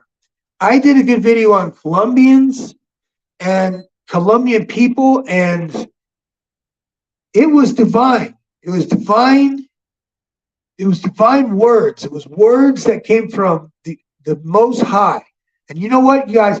We are not even thinking about this, but I'm talking about this now. Is that the men are becoming more righteous. Hang on a second. My brother-in-law got stabbed. Yeah, it was on Christmas Day. No, it was at nighttime. You know what it was? John, who it was? No, it was Tim. I talked about Tim. On Christmas night, he was dancing. Hang on a second. Okay? He was dancing. He was dancing and fucking... Some motherfucker came up to him in the middle of a party and stabbed him. In the middle of a party on Christmas. Because he was fucking every girl in town, dude.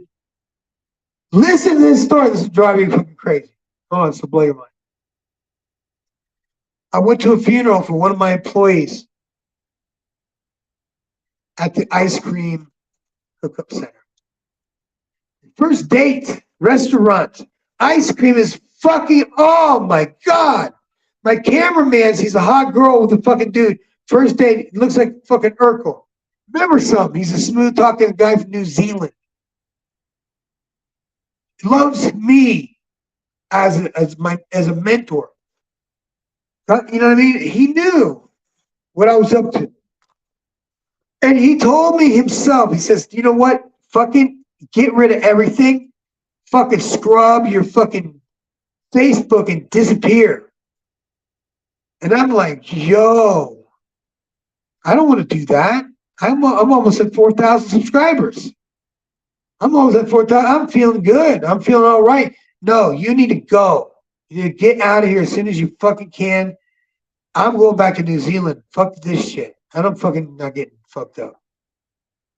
The thing about it is that I didn't do anything that would be an infraction that would involve anybody that would come and fucking kill me for some stupid shit that you see on the internet. You piss somebody off. Whoop-de-doo. People get pissed off on the internet all the time. Dude, that was not, see, listen to this though. Okay. Now, you and I both know that being over here where we are, women are more submissive. It's true. I want you to write me in the chat there, though. Talk to me about Mexicans that are women, that are Americanized. That's not something that you want. Hold on a second. Something going down inside. I don't have to beat no one's ass. It sounds like kids, to be honest with you. Hang on 1 second. All this shit on my head. Give me, guys. Shit. All right, I took my hat, my glass. I took all my shit off.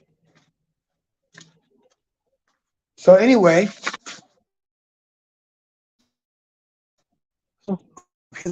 oh, missionaries. So all those people. Hang on, I can't get in there. Those are all missionaries. Like so fucking many of them. It's crazy. Get them all missionaries.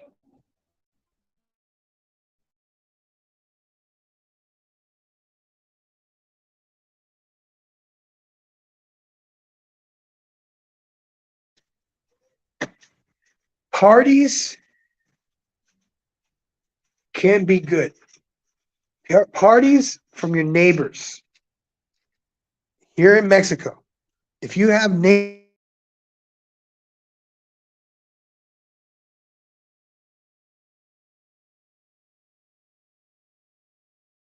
junkie parties, I'm talking about nice parties, family parties, where you get the one drunk uncle. You got the one drunk fucking uncle. At every party, he's always fucking drinking like he can't hit himself in the fucking ass with both fists. Hold on a second, man. Let me see. You gotta help me 1 second, okay? I don't know how you made the letters bigger the way you did, but that was great, man, because I'm having a hard time. I'm having a hard time keeping these alligators down. What's up? They said they ain't submissive. Trust me. Policía Ambiente will come by to quiet it down if you have some fun. Yes, true story. Listen, if you are a neighbor, people who like to party, you don't have to have a problem with it. You don't have to retaliate if it bothers you. You don't have to say anything. You don't have to say anything when they have a party. Never. I do not ever interrupt. You know what? I know how you're feeling. I know what you're feeling right now. And you know what I've found out? It's best not to interfere in anybody's shit. Don't ever interfere in a fight. Don't ever interfere. Simp enforcing. We've talked about simps, but we talk about simp enforcing. Then what simp enforcer does is when that fucking woman has problems, he jumps to a fucking aid and goes and beats someone's ass or gets killed in the process.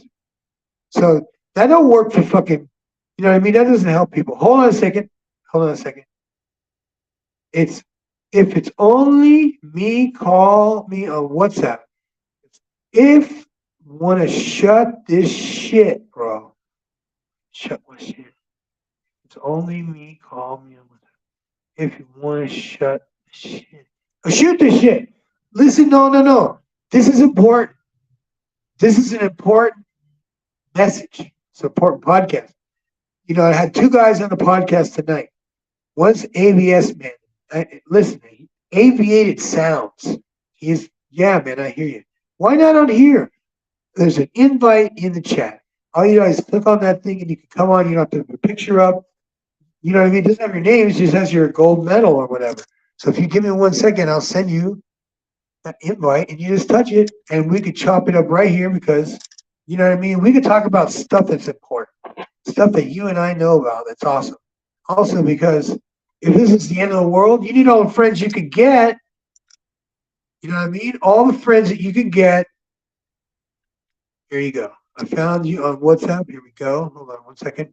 Copy and paste in the StreamYard. All you got to do is click on that motherfucker. Okay? You don't have to do anything. You have to register shit. Put your name in there. It says who you are. Hold on a second, man. It's 50 gold pieces. Centenario. Glad I found this channel. You know what, Chester? I'm glad you're around, man, because it's good, man, because interaction with other people is actually the purpose of life. Come on in, my man. Who do we call you guys? Because I know Chester, but I got GH. You know what? I'm going to call him GH. Call him GH. Let me call him GH. I invited GH to come on to the chat. So hold on 1 minute. Because I'm gonna jump onto YouTube, and I'll put it just right in the YouTube chat. Hear me, guys? If you can hear me, just put a 1 in the chat, because I don't know if you can hear me or not. Here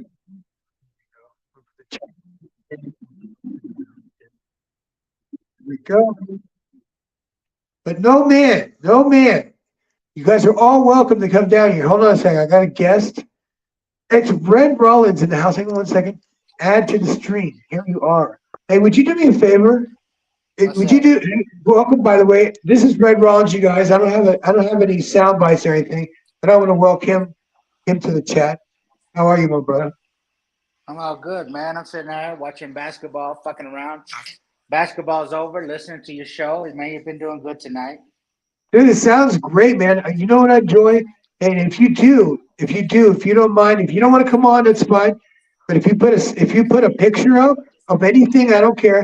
Aviated Sounds, he's got his own logo, you know what I mean? He's fucking hip hop superstar up north.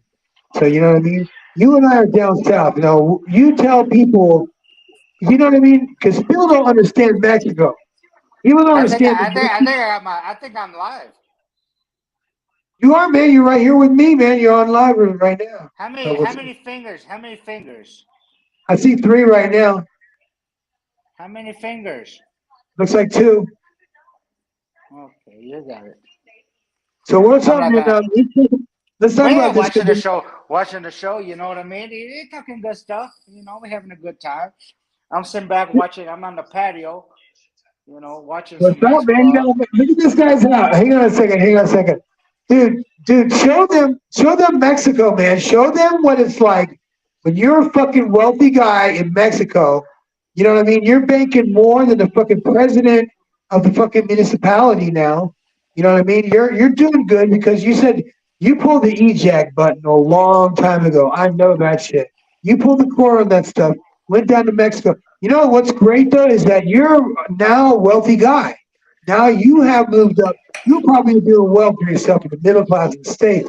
But the minute you go to fucking Mexico, you can get a nice fucking girl who's intelligent. You know what I mean? You can move into a nice neighborhood, meet friends, and have family members and stuff. For the first time in your life, you'll be loved. That's amazing for a lot of people. And it's not easy in the States, but it's much easier down here. And if you're first time I like, you think, what do you mean? Who are you? I used to live in Park. What in Dallas? What are you talking about? First time? I've been like this, homie. I just love you. No. I'm talking about the house you got in Mexico now, because the price difference between a house like you have in Mexico would go for way more than $1,000 a month. Oh, I bought it for 2 million pesos. Dude, see what I'm saying? And now, back in the 90s, 2 million pesos in the United States would have been a big house. That's nothing in the States now. No, that's $100,000. Yeah, but in the States in 94, you could get a house for $100,000. Now you can't. No, I just tried to buy one when the interest rates were at 3. I was talking with this guy in El Paso, but I have a daughter in El Paso. You know that. And yeah, right, man. I was looking at $400,000 a month with my credit and the VA loan, because I'm a veteran, so I got VA loan, 0 down. See, that's the one thing I love about this is that he can do things that most people can't. Because when you serve in the military, you're entitled to a few benefits that a lot of people don't know about. You know what I mean? And a lot of guys don't have to retire from the military now. If you served in active war, if you have a disability because of the military, there's a lot of benefits you can get. And I always tell people, get it set up before you leave the state. Do it and get it in order. That's what you told me. Remember, that's what you told me. I wrote you probably in 2016, 15 maybe. And I said, look, man, I'm a veteran. I got 30%. I'm graduating college. And I want to go to Colombia. And you said, I said, but I can get to 100. And you said, handle business first, because you don't want to be here and be poor. No, it's not good. You know what I've seen? I've seen homeless gringos. I've seen homeless gringos sniffing fucking glue in Medellin. Like crazy. Well, Bogota, there's There's a lot more in Bogota begging for money. Hang on 1 second. I'm still here. Okay, I'm listening. Tell me some stories about. Okay, I want to talk about the women that are beautiful and submissive that are in Mexico. I don't want to talk about the negative ones that we've all dealt with, because a lot of these guys don't understand how Mexico is. Because you and I have seen the pretty parts. They don't see any of the pretty shit. They don't know our houses are mansions. Make mansions to them. And No, you know what I this mean? ain't no mansion. I don't have no mansion, man. I got a nice home. But a And nice home is all you need, man. Right? And I don't even live in the downtown. I live in we have all our houses. Like, I'm on camera 11 out of 30. Like, if I need to see something that happened last night, I'll give you an example. My ex-wife and my son were here and we're drinking, and she started running at the mouth. And I said, well, it's about time for you to go home. I'm going to call you an Uber. And she goes, no. I said, yeah, I'm ready for you to go. Get the fuck out of here. And so, anyway, so I call her an Uber, and my son had a lot of toys left over from Christmas that he wanted to take home, bags and shit, and a little fake soccer goal and 3 balls and a bunch of toys, just Chinese bullshit. So I go in at 1:30 in the morning. The Uber comes on my account, and she's fucked up, wanting to drink more, and I won't let her have any more of my wine. I said, no, I'm going to finish my wine alone.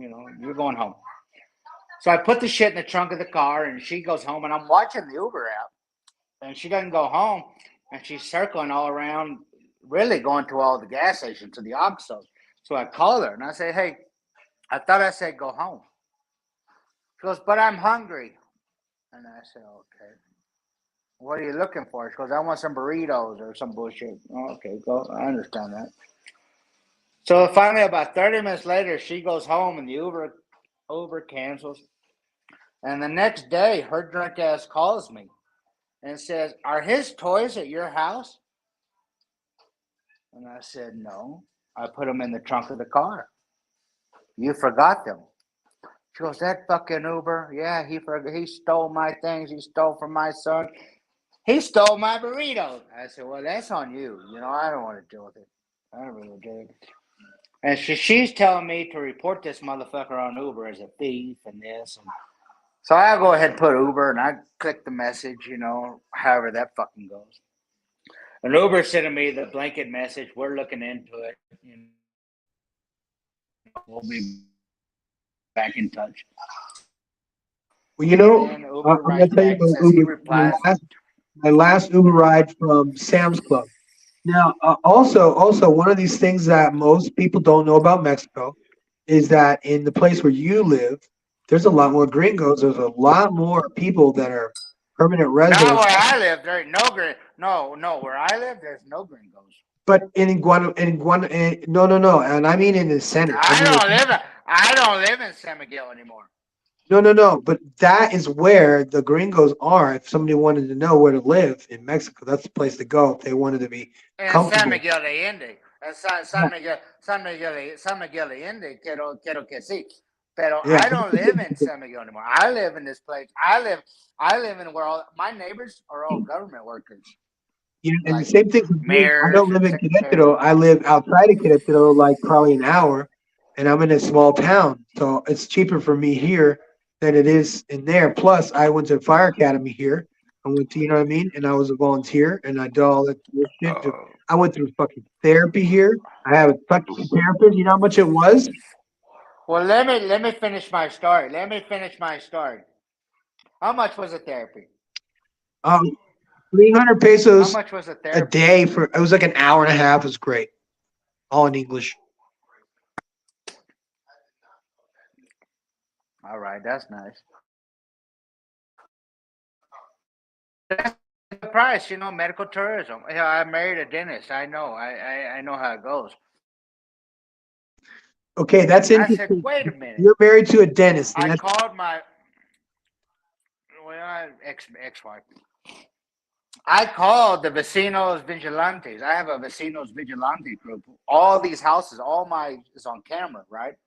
And I said, hey, can you run the cameras from Sunday morning at 1:30 to 1:45 and send me the video? They said, sure, we'll do it to you. And so they WhatsApp me the video. And the video showed him pulling up, me walking out with a bunch of bags, putting it in his trunk, kissing my son, kissing my ex-wife, good night, and going back in, shut down the lights, and he drove off.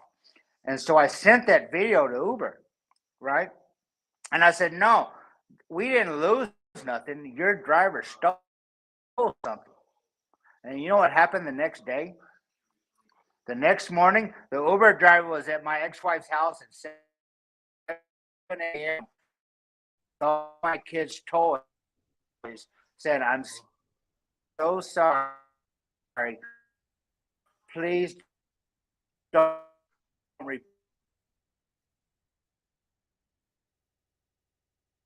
You're breaking up, man. Can't hear you.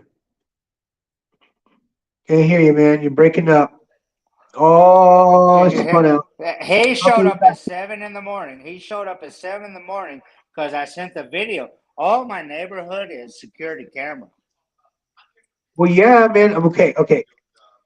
Here's the thing about here's where I am in Mexico. The women are not hot here at all, and I'm okay with that. They're super hot. Oh, we're connected to the beautiful, man. Are you crazy? They're super hot. There's a very small population here. I live in San Miguel in Guanajuato. Well, that's a different story, man. I'm talking about a small population here. I ran through all the top girls, all the top bikini, all the top bodybuilders, all the top fucking fitness, tennis, karate fucking girls, man. All of them ran through all of them. Every one of them that was hot, lawyers all the way up to fucking politicians. Ran through them. I'm not going to say where you live because I know. I always do. I have nothing to fucking hide, man. I'm telling you, man. San Juan de Rios, you're in like a pueblito. No, you're not even in a city. You're in a pueblito. Exactly, man. And you know what's good about it? It has the time. It has the old structures, the old colonial. And it's got a, we're not far from Tequisquiapan, which is a magic village, and it's a nice one. Hang on a second. Breaking up, dude. If I were you, I would look at hang on a minute. I would go to Hidalgo. I would go to Hidalgo. You know what? If I were you, I would look into buying place in Hidalgo. I'm not far from there. That's just me. Chihuahuapan has 50,000 people in the whole. That's where the haciendas are. The haciendas are in Hidalgo, bro. I can buy. You know what? I would look in buying a ranch in Hidalgo. I'm here close. I would get out of Querétaro. I know exactly where you are. Well, yeah. I mean, you're on the way. You're halfway from Guanajuato to Mexico City. You're halfway from Guanajuato to Mexico City. I know exactly where you are. 2.5 hours outside of Mexico City if you're really driving. So Chester Thomas says he needs a Latina. Okay.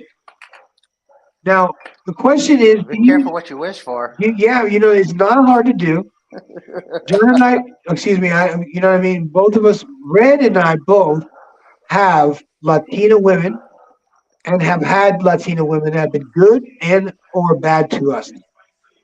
And I can't speak for him because, you know what I mean? He's lived his whole life. And I'm sure that he loves the results of it. You know what I mean? But shit does happen, even down here in Mexico. If a woman is very comfortable and they become Americanized and they get used to that shit, because now they've become rich. Now there's something else. But I think he married up. He wanted something that was good, and she just happened to have good education. The thing about it is that women that divorce men 90% of the time when they're educated. And that is precisely what happened to me a long time ago in Colombia. But she had very good reason because if she's, she was a federal judge. She was a fucking notary.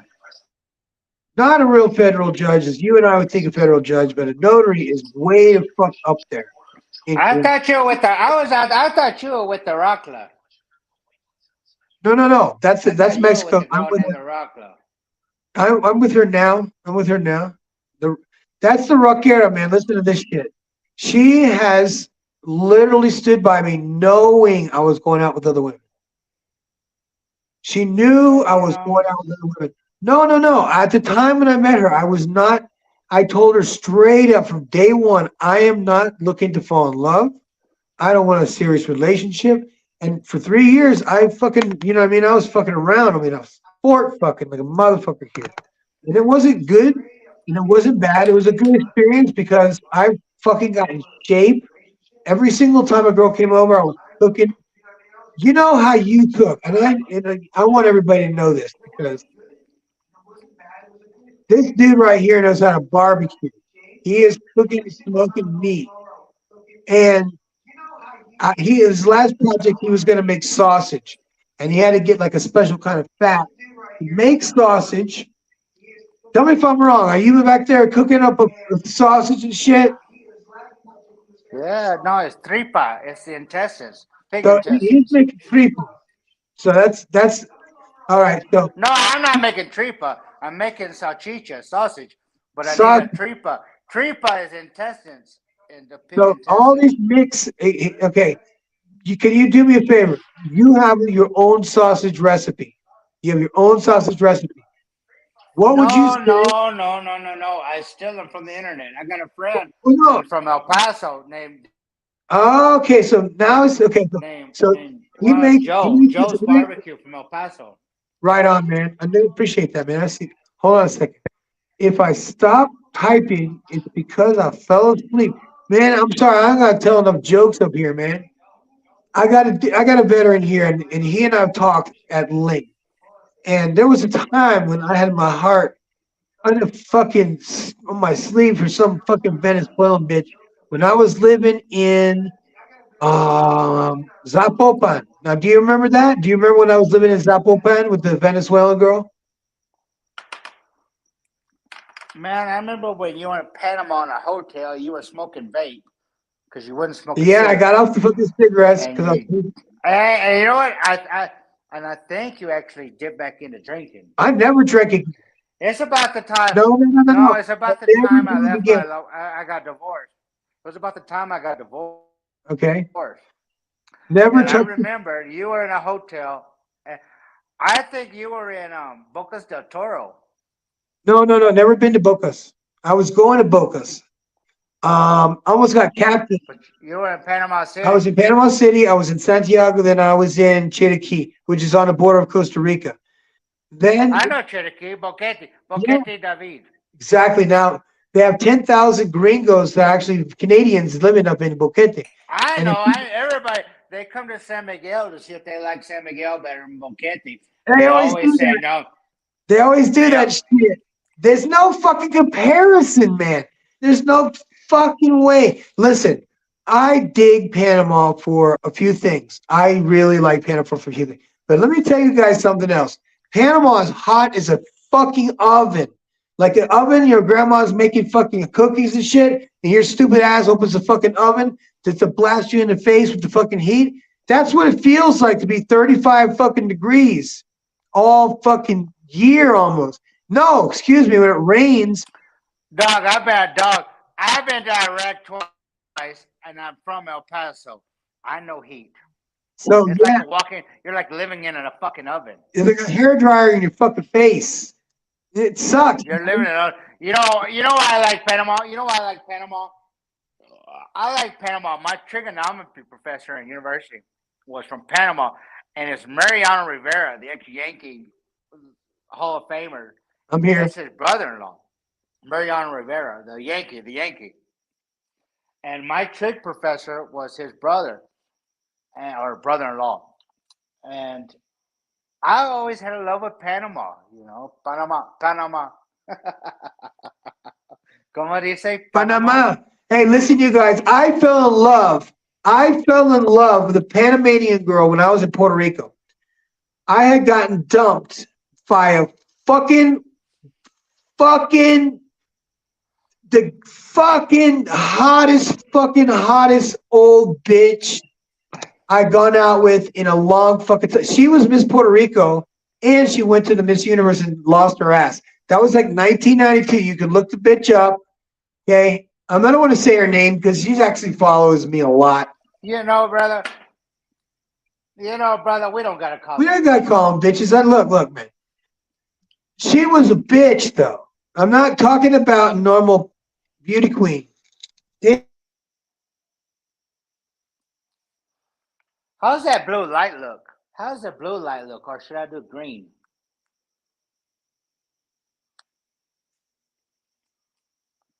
Hello? Hello? Are you with me? Hey, bro.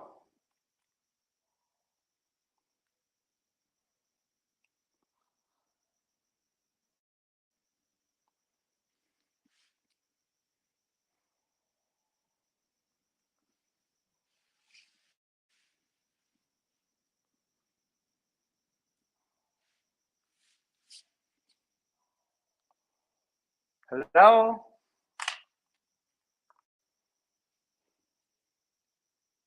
Hello? Well, welcome to my podcast on the Professor Show.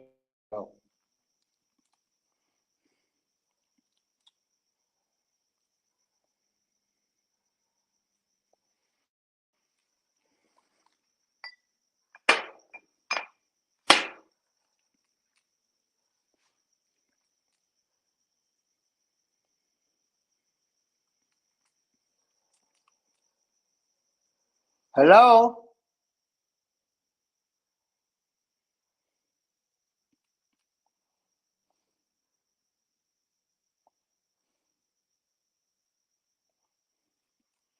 Well, we're on live. We're talking stories from Mexico to Colombia. And Professor was out of pocket. Now you there? I'm here, man. I fell apart. And let me tell you something. Sometimes things happen, man. The phone has a life of its own sometimes. It turns itself off and it turns itself back on in the morning.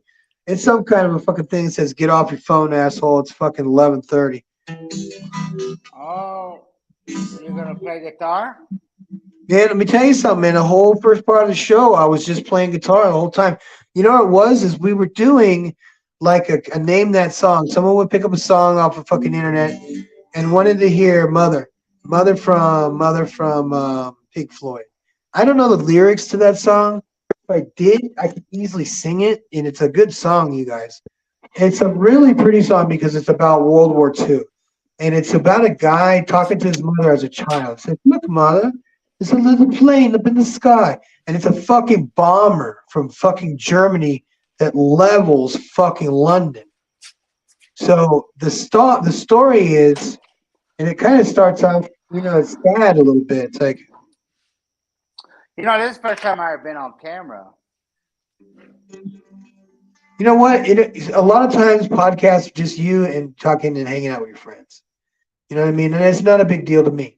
And you and I talked about something once, and I hope that you got to see an example of that tonight. You know what I mean? Some of my people, especially for a guy like me, Cali West, Miami is a popular dude, and for him to come on, he is, man. He's a popular dude. For him to come on my show is a fucking honor. Then Mr. Goodwood. What makes him popular? He just has a good message. He's like, listen, you don't have to deal with any more bullshit anymore. He goes, this stuff is matrix stuff. You can fucking be a man now, and you need to fucking man up and take care of your boy. And he's like, if you don't have children, then make yourself better. Go to the gym, eat right, but get your money right and be a good person. And that's been the whole fucking theme of every single one of his videos. He makes several videos a day. The dude never stops working. So I'm trying to be like a pro like you. I'm trying to be a pro like you. Let me get. And I got a second setup. You have everything that you need. Every single thing that man. You're living in my dream world. One of my friends, his name is Dirty Folks, and he says, I love coming on your show because you always keep it real. And I love having that dude on because he says some things. There's a delay. I'm trying to time this delay that we have. Oh, you got to turn YouTube off. So if you turn YouTube off because there was a delay, that means that there's an echo. And that There's means you not a got. delay on. There's not a delay on the audio. There's a delay on the video. You know what? You're not even visible because there's no light. There's plenty of light. No, can you see yourself? Yeah. You can see yourself in your camera. Good I don't enough. know, man. I'm wearing glasses and I'm looking right at you. I can see myself on the stream. Chester says you froze, and then he says salute. Here he is.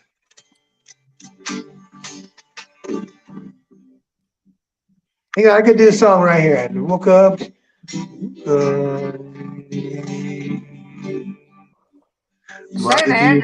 Andrews Air Force Base. That's in Burkburnett, Wichita Falls. Wichita Falls.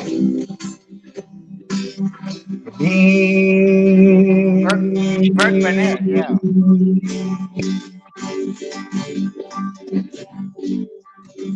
Mother, should I trust the government?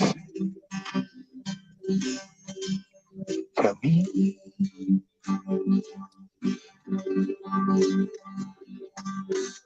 Mother with a tight little boy apart.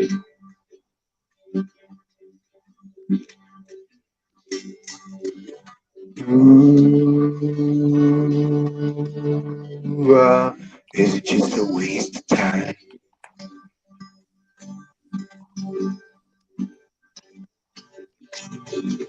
Hush, my baby, baby, don't you cry.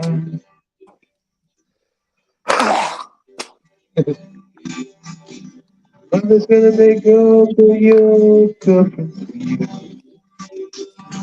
Mother's gonna one daddy with you. Mother's gonna keep baby healthy and clean.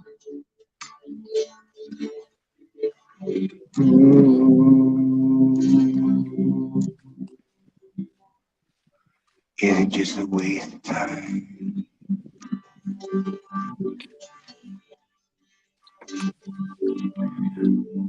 Mother didn't need to be so high.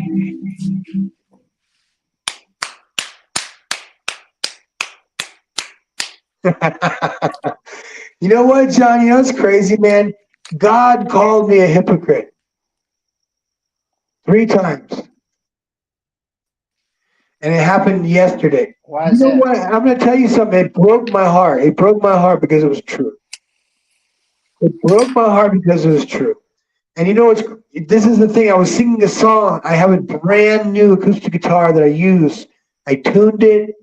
I put it together. I started singing a gospel song for these 2 people that I know appreciate God and stuff. And I wanted to press them how good I fucking was at singing, praise and worship music. And in my fucking mind, because I could sing, I could play the song, but I couldn't speak. My heart was so just like, it was so dry. My whole inside stopped. And I almost sobbed trying to sing. Like crying, almost crying, singing the song. I couldn't sing the song, and the words in my head were hypocrite, hypocrite, hypocrite. And now I'm saying to myself, what are you hypocrite? I don't know. But what are you hypocrite about? I don't know. The thing is, I'm not going to go to church. I'm not going back to church. I'm not going to go to church. I have no need to go to church. Church is not what it used to be. It's not what it used to be. It's a business. It's not about service. It's not about Bible study. It's about fucking everybody. And now it's all full of women, and I don't want to go. My mother's Baptist. My mother's Baptist, and my dad's Catholic, so I'm Catholic. And I don't care for church. They're all bullshit. No, there's more to it, man.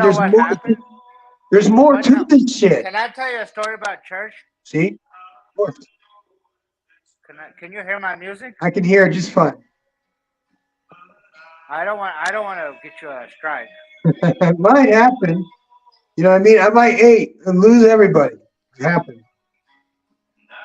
Hey, we got 2 viewers. It's not going to be monetized. You know what happened? One time when I was locked up in jail for cocaine in El Paso, and I was bored because I got in a fight with these essays. And my friend from the Army saw me. He was a guard. And he knew me from Fort Bliss, from the Fourth Cavalry, He said, Cecil, what are you doing here?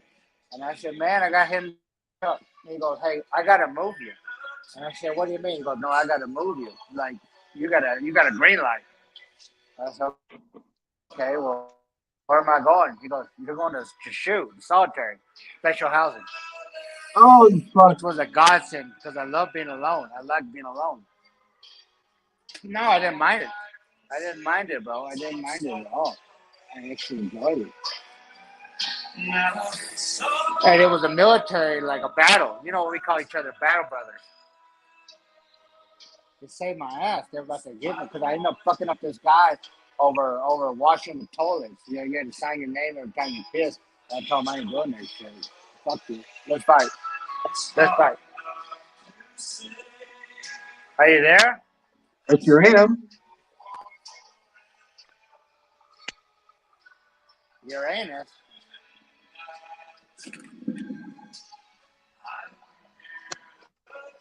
Hang on. Falling for the last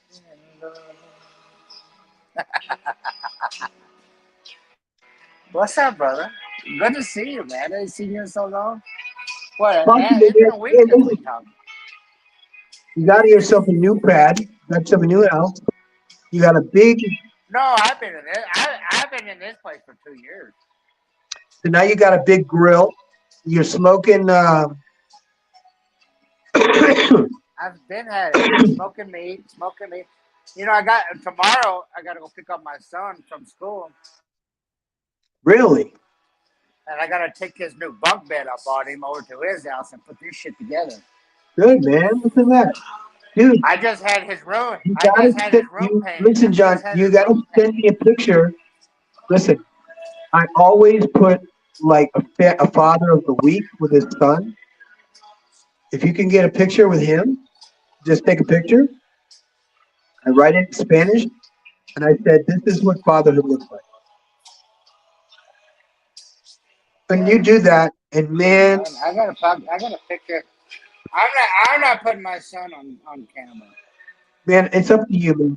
His mother told me, don't put him on camera. It's your life, your son, your decision. It's okay. I have no dog in the fight. But I did want to talk to you about some things, okay? And one of the problems that men have in the United States right now, since you and I are fortunate enough to have escaped the Matrix. There you are, man. There's the eyeball. Hey, so I'm not.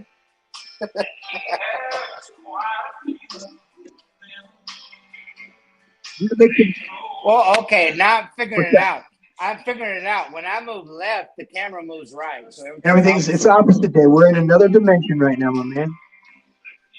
Like if I go left, the camera goes right. There you go. Okay, I'm gonna play some weird. I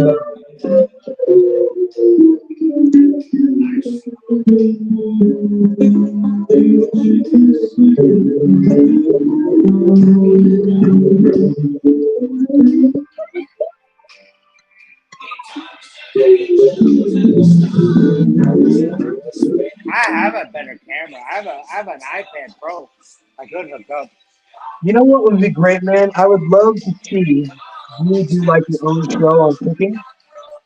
And I think you'd be a hit, to be honest with you, because you do your thing and nobody gets in your way and you do your thing. You know what? I would love to see. Oh, man. The problem is that I can't cook here because I don't have space.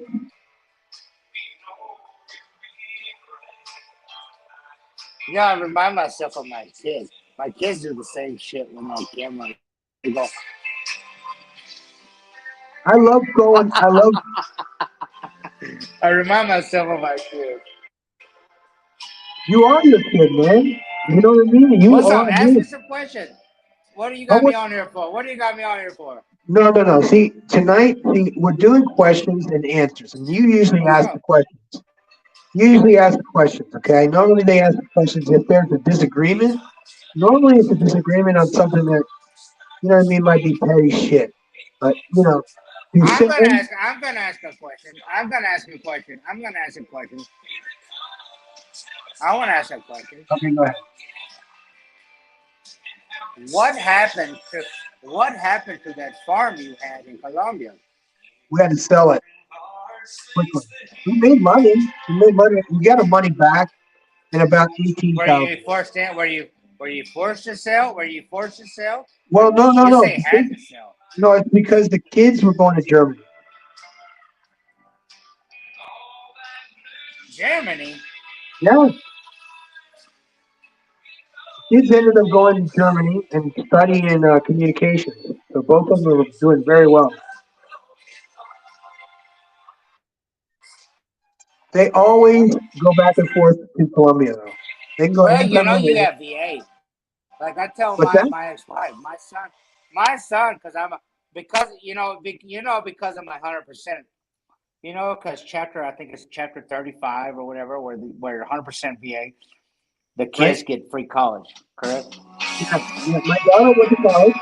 And I'm a Texas veteran, so they have the Hazelwood too. Yeah, man. You know what? God, can you turn the music down? It's blasting me, man.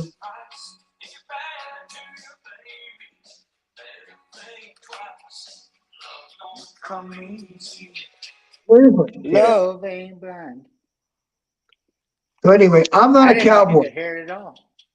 I'm not a cowboy. I can ride horses. Listen, I was not a horse kid. I was not raised around horses. I did go quite a bit to polo, and I went to the barns, and I hung out with all the fucking bitches. And then I fucked all the girls, every single fucking one of them in Wellington. It's all the rich fucking bitches that love polo and shit. You know what's going on? You know what's going on right now in Guanajuato? No, what's up? The rally, the big motocross, the rally races are going on right now. Oh man, you know what? I've got a buggy in my fucking right now. I've got a buggy with a trailer that I have to put together and go around to all the fire stations in entire fucking regions and show them my robotic truck. Problem is, it's always fucking red zone. It's always red line or whatever. And the fucking cartels like shooting people for their cars or whatever, or their 4x4s. So I'm not down with anything that's a red zone. No, they're not. I'm going to go. No, they're not. No. I know nothing's wrong right now. What I said is that when I went to Irapuato, it was a red zone. We had it all set up to go to do a class with like 20-something guys. And the instructor from the United States from fucking Houston Fire. Listo, motherfucker. And they're like, no, we have to cancel. We're funding your money because it's a red zone. Fuck you. And I was like, no, why? We're all fucking firefighters. Like, no, it doesn't matter. They'll kill all of us. Okay, I'm not going. Well, Irapuato is not really a safe area.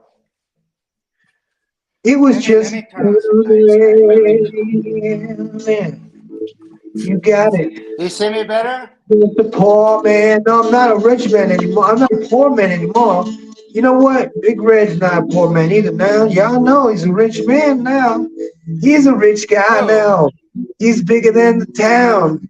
He's making big ass muscles down.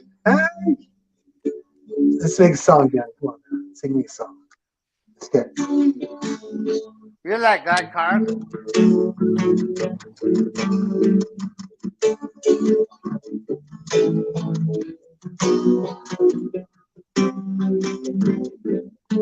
Where were you born? El Paso? Hello? No, I was born in Oak Cliff. I'm sorry? Hello? Where were you born, you said? I was born in Oak Cliff, Dallas. Born in Dallas. I was born in Oak Cliff, Dallas. Here you go. I was born in Oak Cliff, Dallas.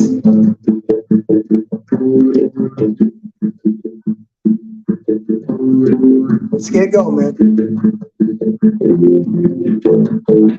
I was born in Oak Cliff, Dallas.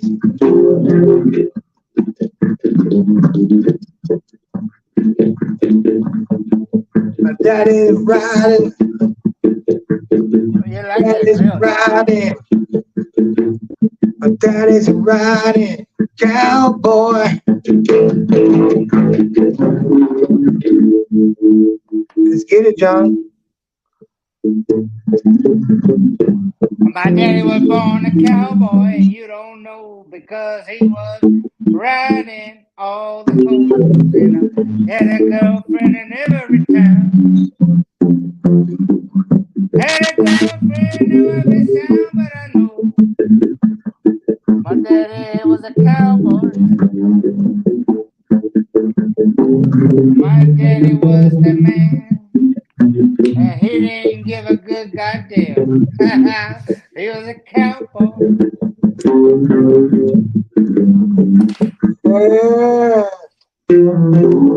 I smoked the Joes and I let them know, and I got to go where I want to go. My daddy is a cowboy. My daddy's a cowboy.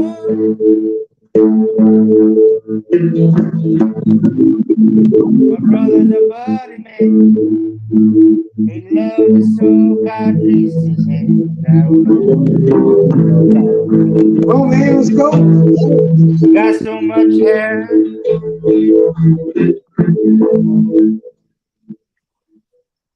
My daddy's a cowboy.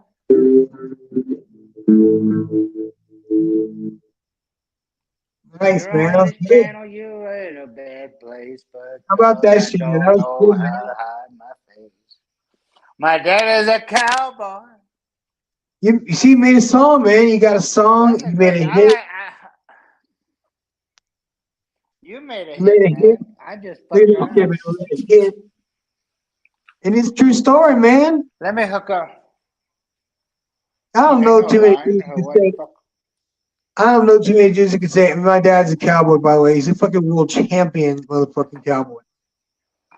6 times. Only 6 times. You know who's always been 6 times? Fucking Arnold Schwarzenegger, 6-time Mr. Olympia. Dorian Yates, 6-time Mr. Olympia. My daddy's a cowboy. You made that shit up. That's good, man. Dude, that's a hit. And you know what's good? This is recorded. So, you know, you can go on YouTube later and watch this. Oh, yeah. He'll be so proud of me. You know what, dude? You are a good dude. And the funny thing is that, you know, you and I have talked a few things, and I thought I hope you understand something. I have no evil in me anymore. I hope not, because I am not. No. I am not. I know something happened to me. And you and I both know there's some weird shit that happens in Mexico that you can't explain, that you and I would laugh at. We were in the States, be like, this is fucking bullshit. And shit that happened to me, now that I know that I feel that I've definitely passed on to another dimension, I'm probably not the same person I was before, but I have no evil in me whatsoever. I have no abilities. Why didn't you kill him? You What's killed that? the evil inside yourself? The ego. You killed the evil inside yourself? The ego. You know what? I used to go to San Miguel a lot. I used to live in San Miguel, and I used to meet these shamans, like these old, like witch doctor old guys who had ayahuasca and shrooms, and they used to give me all this stuff because they said they were called to me. Like I don't know how, but I was like the gringo. You know, I was like the guy. And I could go back right now. I could take a taxi right now for 600 pesos, and I could be right there talking with them. And they used to give me these, and they said, "Man, you have to kill your ego." And I said, "What do you mean?" He goes, "Man, I can just feel your aura from across the room." And I said, "If I'm doing that, why in the fuck would I want to kill it?" A lot of good feel reasons. me? I am. You can feel it. If you can feel it, those bitches feel it. And if you think I'm sending it out for you, then you got me fucked up. I got a good message for anybody in the fucking world that wants to turn over a new leaf and understand the world way better. Something special happened to me in Puebla. And I'm telling you this, and I'm telling everybody that listens along and listens to the replay. Because a lot of these people know me so fucking well. Let me move this chair. I got a tree above me that's dropping flowers on me. Look at these beautiful You flowers got a rough falling life on in me. Mexico. You know what I mean? You Look got at these. yourself. Yeah, I got a rough life. I got flowers falling on me. I got a rough life, bro.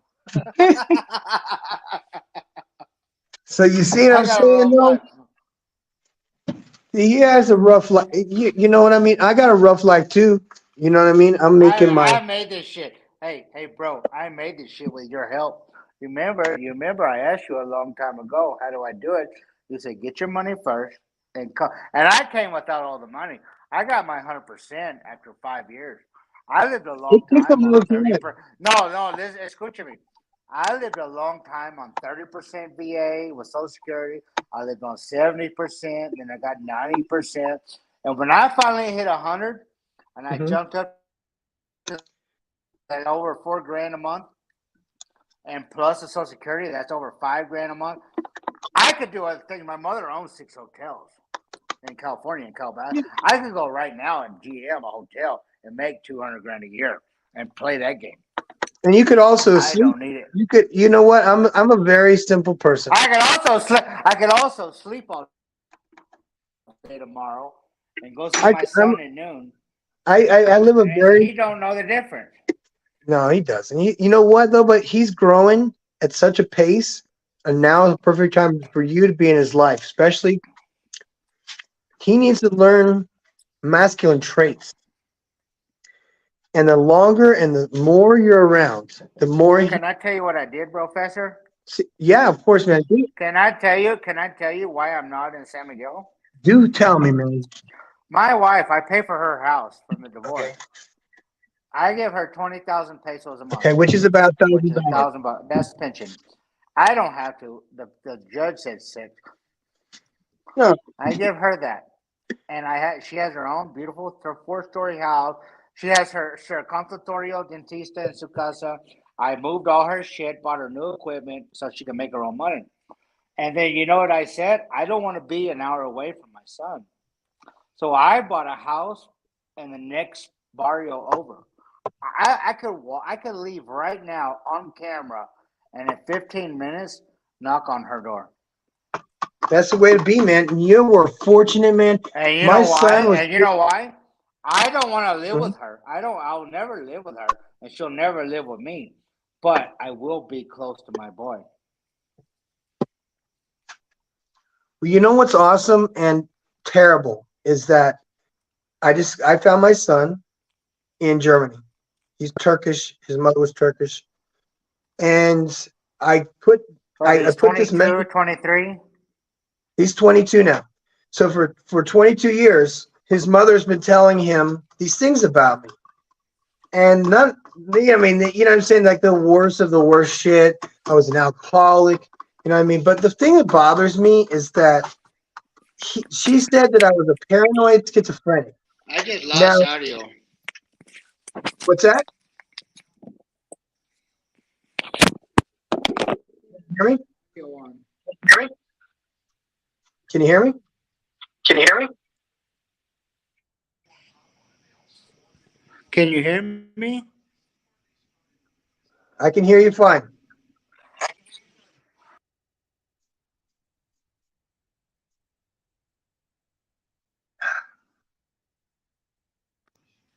Duck, duck, goose. Okay, go ahead. I'm sorry. What were we talking about? Your son. Okay, 22 years of alienation. He is now emasculated, completely emasculated. She did this to him to get back at me. She emasculated that boy. But you know what? He defended her. He defended her and said, my mom didn't do any of that stuff, and you're an asshole, and you know what I mean? I should clean my life up. Because he's scolding me for shit that I did before he was born, and I don't live that way. You know what I mean? I got a whole I got to be on the far side of the moon. Can you see me better now?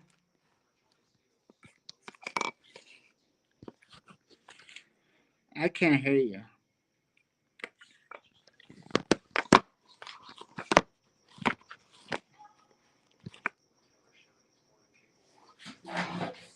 You can hear me or no? Now you can hear me. Yeah, can you see me? I can see you fine. Salute to you. You know what I mean? Yeah. No. He challenged me like over and over again. He kept challenging me, and he wanted me to lie to him. He wanted me to like make excuses for the way I was and why I left. I made no excuses whatsoever. I told him the absolute truth. I said, kid, I never will lie to you. He's not asking me questions. He's telling me stories about what I did with his mother. And I said, listen, man. Beating her and slapping her. No, none of that. I was a cheater, bro. That's all I did was cheat because I'm one of those dudes that just hound dog. Okay.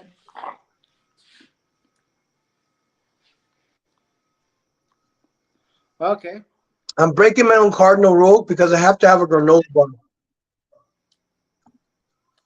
I never eat on camera.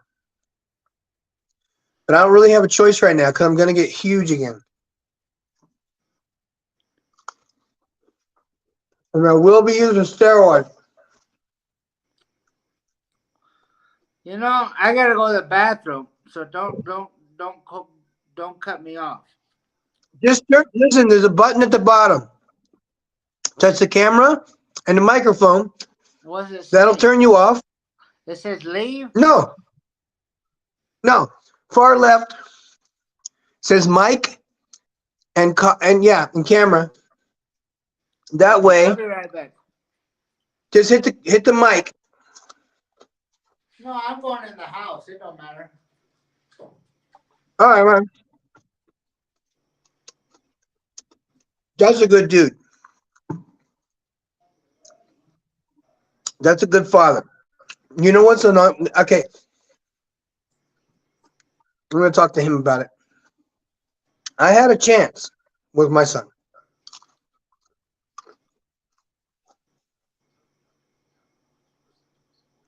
And I know it breaks his heart.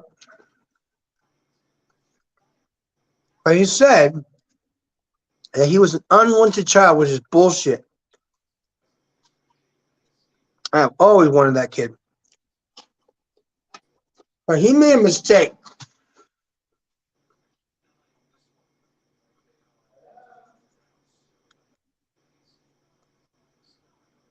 He made a mistake because he said when he was 16, he looked at my Facebook page, but he never contacted me. I could have loved that kid to death. No, he's not masculine. It's my fault. See, I take responsibility for fucking everything. But he literally didn't want to hear anything I had to say. And you know what? I don't fucking blame him. Not a bit. I don't blame that kid at all. That kid has some personal problems. And even though it has nothing to do with me, is a direct cause and effect.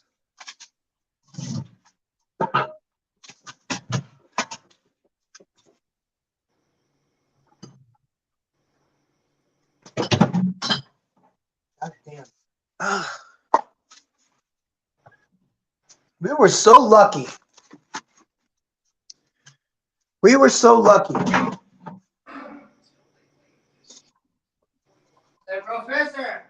Yes, sir. Back at action. Coming back from the bathroom. I got some things. Your friends, a lot of your little customers don't really know brother? what. I'm sorry? What is that? Is that testosterone? Testosterone. Dude, you guys can go to the pharmacy. 250. Dude, one of those a week, you guys, make you fucking jacked. It'll make you put on about 16 pounds of muscle in about a month. But then you got to really work at it. Diet, especially, the diet is fucking everything because if you fuck up your diet, like you can eat fucking bread and shit if you're on the right steroids. But if you're not, you're gonna be getting fucking carved up and looking puffy and not These looking are good. 25 gauge. These are the perfect size needles. They're small. You Perfect. don't even feel it. You want to see me do it? No, man, I don't want to get kicked off of YouTube. This is all you need. You need some alcohol. Yeah, of course. You can show preparation because it's all legal, you know. But people are kind of funny about shit. It's not like we're doing anything illegal. You need 25 gauge. See, here's how I look at things now, Big John. Here's how I look at things now. I need to say is that if I live in such a way that no one can ever fucking accuse me of anything. What do you mean accuse you? You took all the steroids. I did all of the steroids. I still do, and I'm going to take more. No question about it. Some of them give you saltpeter. Well, no, I don't have any issues with any of that because I know what to do. Some of them will hurt you. Some of them will give you whiskey dick. I know exactly how to manage steroids. But I'm not quite, and there's no question about it. I have always told people everything I take. I never said no. I never told people I didn't. Always been straightforward about shit. Except when I was that other person. John, I got rid of the evil in me. Okay. There is no evil in me. I need a better camera. No, you have a good camera. You need more light in your face. Yeah, but I need something to hold it. I have something to hold it. I'll be right back. I have a stand. Good idea. Hold on. We're not going nowhere.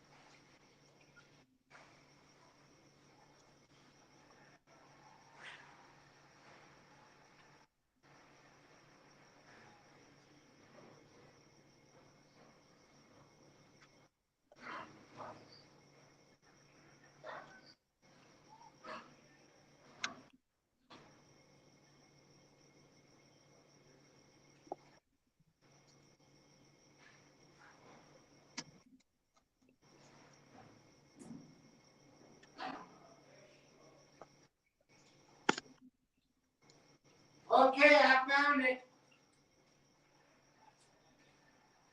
Hello? Yeah, here. I found it. This thing. I can't see it. Hang on. I got to turn my shit sideways so I can see what you're doing.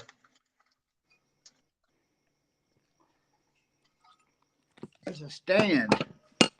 What is it? It's a camera stand. iPad stand. Do you have a light you could put in front of your face or the side of your face? Or lamp? Nah. Not right That's now. That's what you need. You need a little lamp just to kind of shine on the side of your face. Your camera's fine.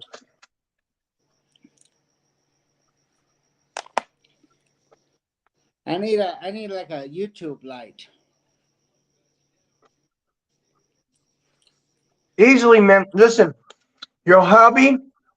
Well, I didn't really plan on being on nobody's camera.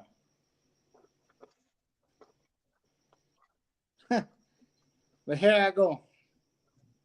But you know, one of your good friends is very kind of famous. You're up famous? in YouTube. That's what you call yourself? I call myself one of your friends. Of course I do. No, you're my friend, but I didn't know you were famous. No. It's like kind of shitty famous. It's like being internet famous means nothing. Well, how many people you have online right now? No, think 0. Me?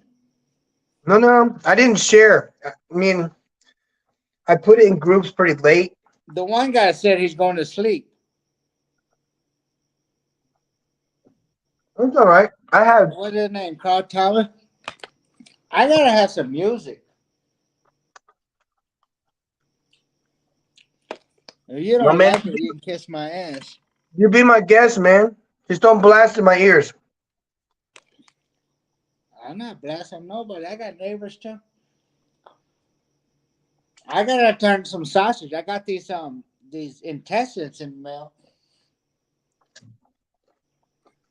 I want to make some jalapeno sausage with cheddar cheese. I'm gonna make some al pastor. You got 3 great video ideas in your hand. 3 of them. Sausage, brisket. Damn it! Sausage is endless.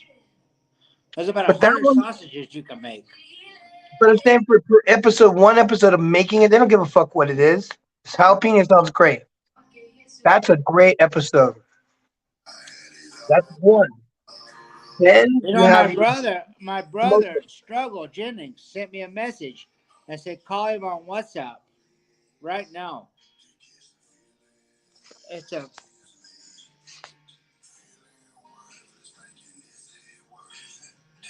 He's a friend of mine. He's a rapper. It's Waylon Jennings' grandson. That's cool. And he wants me to write him on WhatsApp to hook up. I used to be a fan of his. Like when I used to know you when I was in college, I used to write with him too. That's awesome, bro. That's nice. No, I don't know who it is, but it's cool you're able to fucking hang out with like a legit fucking dude. It's Waylon Jennings' grandson, Struggle. What's that? You know, you ever heard of Waylon Jennings? Yeah, of course. It's his grandson.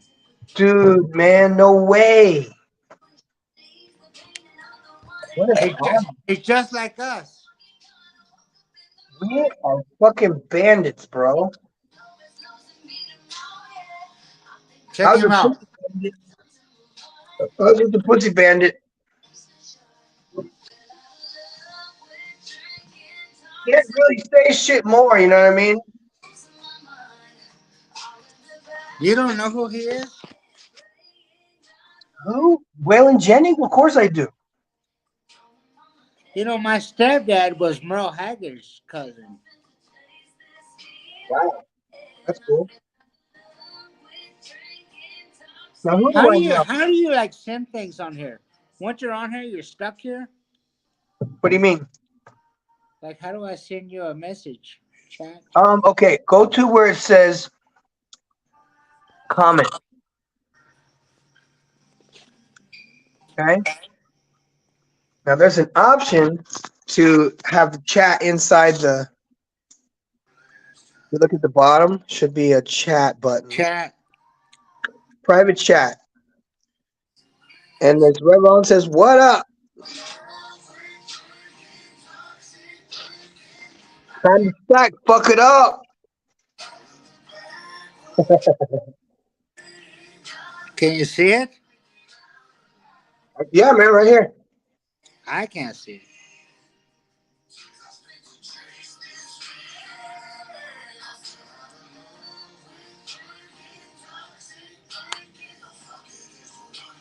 Private chat. Okay, hang on, man. Hang on. Here's to one last time. Here's to one last Here's the time. one last time. I have some good wine from the Valle de Guadalupe. Really?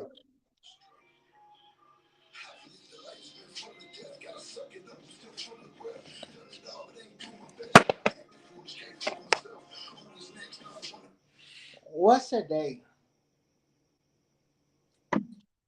It's actually 12 o'clock midnight. It's 17th of March.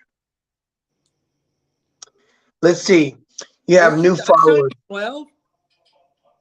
12/16.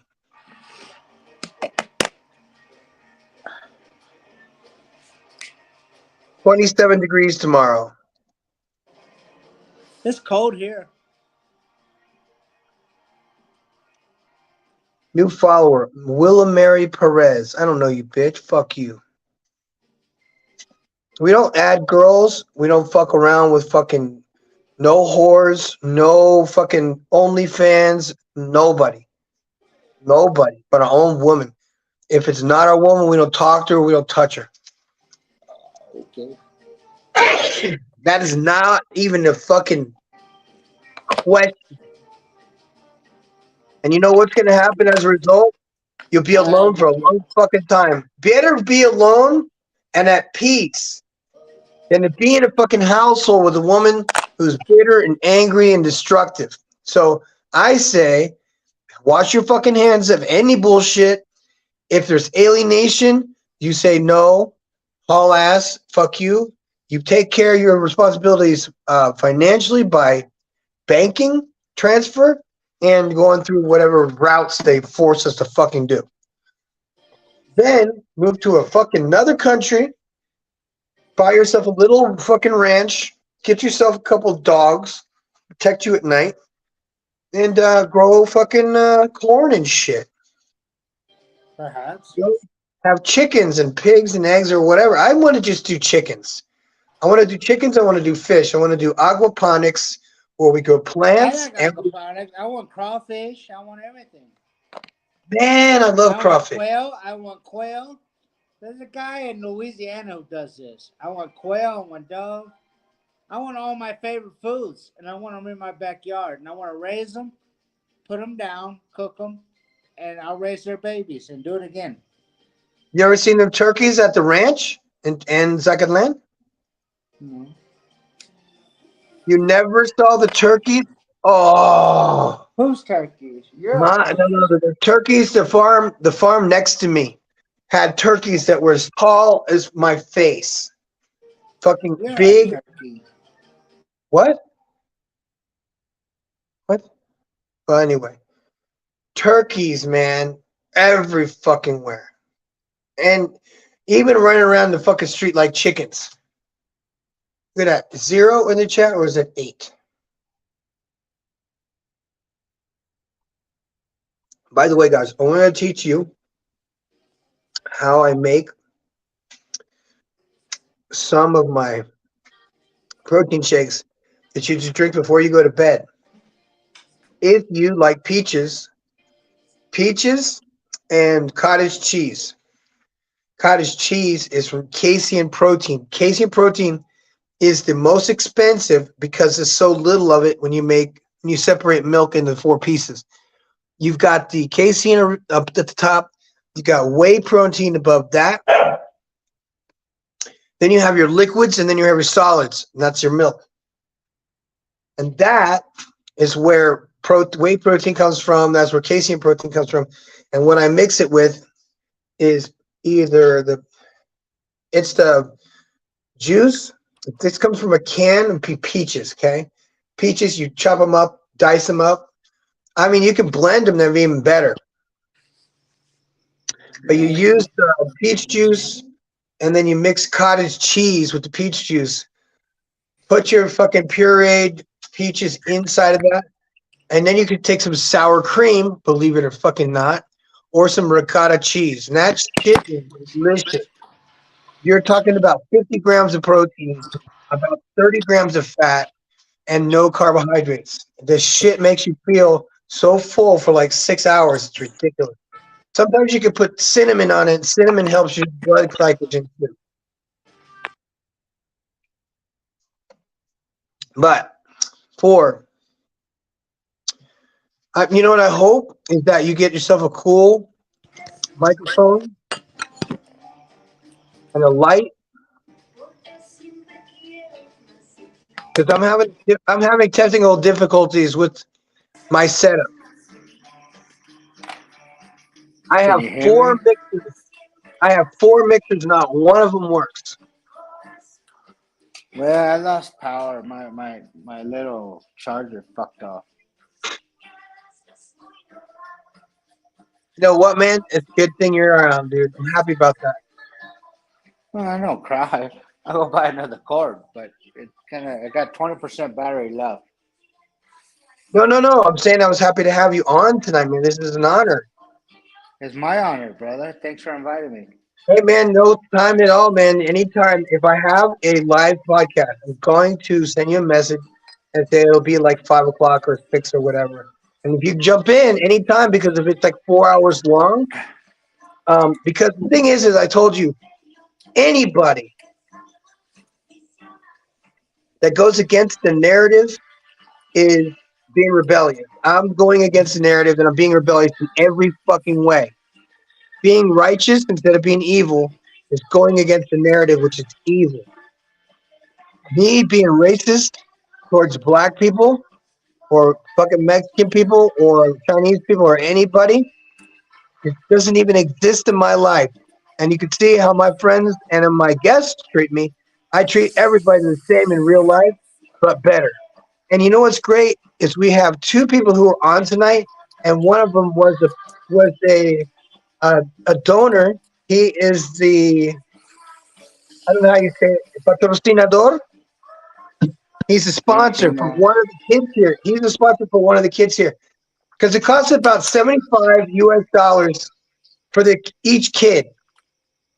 So I've been paying about 125% of my income every month towards these kids in this school. So, boy, I'm gonna tell you something. It's been an honor, like I said. I always want to honor veterans. Look, all of us have done some fuck shit. All of us have done dumb shit. That doesn't formulate who we are today, especially because of, just because we're old. We're not going to go break into somebody's house and make sandwich or some shit. You know, break a pot of fucking coffee. So you see what I'm saying? It's like there's no, that part of it was any part of us before doesn't exist anymore. Because think about it. Think about the things that women accuse us of nowadays. Okay? We're selfish, self-centered, self-seeking. All we want is sex. It's true. Because all we do want is sex. The problem is that the sex that we want to have is for reproduction. And we can reproduce till we're 90. Women can't produce babies past the age of 35, and it's called geriatric pregnancy, which is very, very dangerous. Another thing is that a lot of times when women get in vitro fertilization, the baby comes out autistic, you know, with Down syndrome. What are you supposed to do then? Because you were so insistent on having a baby at 40 fucking years old. Froze your eggs. I don't like it, you know. I'm lucky. My son is good. He's good. And his mother was 38. I mean, you are so blessed, dude.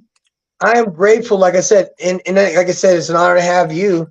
And the next time, like I said, you don't have to worry about You know, I'll blur your kid's face out.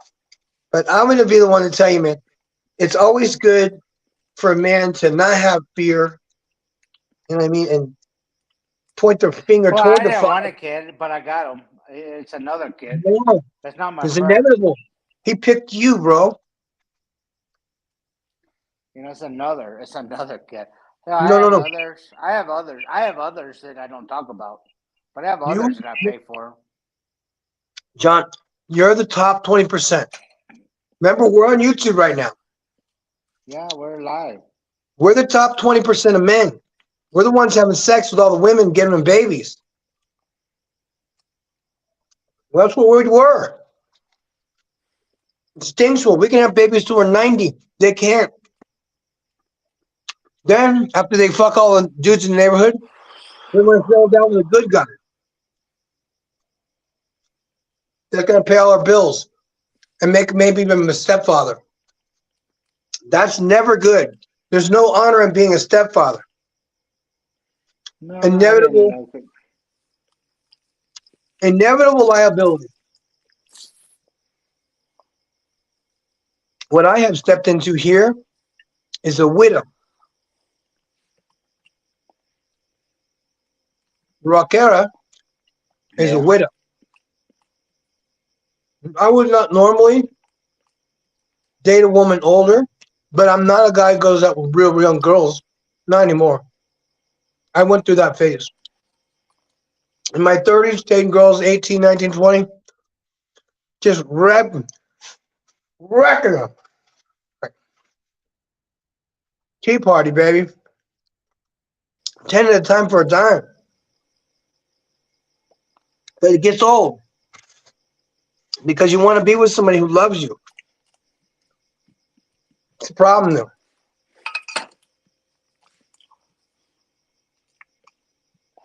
Women cannot love a man the way we want. So what's on your idea? What you gonna do the rest of the night? What time is it? 4 in the morning? It's 12:37. I'm having a protein shake, talking to my boy over here.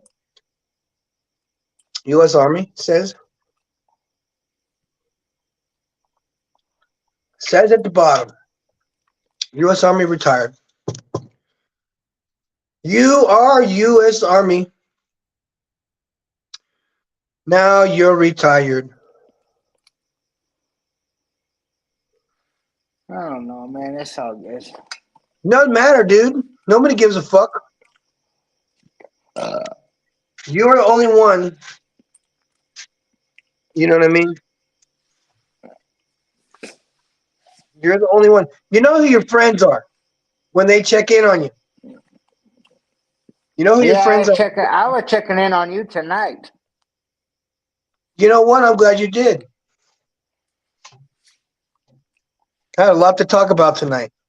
I sang a lot of songs too. That sucks you didn't jump in earlier, man. I was really getting into it. Yeah, I saw you. I saw that you were live with the guitar. The thing is when God called me a hypocrite last night, he made my guitar stop functioning. I couldn't tune it. I couldn't tune any of the fucking keys. None of the keys would let me. Who called you a hypocrite? 3 times. Who? Hypocrite, hypocrite, hypocrite. ¿Quién dice, 3 times. ¿Quién dice eso? Dios. Dios. Yep. Dios Yep. eso? Yep. That's the same one. Same one. It don't matter what. Fucking no. He's here. He's with me. He's always with me. Fucking all the time. So. And now he wants me to help turn lives around. He wants me to help fathers get back with their sons. Well, you know, Says I'm here with my boy. So the land is cursed until the day that the boys are taken back is given back to the fathers. That's what you see? That's what the word of God said. Can you hear this or no? Hear that dog? No, this. No, you're fine, man. This. Definitely hear it.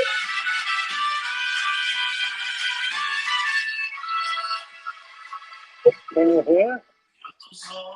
Very much so.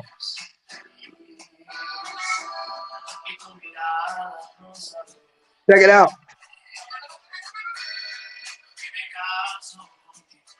What's up, bro?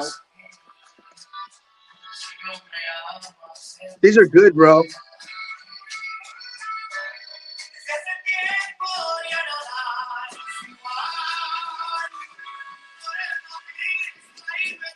¿Qué es eso? It's a brand here in Mexico. It's pretty good. Heavy, nice and heavy duty, rubberized. But what they do, John, you're gonna have to turn that down. They're gonna kick me off.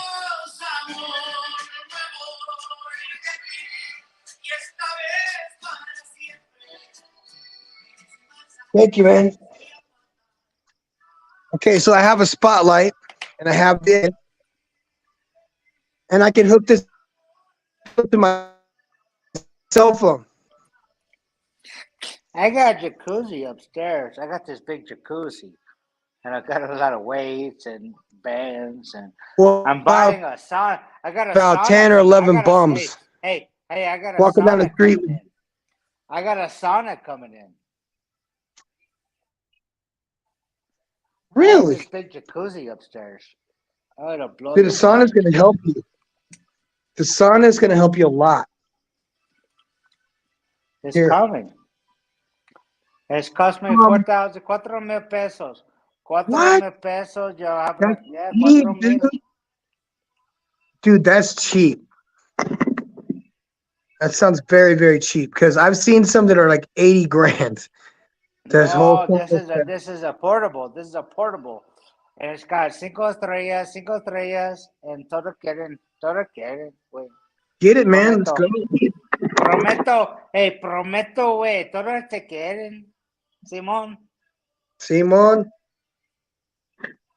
Vale. Oh, yeah. Isn't it funny? Isn't it funny? Janis habla bien español también. Mira, ese era loco, nosotros hablamos español. Yo como todos gringuitos. Muchos quieren, ven aquí y no habla bien español. No, nadie crea porque, no manches, no puedes, no escuchar nada con este güey. No quiero hablar con ese güey. Porque no entiendes, güey. Sí, no manches. No entiendo, hablo como no entiendo nada. Yo, mira, estoy caminando con Clau allá en, no sé, en cualquier parte. ¿Clau quién? Clau, mi mujer. Oh, y ella, de lo que era, ella es esta, wow, alguien aquí son ignorantes por nosotros. ¿Cómo no? Son envidiosos. Porque envidiosos siempre como no quieren nada bueno por nadie. Ese problema, todos, yo quiero una latina. Pues tú no hablas su idioma. Porque ella quiere contigo. No, escúchame. ¿Por qué ella quiere ser contigo fucking gabachos cuando los gabachos no respetan a ella? No, por nada. ¿Entiendes? Ellos gustan los pendejos. Es lo mismo en Medellín. Es lo mismo en Medellín cuando los guapos con gringos en el solo por dinero. Porque los gringos no quieren que conozca. ¿Cómo dice? Hay paisas en Medellín, arolas en Bogotá, Caliena. Gente no sabe la diferencia de colombianas. Manches fucking güey, mira. Hay nada más que como xenofóbico con culeros allá para mano, manches. ¿Tú conozcas diferencia de rola en paisa? Claro que sí. Pero muchos gringos no. Mira, no, es como... Muchos Passport Brothers, they no conozcan la diferencia. Son nuevecitos, ¿sí me entiendes? Muchos ahorita es bastante, demasiado. Ya viste cómo allá Oye, ahorita. Estaba en el puerto otro día. Oye, mira, escucha, soy yo como volar por como Juárez. Man, ¿Tú sabes por qué no bastante México negros está aquí en México? ¿Tú sabes por qué? ¿Qué? Como causa muchos problemas como de... Porque no gusta tu cultura. Gente no gusta tu cultura. Ah, Nada claro que sí. quiere. Nada quiere. Nadie quiere porque es como porquería a veces. O tomo muy sucio a alguien. Tailandia, Filipinas, muy pronto, ellos no más quieren tampoco. ¿Sabes qué? Ellos gustan esto mucho. Nosotros son descarados también. No, yo sabe por qué. Mira, Es porque ellos no cambian. Ellos no cambian excepto otros. Quieren ser, Dick. Ay, soy yo. Mira, yo soy Dick. It's all bullshit. No. Nobody wants that. Nobody wants that. I do. I love that. Thai. I do Thai kickboxing, man. It's my training. Those are my people. Listen, my people. They're my dudes. They're my dudes, man. Listen, my training. They don't want to be down with Los Angeles culture. So they don't want to go to the States. They don't want to fuck off with the States. They're like, oh, fuck that shit. Thailand is nice, man. It's a land of smiles for a reason. People smile all the time. Pattaya, you know why all the people are leaving Pattaya and going to Chiang Mai and Phuket and Hue Hin? You know why they're all leaving? I got friends there right now. I could put him on a third call. But what's happening? What's going on there? I don't know, man. They're doing the same thing they did to the DR. They're doing it to Thailand. They did it. Listen, all of us fucked up. Costa Rica. They're making it hood. We fucked it. No, it's been hood. Dude, we talking about. I was a teacher there. You know what I'm saying? I was a teacher there. Fuck, man. The place is scary, first of all. And you my college professor has a golf course and jumped him. I know the place too. So you understand, it's ghetto as fuck, man. And you get off the fucking plane, people are saying shit all fucking day, begging you for money everywhere you go. God damn it. Who wants to live in the ghetto? No. I was going to university. Everybody. And you know what? The people that I was staying with. There's no ghetto, bro. Nobody wants to live in the fucking ghetto. Keep that bullshit in your ghetto in Los Angeles. No. I was referring to No. I was referring to when I was working in a DR. And when people figure shit out, it's always chaotic at first, and then it settles down. You and I know that, man. Look at the Gringo invasion, and look at how many people left since you've been there. Yeah. Since you've been where you are, what, 2-3 years now in that same house? Look at how many people have left. All the Gringos in the center have left. Look how many have left. I live in an old Mexican town. I don't live in a Gringo town. But I'm just saying. I live in a town Gringos are scared to live in. But you have a group. You're in groups. No, I don't have a group. Oh, you're not a Gringo. Okay. Well, a lot of people are in Gringo groups. I do have an hour away in San Miguel de Allende. I have, but I don't live there anymore. I don't want to be there. I'm here in Guanajuato, Guanajuato. I'm still here. Keep going. Keep talking. No, I'm going to tell you something, man. A lot of us Americans left USA because it's really white flight. It's the same old shit. We don't want gangster hood bullshit in our community. We don't want it. That's why we all moved outside of Dallas and they all moved to the suburbs. And now that's coming outside and it's coming to South America and Colombia. Now let me ask you something. No, but nobody wants it. It's like we're running from your culture. Nobody wants your culture. I'm not racist against. I'm not racist against black people, but don't bring your bullshit to us. You don't want it. You and I grew up with black kids. All of our friends were black. All of our friends were black. You and I both. Were they not? And you know what? They didn't bring. When they were riding in my truck, we listened to the music, Juvenile and Hot Boys and all that. Man, they were my best friends. My best friends. See, that's the thing. That's what's going on right now. That's what's happening. Listen to this, guy. When Kevin Samuels died, those fucking ratchet women in the United States were clapping and being happy. That made men say, this is fucked, we're out of here. And that's when Passport Bros blew up like fuck. And Austin was in the middle of a fucking shitstorm talking about how much better women in Brazil are than white or black American women because of their attitude. Then he gets a chance to travel to all these different locations. As long as he tones himself down, he'll still get paid. And so now he's in a position because he made it, he's been blue checked and all that shit. He's doing well. And what he's done is bring dudes together. He has brought dudes together by default because all the women have betrayed us with bitterness and nothing but problems and headaches. Now it seems so you're putting it on the women. No. We're responsible. Oh, no. I take responsibility for all my shit I did. You better believe I fucked up. That is on me. It was my decision, but that's not why I'm down here. I'm not saying that in any, I'm only going by statistics from the CDC. If I ever say anything that's out of line and it doesn't line up with the CDC, then it's fucking wrong. And I will apologize if I say something wrong. I'm giving you guys facts about what every single man in my circle has told me. They've all been lied to. One guy was a victim of paternity fraud. And you know what? He still knows. I told him. She told me to my face, so I'm a fucking witness. She fucked his roommate, had a baby, and this whole time that she's been growing up, he's been paying child support. He's been a victim of paternity fraud for that whole 18 fucking years. He lost his license a dozen times. He's had his wages. We all pay child support. I pay over $2,000 a month. For your own child, but not for another man's child. No, my kids. That's what I'm saying. He just got fucked. That's why we do. We have to help these men to navigate, because when they've been a victim of paternity fraud, that means that for 18 years she's got a pension for another guy's kid because she cheated. 30% of the babies born in the United States right now are from paternity fraud.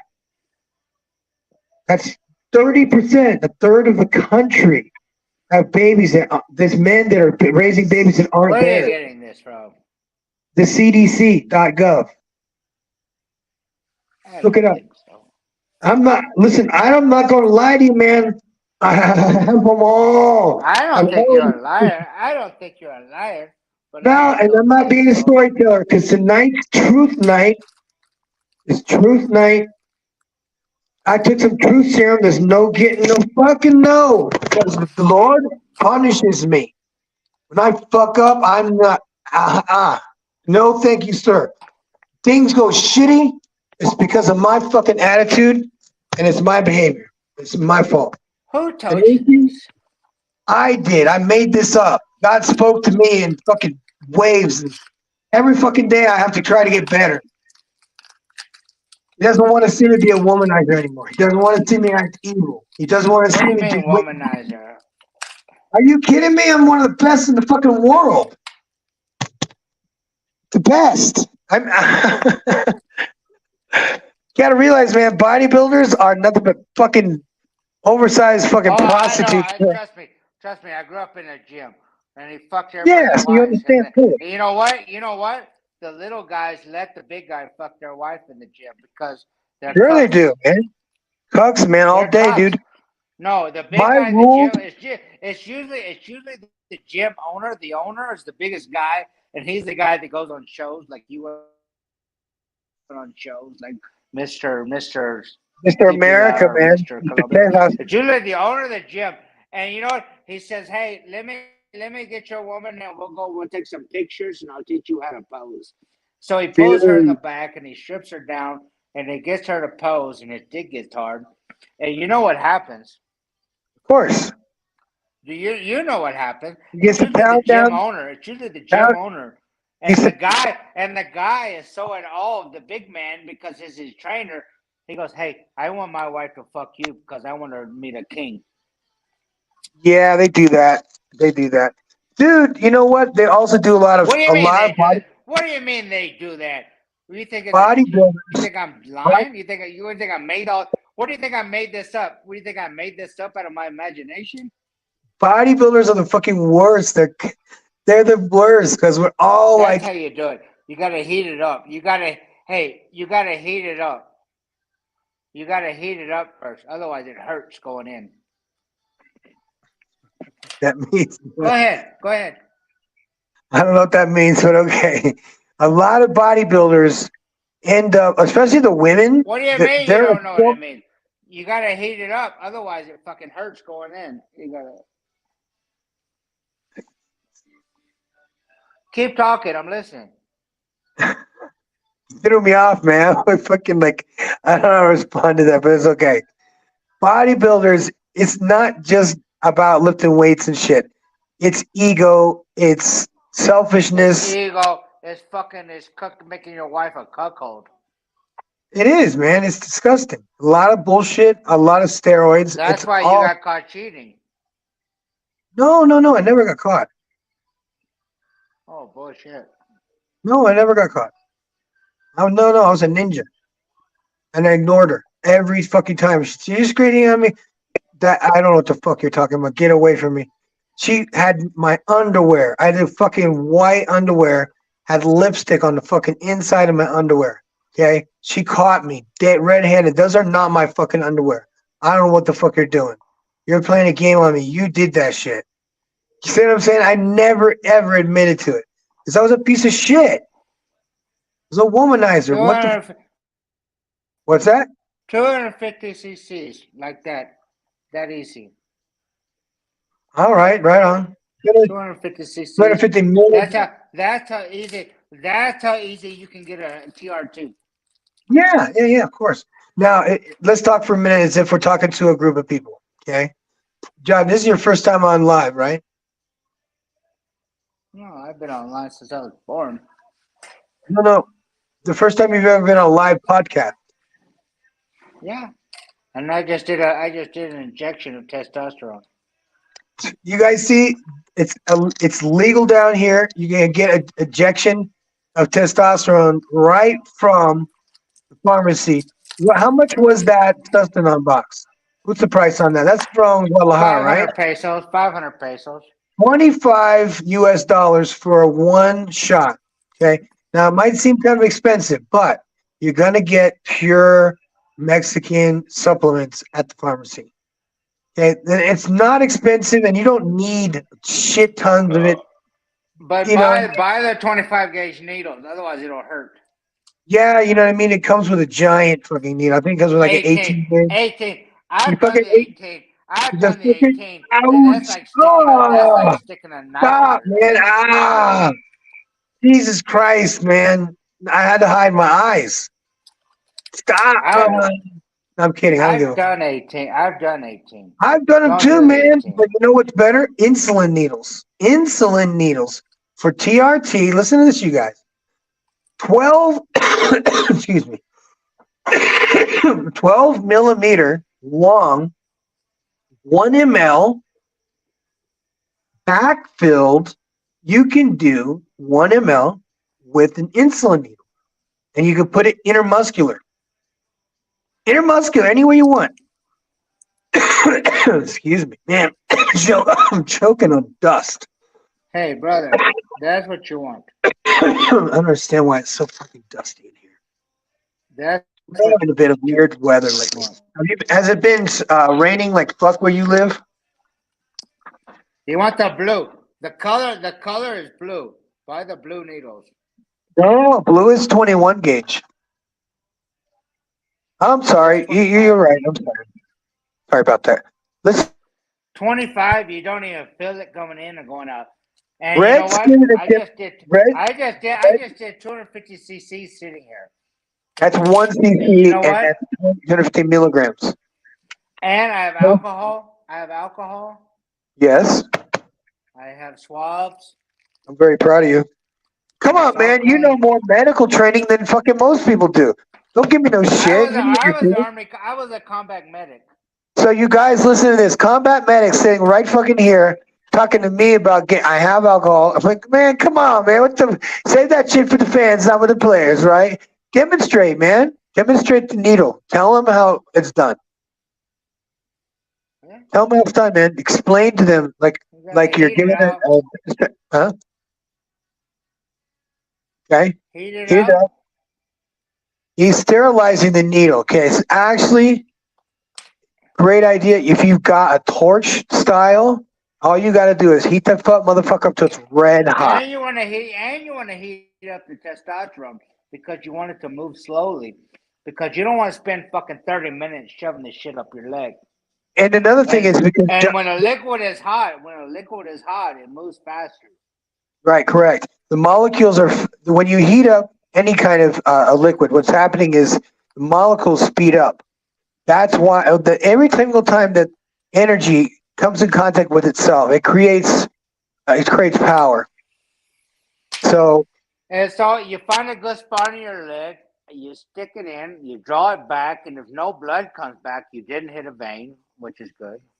And what he's referring to is called aspirating the needle.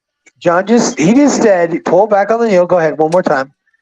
You pull back on the needle just a smidge, and you hopefully there's no red. And if there's red, I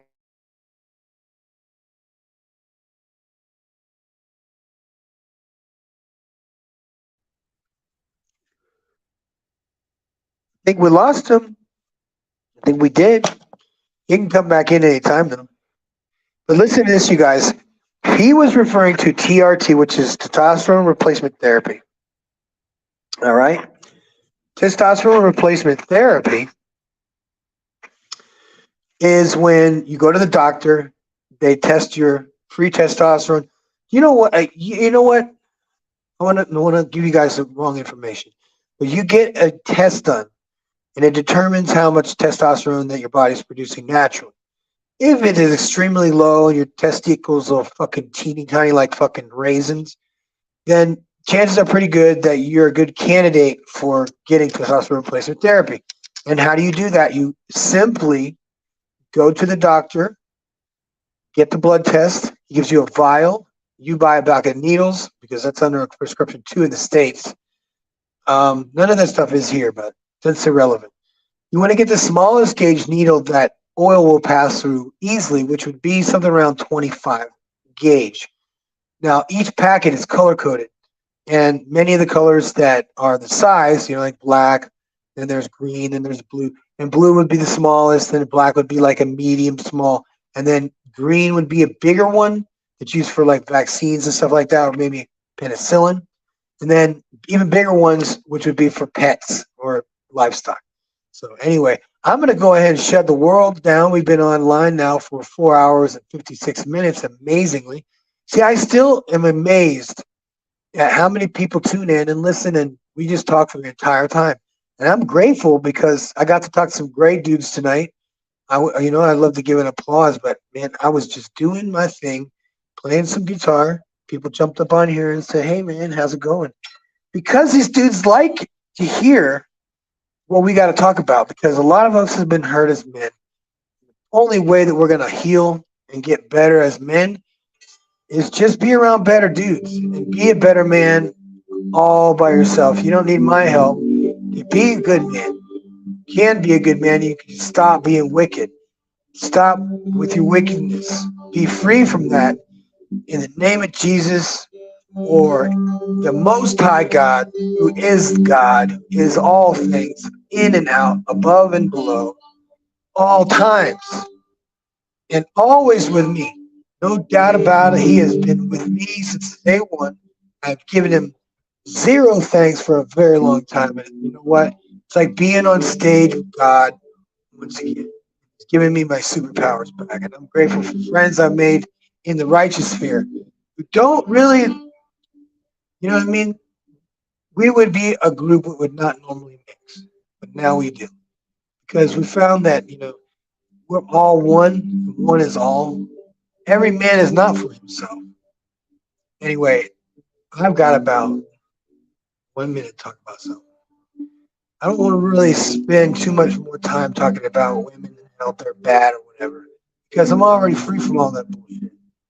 I'm going to give some of you guys some tips, especially you veterans who have got a lot of child support issues and you don't know what to do. I'm pretty sure I can help you out, Because there's some things that veterans, especially ones that are combat, that you're entitled to certain benefits. You're also allowed to be free from any and all late fees, interest on child support that was in arrears. That can all be waived. Anyway, right where I am, right where I'm standing, I'm in the presence of the Most High. I'm in the presence of angels. I'm in the presence of the dead. They're all with me. It's amazing. Their presence is always with me at all times. That's why I have no fear whatsoever. I do not have fear. I know, obviously, things are. I don't have to be stupid or anything, but their presence is always with me to keep me from safe from all hurt, harm, or danger. All the time. I want you to experience that too, because it's better to be on God's side. And I'm a punk, man. And if it means to be against any fucking thing in the world that is oppressive or fucking government-like, then why the fuck not? So if it's me, if all the people in the fucking government are evil and all these billionaires are killing people, man, I'm gonna be on God's side. I want to thank you guys so much. Really made my day. You've made most of my dreams come true. As far as being on here and talking to some of my dear friends, people who mean something to me. I actually do care about other people besides themselves. I'm honored to be around a lot of the people that come onto my show and I go on their shows. They talk to me and they introduce me. And if for anybody who wants to snap at me and call me things, motherfuckers, no. You got 5, 6 guys that bust you in your fucking head in the chat. Don't you talk about the professor like that. It's not the dude. That's the man right there. That's the strongest man. The hombre más fuerte. I'm the professor. That's all I gotta talk about.